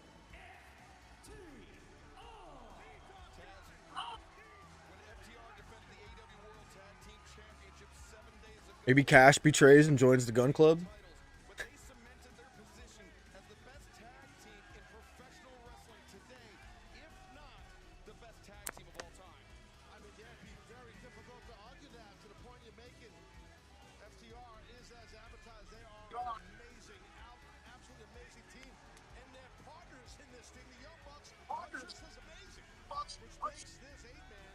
You know, I'm afraid they're gonna go like 30 minutes in this match, and it does not need to.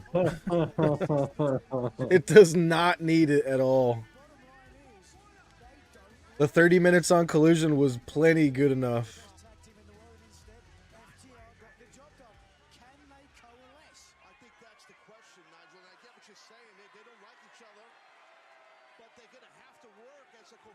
Oh, did they start selling cutouts of Jay White?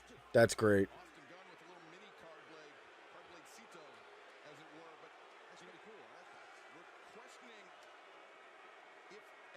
Dax holding up the CM Punk sign. Do you see all the empty seats right now? Okay, they're all starting to come back. I was like, did everybody walk out of the Bucks match or something? Like, a bunch of people got together.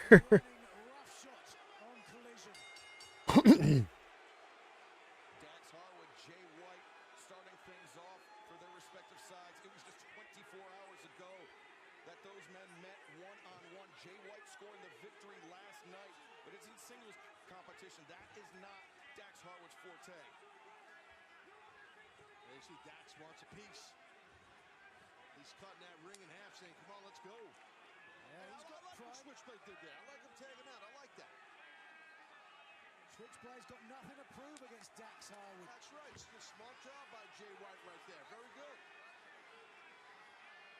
All right, guys, come on. Let's take this tape.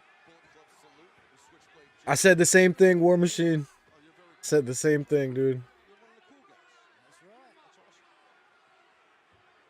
I think it's because of who's in the match, really, too. Because it's like Bucks and FTR. I'm still bummed out about yesterday, so I really don't want to see any of these four guys wrestling right now. Yeah.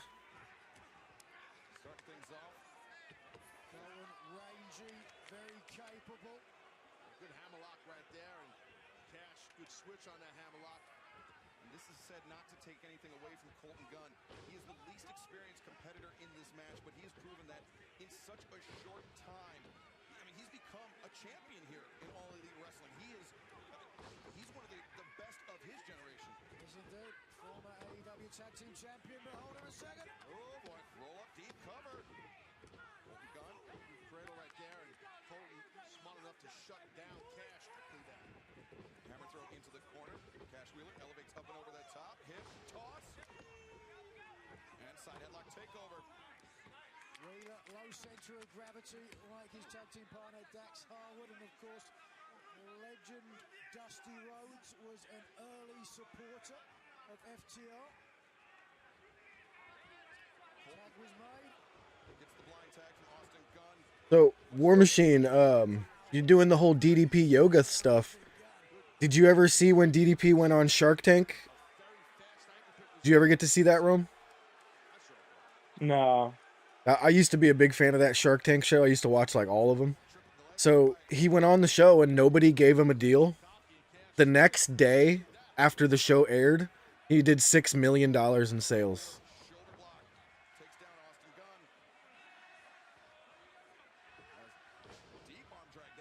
So he didn't get to make a deal with any of the Sharks, but just being on the show actually wound up, they made $6 million the next day.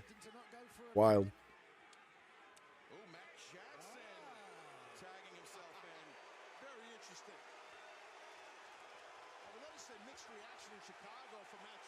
All right, they're cheering pretty good for the Bucks here. I hear boos too. Yeah, it's a little bit of a mixed reaction, but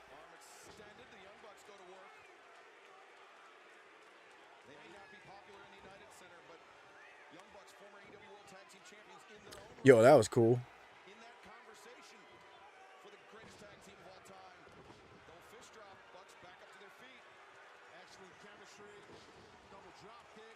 Twitter saying that the Bucks are wearing the same gear they wore the night of Brawl Out.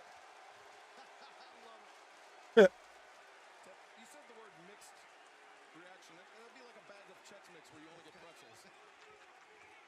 Yeah, the mix rapidly changed to food.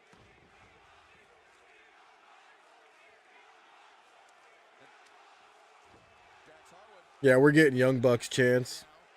And this is what the Bucks and FTR, they can't afford to let this happen. This is where this match could unravel for them, Nigel. Yeah, it certainly could be the case. They're paying too much attention to the people on the outside of the ring, not enough to them facing them. Yeah, the Bullet Club's too savvy. You got to be careful. I agree with what you guys say. You got to be careful not to let the 12th man, the house here in Chicago, get in your head. A vociferous response. The former AEW Tag Team Champion now, Switchblade. Dax picking up right where they left off last night. Quickness of Jay White on display there, avoiding the knife edge chop. Jay White lean, sinewy. And punishing the body of Dax Harwood. Well, that's a modern day pro wrestler. Guns up, baby. To your point, Nigel, lean, quick, athletic. Explosive speed. That's right. There's a throwback pro wrestler. No, that's true. Stout and heavy-handed in Dax Harwood. That's a good point. Yeah, they're kind of a mix right here. There we go. Juice, that's my guy. Love Juice.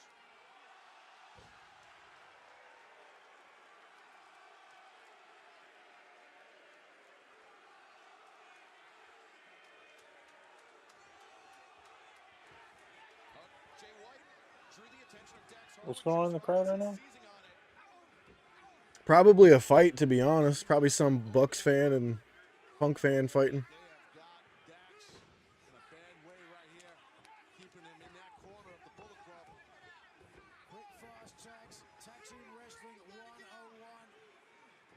Right? The crowd's turning against itself. I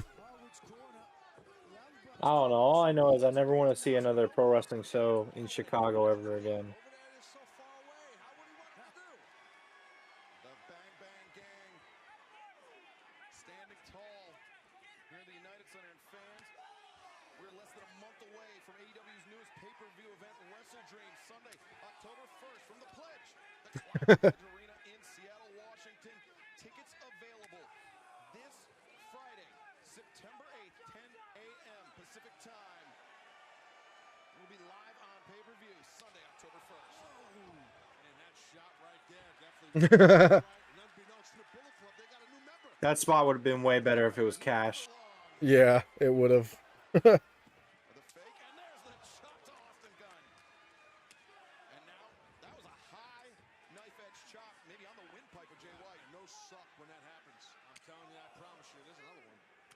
Harwood got one over the Bullet Club, no question about that. We see the AEW Tag Team Champions coalesce. Let's see if we see a tag. I don't know if I've ever seen a full-scale brawl, but I've seen like a full-scale, like two dudes swinging. But not like a bunch of people going at it. I've never seen that.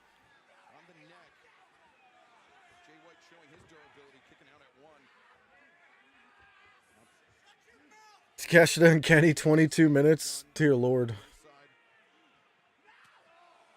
Well, the key to tag team wrestling is obviously isolating one of your team's opponents. Hold on. White to his feet, basement drop kick. Smart take the legs out, really caught the patella, kneecap of Cash. Wrenching at that left leg. Got to go after that knee. I'm assuming that's what Juice will do, but he's unpredictable. Unpredictable, wild, charismatic. I've seen some crazy videos of lucha shows, Coog. Old ladies screaming and yelling at wrestlers. Fuck you, motherfucker. I'm like, holy shit.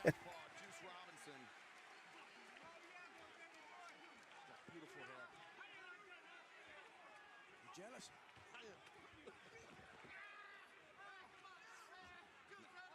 Juice gouging at the eyes of Cash Wheeler. Cash's partners on the apron. Helpless at this point as now. Okay.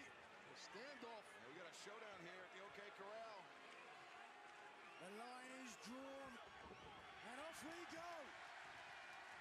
But why? All 8 men pairing off. And now Austin Gunn calling the play. Guns up. No. Reversal there by the Bucks and FTR. Uh-oh. Quadruple atomic drops. The heads collide. And we are witnessing some tremendous teamwork. But finally, everybody on the same page. You're not kidding. Pretty cool spot. That's a lot of sharpshooters. Yeah, referee Rick Knox giving the count. Trying to get the illegal men, the 6 illegal men out of the ring. Cash Wheeler makes the tag, Dax Harwood. The only tags we've seen thus far, Taz, between the Bucks and FTR have been unwilling ones. Yeah, you're right, and Nigel kind of alluded to that might happen. I didn't think so. I'm a little surprised, but yeah, no, that's exactly right. Catapult! Dax into the ring post. The Bucks are distracting Rick Knox while Juice is destroying Dax. Running right at Dax. Those squared off ring posts, we've seen how easily they can open a competitor up. That's bad news. Saw it earlier tonight, didn't we? The clam digger Danielson. Right now, though, Bullet Club Gold are enjoying themselves. Yeah, I think all 3 of the last matches are going to be about a half hour each there, Mike. Certainly a lot on the line in this matchup. Not just bragging rights, but of course, the AEW Tag Team Champions. Juice is so underrated. I don't know. I think everybody's loving the guy. I wouldn't call him underrated, but maybe I don't want to say underutilized either. They use him pretty good. Would be nice to see Juice get a push of some sort. You suplex someone into the buckles, it's a tougher landing sometimes than landing on the mat. As you see right there, it's tough. There's nowhere for your body to kind of just supines right back. Austin Gunn keeping the pressure on. Austin Gunn, man, he gets fired up. Yeah, he's all about energy. Or either that or he's got issues. One or the other. I'm not sure.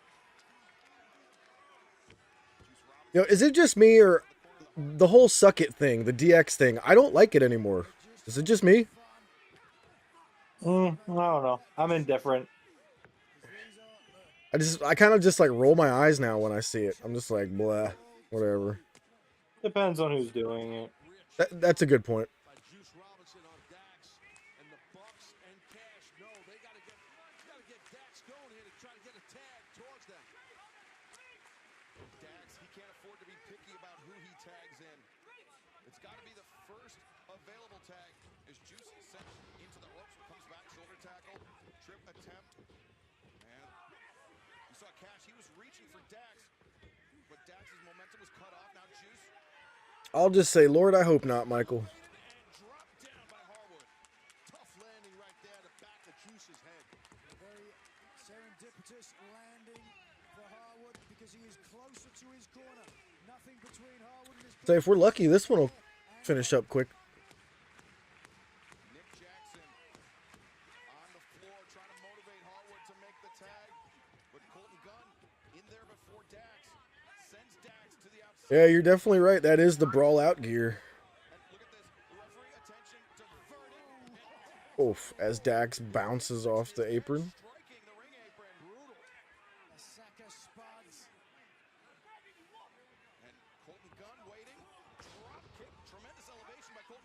I'm glad the Bucks are happy. I'll probably never fully recover, but it is what it is. There can be no doubt that individually as teams, FTR and the Young Bucks are world class. Check out this Amazon exclusive double Young Bucks figure package I got.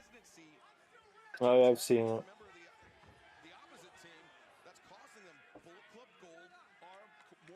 Oh man, it's gonna be really shitty for me in the morning. Yeah, it's kind of below.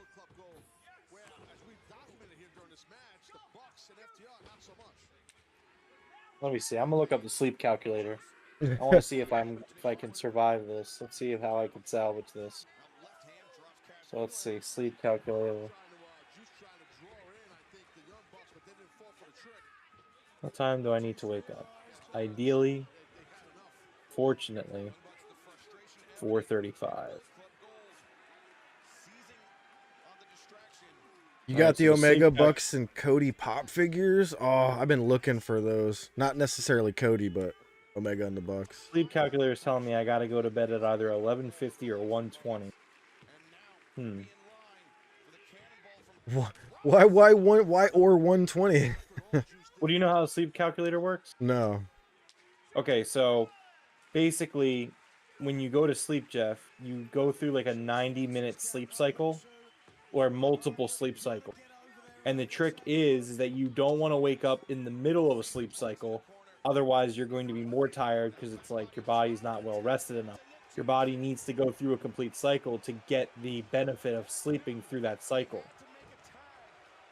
So, for example, the sleep calculator, which is, you can Google it, I put in that I need to wake up at 4:35 a.m. The sleep calculator takes a 15-minute grace period to fall asleep into account. And so it's telling me that this evening, if I wanted to be well rested, the times I needed to go to sleep were 7:20, 8:50, 10:20, 11:50, 1:20, and 2:50. That's weird. Well, that's just how it works. It's like, Yeah. you know how like REM cycles and REM sleep? Yeah, yeah. It's that stuff. It's how you got to make sure you go into that deep sleep.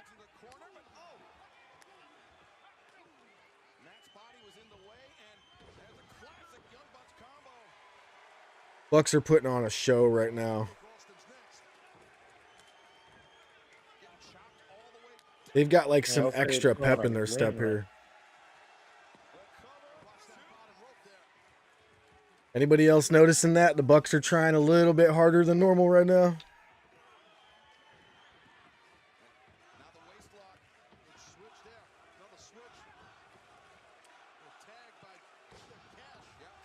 That was cool.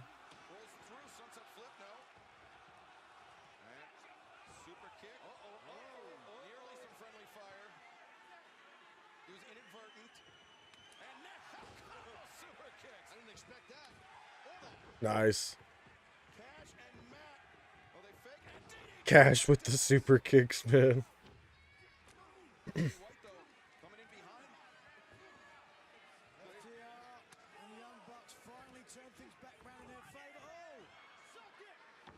Oh, that was dope. Oh, he missed Juice. He just flipped right over him.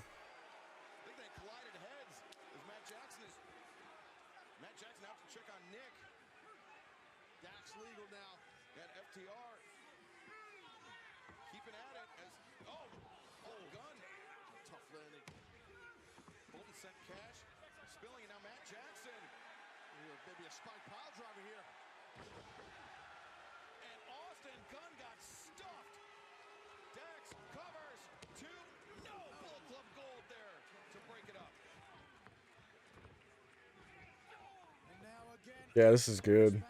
Descending into chaos. Tough job for the referee in this thing. Yeah, this is broken down as Bullet Club Gold elevating Oops. three members of the Oops. opposition to the top rope. 4-on-4 deal. It's a damn near battle royal at one point. Go back to the sleep thing. When I was younger, I would wake up like at certain times throughout the night, and it would be the same time through at night. So like, I would wake up and I could literally tell myself the time and look over at the clock, and it would be like within 3 or 4 minutes. Did you always go to bed at the same time? Yeah. That's probably why. You would go through a sleep cycle and you'd Yeah. wake up. Well, what are we doing here? Boom. Boom. Boom. Oh! All right, cool. Let's go for the pin. Let's call it a night. Come Oh on, my Juice. God.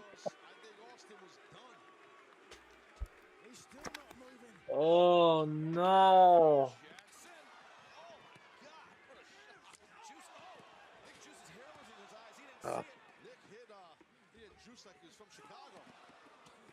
I understand it's quite the weird dynamic where I just want the show to be over. It's just been a long week. Yeah. Got nothing to do with the quality of the show. The show's actually been pretty decent, to be honest. No, the show's been great. I want to go to bed. These last few matches have been actually incredible.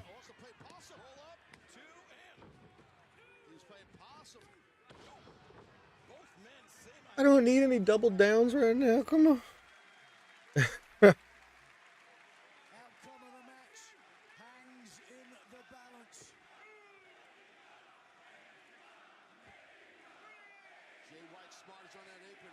AE-dub. AE-dub. All right. Now I know this has been a long time. My ass is hurting from sitting in my chair.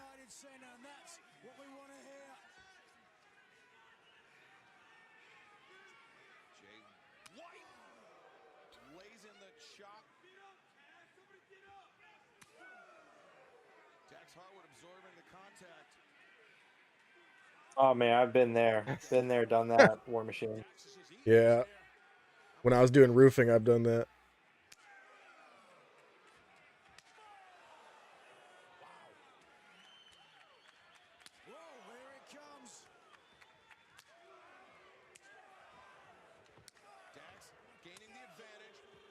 Yeah, I don't miss the 2-job days.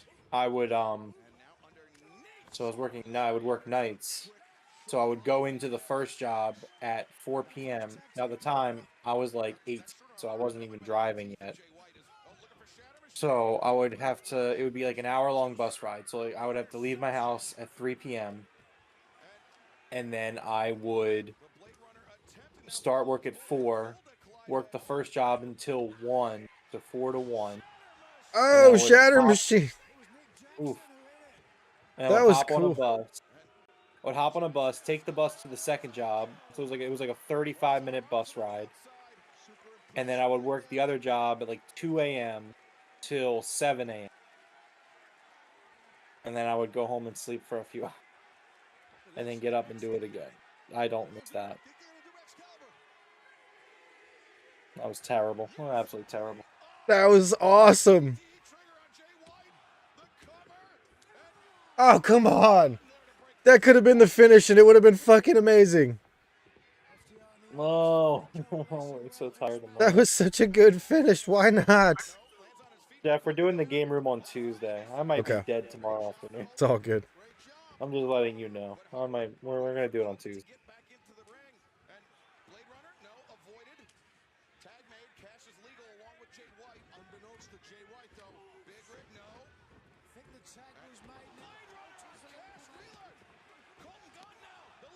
Oh, here we go. Okay. Good. Good. Great. Love it. That was about 25 minutes. 22 to 25.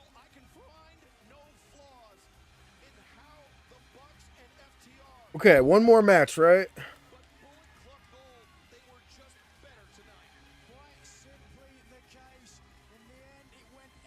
When I did roofing War Machine, I woke up at 4. I had to be there at 5.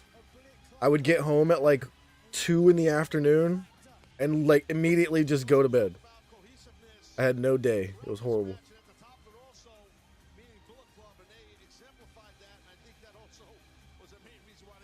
Yeah, sometimes like 3.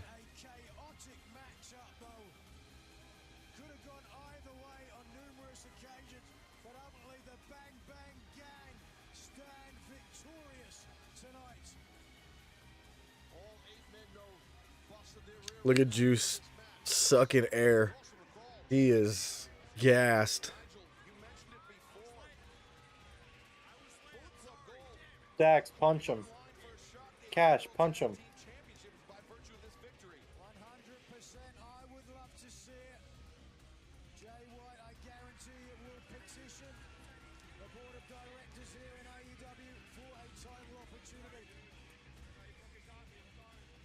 Well, fans, coming up this Wednesday night, AEW Dynamite live from Indianapolis. It will be Aussie Open versus Chris Jericho and Sammy Guevara. Tag team action. We will hear from Hangman Adam Page after winning the $50,000 charity battle royal.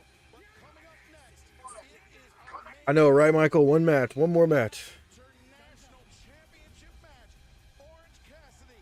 They better not And the try to problem make... is, this match is going to be a banger that's going to go 30 minutes.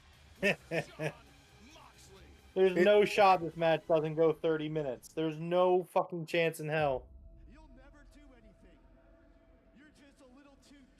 I know. These idiots. I called him a cosplay wrestler. If that's the case, who's he pretending to be? Yeah, I know. I should be in bed. How are you?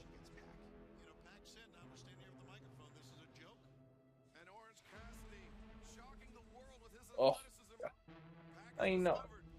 I know. The Tiger. And I proved that I can stand face to face in the ring with the best professional wrestlers in the world. I don't know where my cats are. International championship defense. It's everything I've been working for. Oh, I'll take another Mox versus Punk. Just beat his ass. Let's go home. John Moxley picked AEW up when it was down and put all of the weight on his shoulders. When I beat you, John, I am going to take the weight off your shoulders and put it on mine.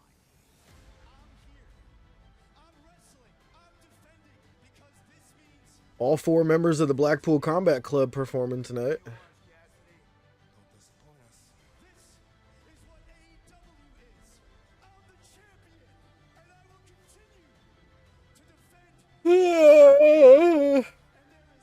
I hate you, Tony.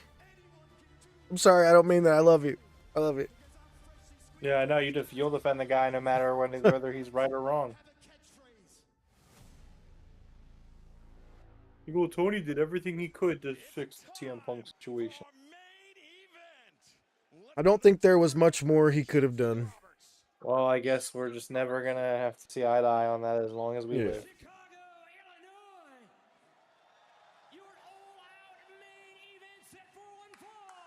Look at Danielson all bandaged up.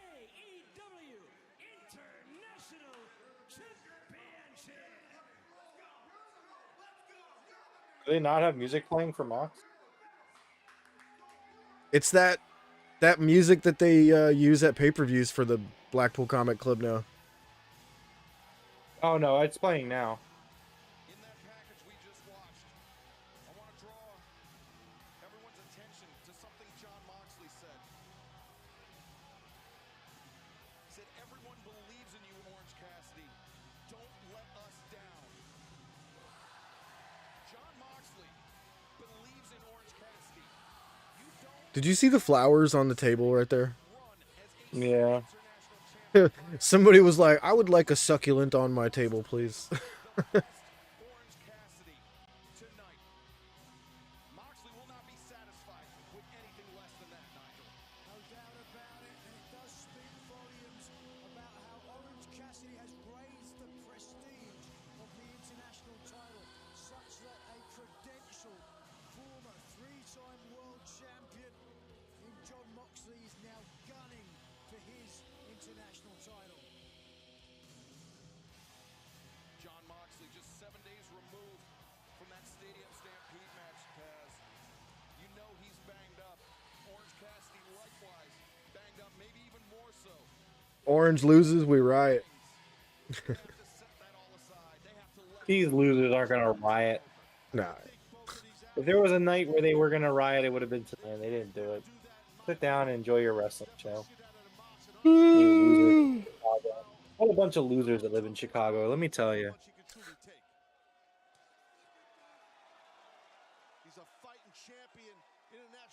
Yeah, it would definitely make sense. Cassidy all beaten down and basically broken. Oh, damn, they're doing the same entrance. Yep. I love that Stats with him again. Yeah, right. Best friends, Chris Statlander making the walk.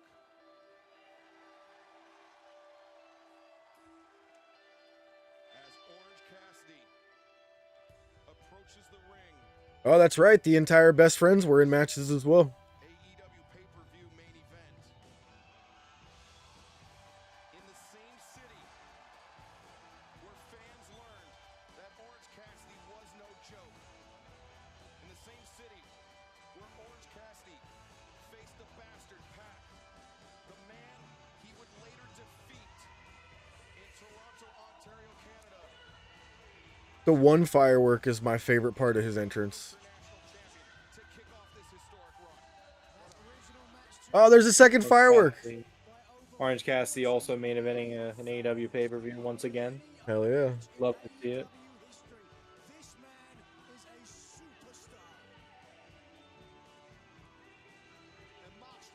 Dude, imagine having Shinsuke Nakamura on your roster for almost 10 years and him finally main eventing a pay-per-view last night.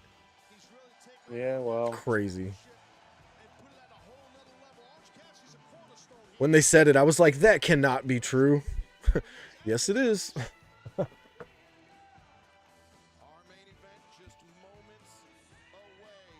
I do not have a catchphrase.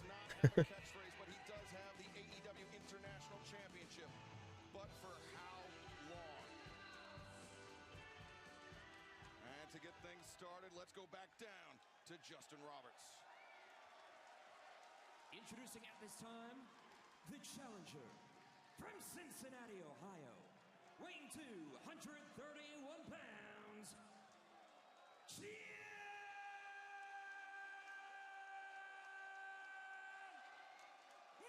I love the graphics for this. Yeah. Although it feels a little Ring of Honor-ish, but I like how they look. with a 22-0 singles record in 2023.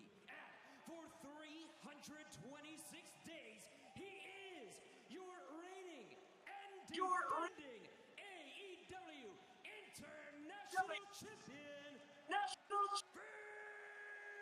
Freshly Squeezed Cassidy! Whatever. Main event. The all-important international championship. John Moxley. He knows it's about being a champion. Wow, War Machine's thinking he's absolutely gonna lose, huh? Yeah, he doesn't wear hats. See? He's not betting anything. Nice. I like it.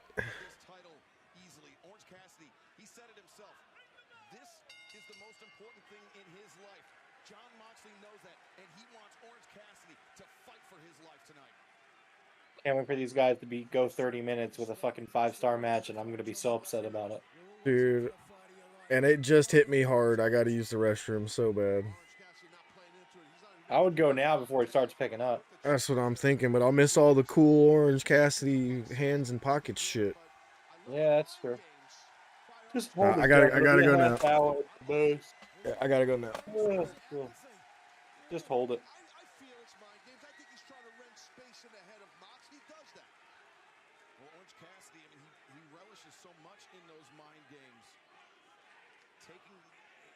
Allowing his opponent to get taken out of their comfort zone. Orange Cassidy likes to do that. The kicks, the hands in the pockets. We've seen it time and time again. Moxley just decked him. Yeah, Mox is not going to play games. Playtime is over. Here comes a bad man from Cincinnati. The sensei of deck jitsu. Chops to the chest. Orange Cassidy reeling here in the early goings of this matchup. Look at the way Moxley stalks Cassidy, giving him no time to breathe. Well, deceptively quick and fast, and now with that violent side. Fighting at the head of Orange Cassidy, the head that was lacerated a week ago with the fork that John Moxley employed in that Stadium Stampede match. Back elbow, and Cassidy into the ropes. Drop kick takes Moxley off his feet. And now Orange punch. No, Moxley drop step. Oof. Low suplex, and there you see Orange Cassidy clutching that neck, that damaged neck. Tough landing on that throw there, guys. Oh, he's going to get another. A second one. It's rough. The shoulder, neck, shoulder griddle, everything. It's high on your spine. That's rough. Orange Cassidy's story as international champion has been a journey of attrition. Just watch here. High angle, back of the neck. A kinesio tape, putting the proverbial, quite literal bullseye. But Nigel, as you were saying, the story of Orange Cassidy's reign as international champion, Oh damn, Jeff actually went to the bathroom. I didn't realize. I just looked out and he went to the bathroom. Oop. Thought he was gonna hold it. Yeah, Michael, Seth Rollins did retain over Shinsuke Nakamura. I saw clips of that match on Twitter, and like, man, Seth did not look good in my opinion. I thought he tried to do like a Rainmaker. The Rainmaker looked like crap. He did like a frog splash, looked like crap. Just generally not good. Cougs on his 5th Jack and Coke. Jeez. I mean, I guess it makes sense. Labor Day weekend. You're probably gonna sleep in tomorrow, I'd imagine.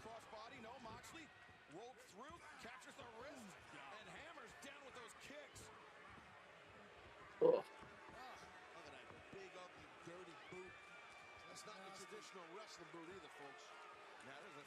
Ugh. All right. John Moxley with the tread on the bottom, repeatedly driven into the face of Orange Cassidy. To watch the match end right when Jeff gets back. That would be funny. I'd be just fine with that. Yeah, I would be going to bed in the next 5 minutes. And again, it's nothing against the show.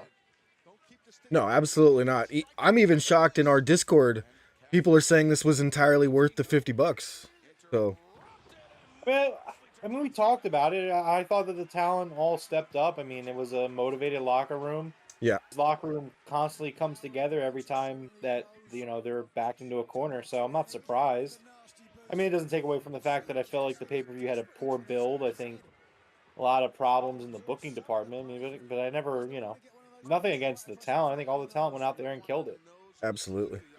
You know, if there's one thing about AEW that I love, it's whenever we see a card that doesn't look like it's going to be the greatest, it still turns out to be amazing. You know what I mean? Well, it's because it runs off the merits of the roster. Like, Yeah. Again, it's why I am going to continue to be very upset as time goes on about fumbling this perfect roster, where it's just like, man, there's a lot of talent top to bottom. It is a stacked roster. That's why I say, when I said yesterday, and I still believe it, and I think anyone that argues otherwise is just nostalgia, but AEW's roster from that 2021 to 2023 roster is going to go down in the history books as the greatest roster in the history of pro wrestling. Just so stacked, top to bottom, men, women, and like obviously you could argue whether booking was solid all the way through. Like I'm not arguing that. Oh, Orange Cassie Cassidy's bleeding. It is ironic that Moxley's not. Yeah. Danielson stole his thunder earlier. But like, it's the greatest roster of all time. Of course, every show they put on, you know, the card may look underwhelming, but it ends up being a banger. Like, it's just the way the company works. It's the way it's structured. Not surprising at all. Ah, right on the cut. Yeah, and War Machine pretty much summed it up really well. All the negatives about the show are not the fault of match quality. No, not at all. Just in general, bad booking. You fired CM Punk. You did a bunch of other stuff. Did All In a week ago.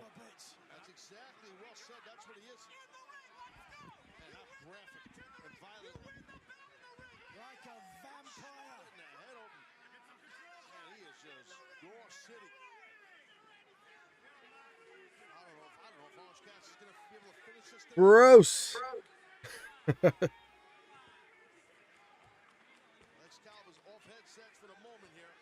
Oh, do you see that puddle of blood from Orange's head? Yeah.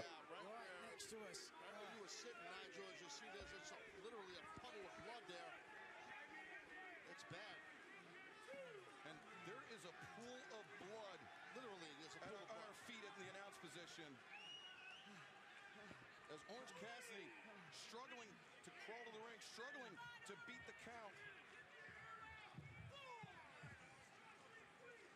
tell you what, Moxley, there's going to be no stopping him. He's giving this guy a second, giving Orange Cassidy a second, because he wants him to have that anticipation of, oh my God, when is Mox coming back out here to get on me? And Orange Cassidy beats the count. That's the heart. That's the heart of the champ right there. Leaving a blood spatter in the ring. And now another one, perhaps. Oh my God, what a pile driver. Stalling pile driver, two, and What up, Sergio? Coming in with a bunch of pig emotes. Okay. Sure.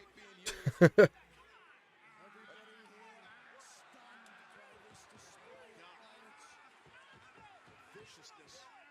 I mean, you said it perfectly, Nigel. Bloodthirsty. Hobbs, Danielson, Starks, OC. I didn't see Kenny bleed. I didn't see Takeshita bleed.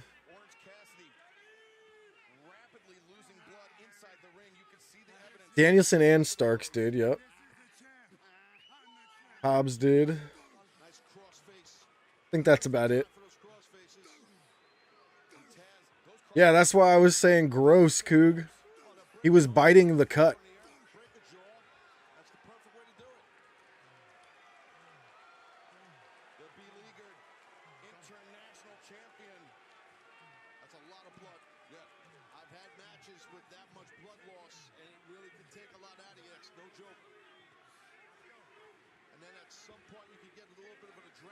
Freshly squeezed. Freshly squeezed. Oh, there's blood on the camera. Love it.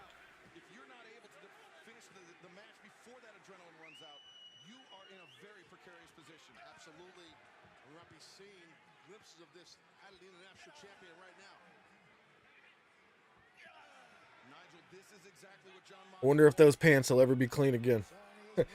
Orange Cassidy's pants are covered in blood.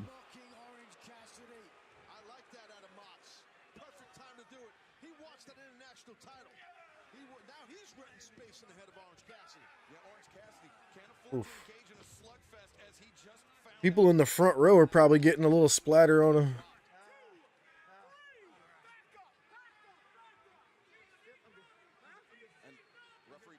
them. One guy with an ECW chant. That would be me. Right. Sir, we're in Chicago. Yeah, I know. I got to get the hell out of Chicago.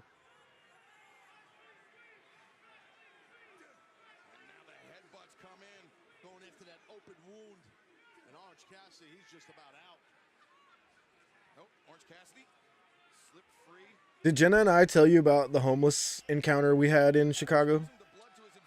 Yeah, I think it rings a bell. So it's like 1 a.m. and the only place open to grab anything to drink or eat was 7-Eleven. So we start walking to this 7-Eleven. Oh God. He's biting him. And there's this homeless guy standing outside of 7-Eleven. Nothing wrong, but he's just kind of like talking to himself a little bit. Nothing dramatic. We come out of the 7-Eleven, and he has his pants down around his ankles, and he's screaming and yelling at his pants. I forget what he was saying, but he was like, "Why won't you something?" It was, yeah, it was something. Yeah.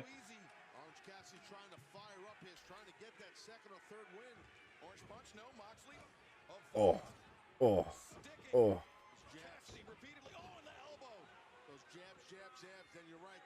Oh yeah, he was yelling for his pants to leave him alone. He was like, "Leave me alone." Penalty kick.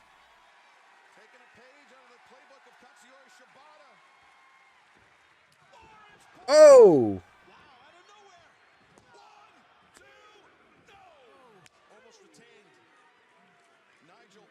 Dude, Cassidy is bleeding. Holy moly.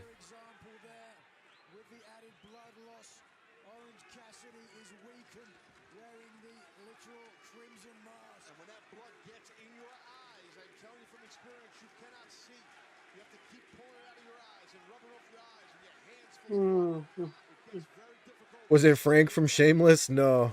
He was actually like a 7-foot tall dude with an afro. He was huge. Like, huge.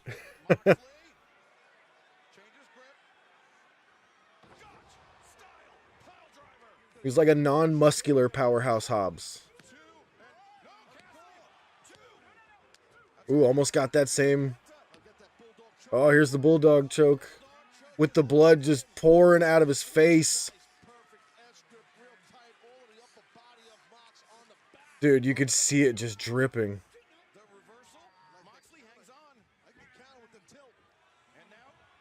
This has to be it. Body scissors from the back there.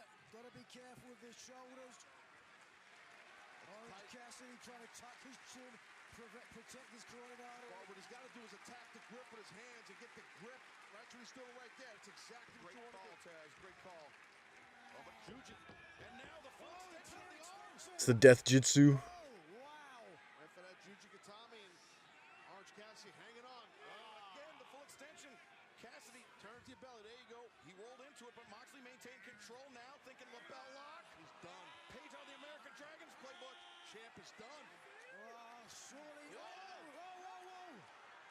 Think of what Orange Cassidy has gone through in defense of the international title.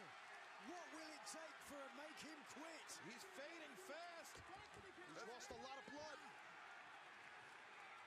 Yo, Sergio Torres Macias coming in with the $10 super chat. Thank you, sir. Thanks, appreciate that. He didn't add any chat to it, so, but thank you very much.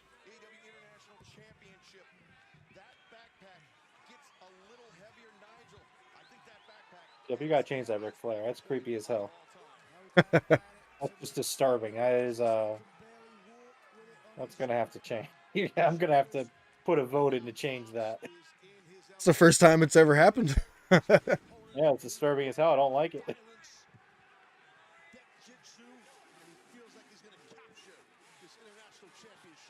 he doing now? Pulling away the protective padding. I think that's his intention. If you're correct, sir, he wants to expose. It does look creepy. Yeah, you don't gotta fix it now, but fix it tomorrow while you're off. I would change that.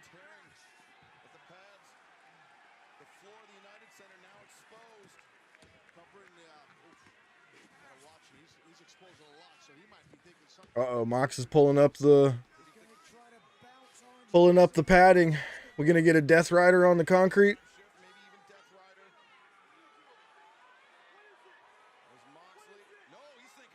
Oh, it's a beach break time. Beach break time.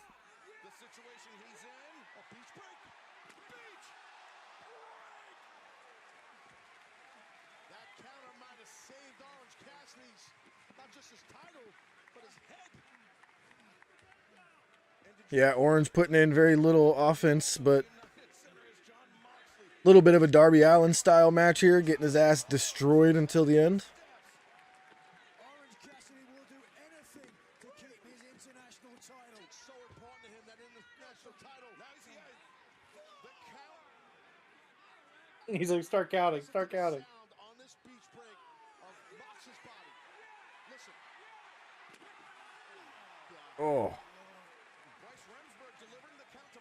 What's he at? 7. If Moxley does not beat the count, Orange Cassidy retains. Oh, man. Moxley. Now at 9. Will do it. Oh, no. Explosion by Moxley to beat the count. But his head was bounced off those steel. Because Bryce stopped counting like a dummy. What was he doing? Man, look at Orange Cassidy. Looks like he got attacked by a grizzly bear. He kind of did. This has been a war. Moxley to his feet. Oh, Orange Punch. Give him another one. Give him 3. Everybody does Give him 3 3, now. go for the pin, get out of here so I can go 2. to bed. I want a third one. Give me a third Orange Punch. For whatever reason, everybody does 3 of their finishers now. You started this shit, Cody. God damn it.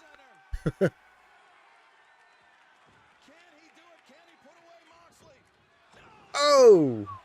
No! Uh-oh. Oh, no. 3! We gotta go for 4? A spear? What? Whoa!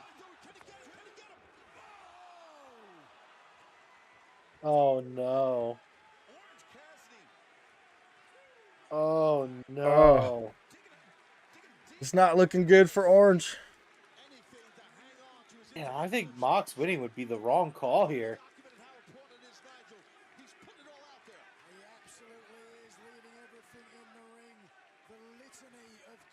I do too.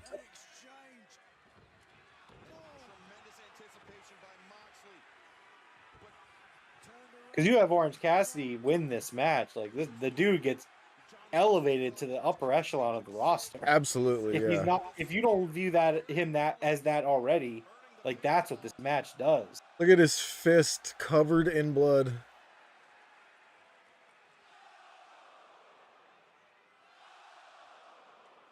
Oh. He's gonna kick him harder and harder. Yeah, yeah. Oh.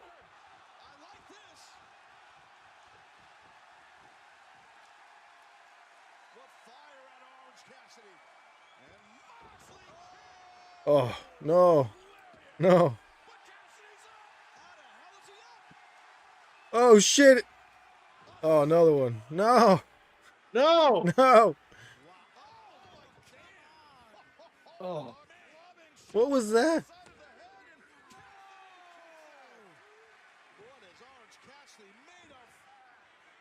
Oh no. Oh.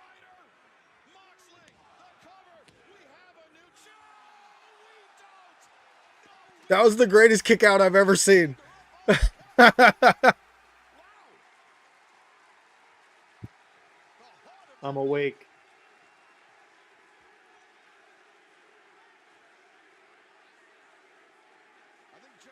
People are on their feet.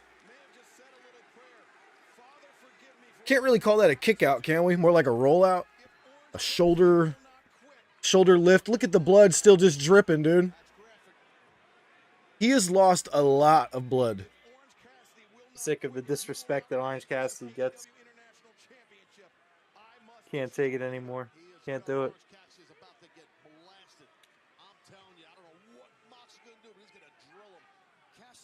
I probably would have stood up. War Machine, I'm fucking pacing right now. Or I was pacing. No. Oh. Oh no. Oh, fuck.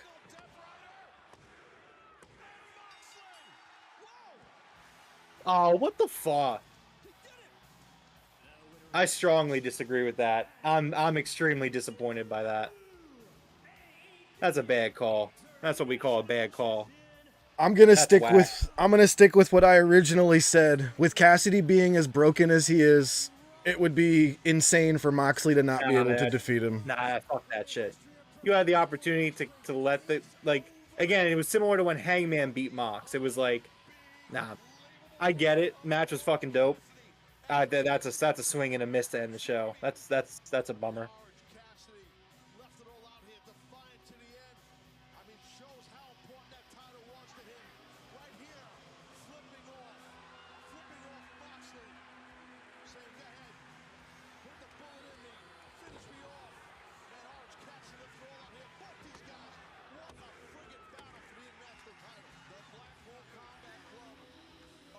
The redhead liked it.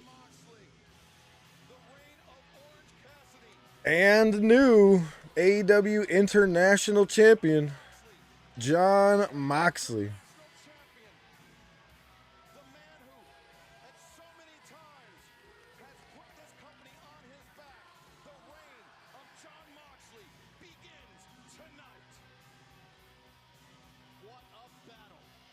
He did try.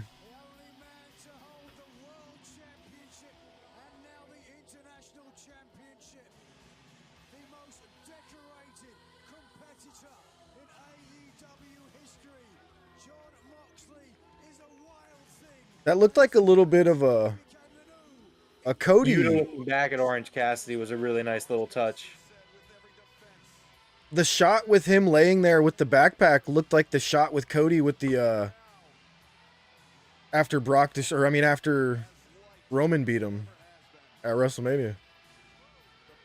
And I get it, yeah, it's a great match, and I think Orange Cassidy does look good in the loss, but I disagree with that strongly. I think especially on a night you had Bryan Danielson beat Ricky Starks, I would have had Cassidy go over there. I think I could. I think That's War a Machine swing and a miss. explained what I was trying to say with better words there. You know, Orange was so beat up that if John didn't win, that would have hurt John, you know? At this point, John Moxley's untouchable. If you think I- John Moxley I can agree with that, make too. it look worse, that's a hard disagree there. Cinema.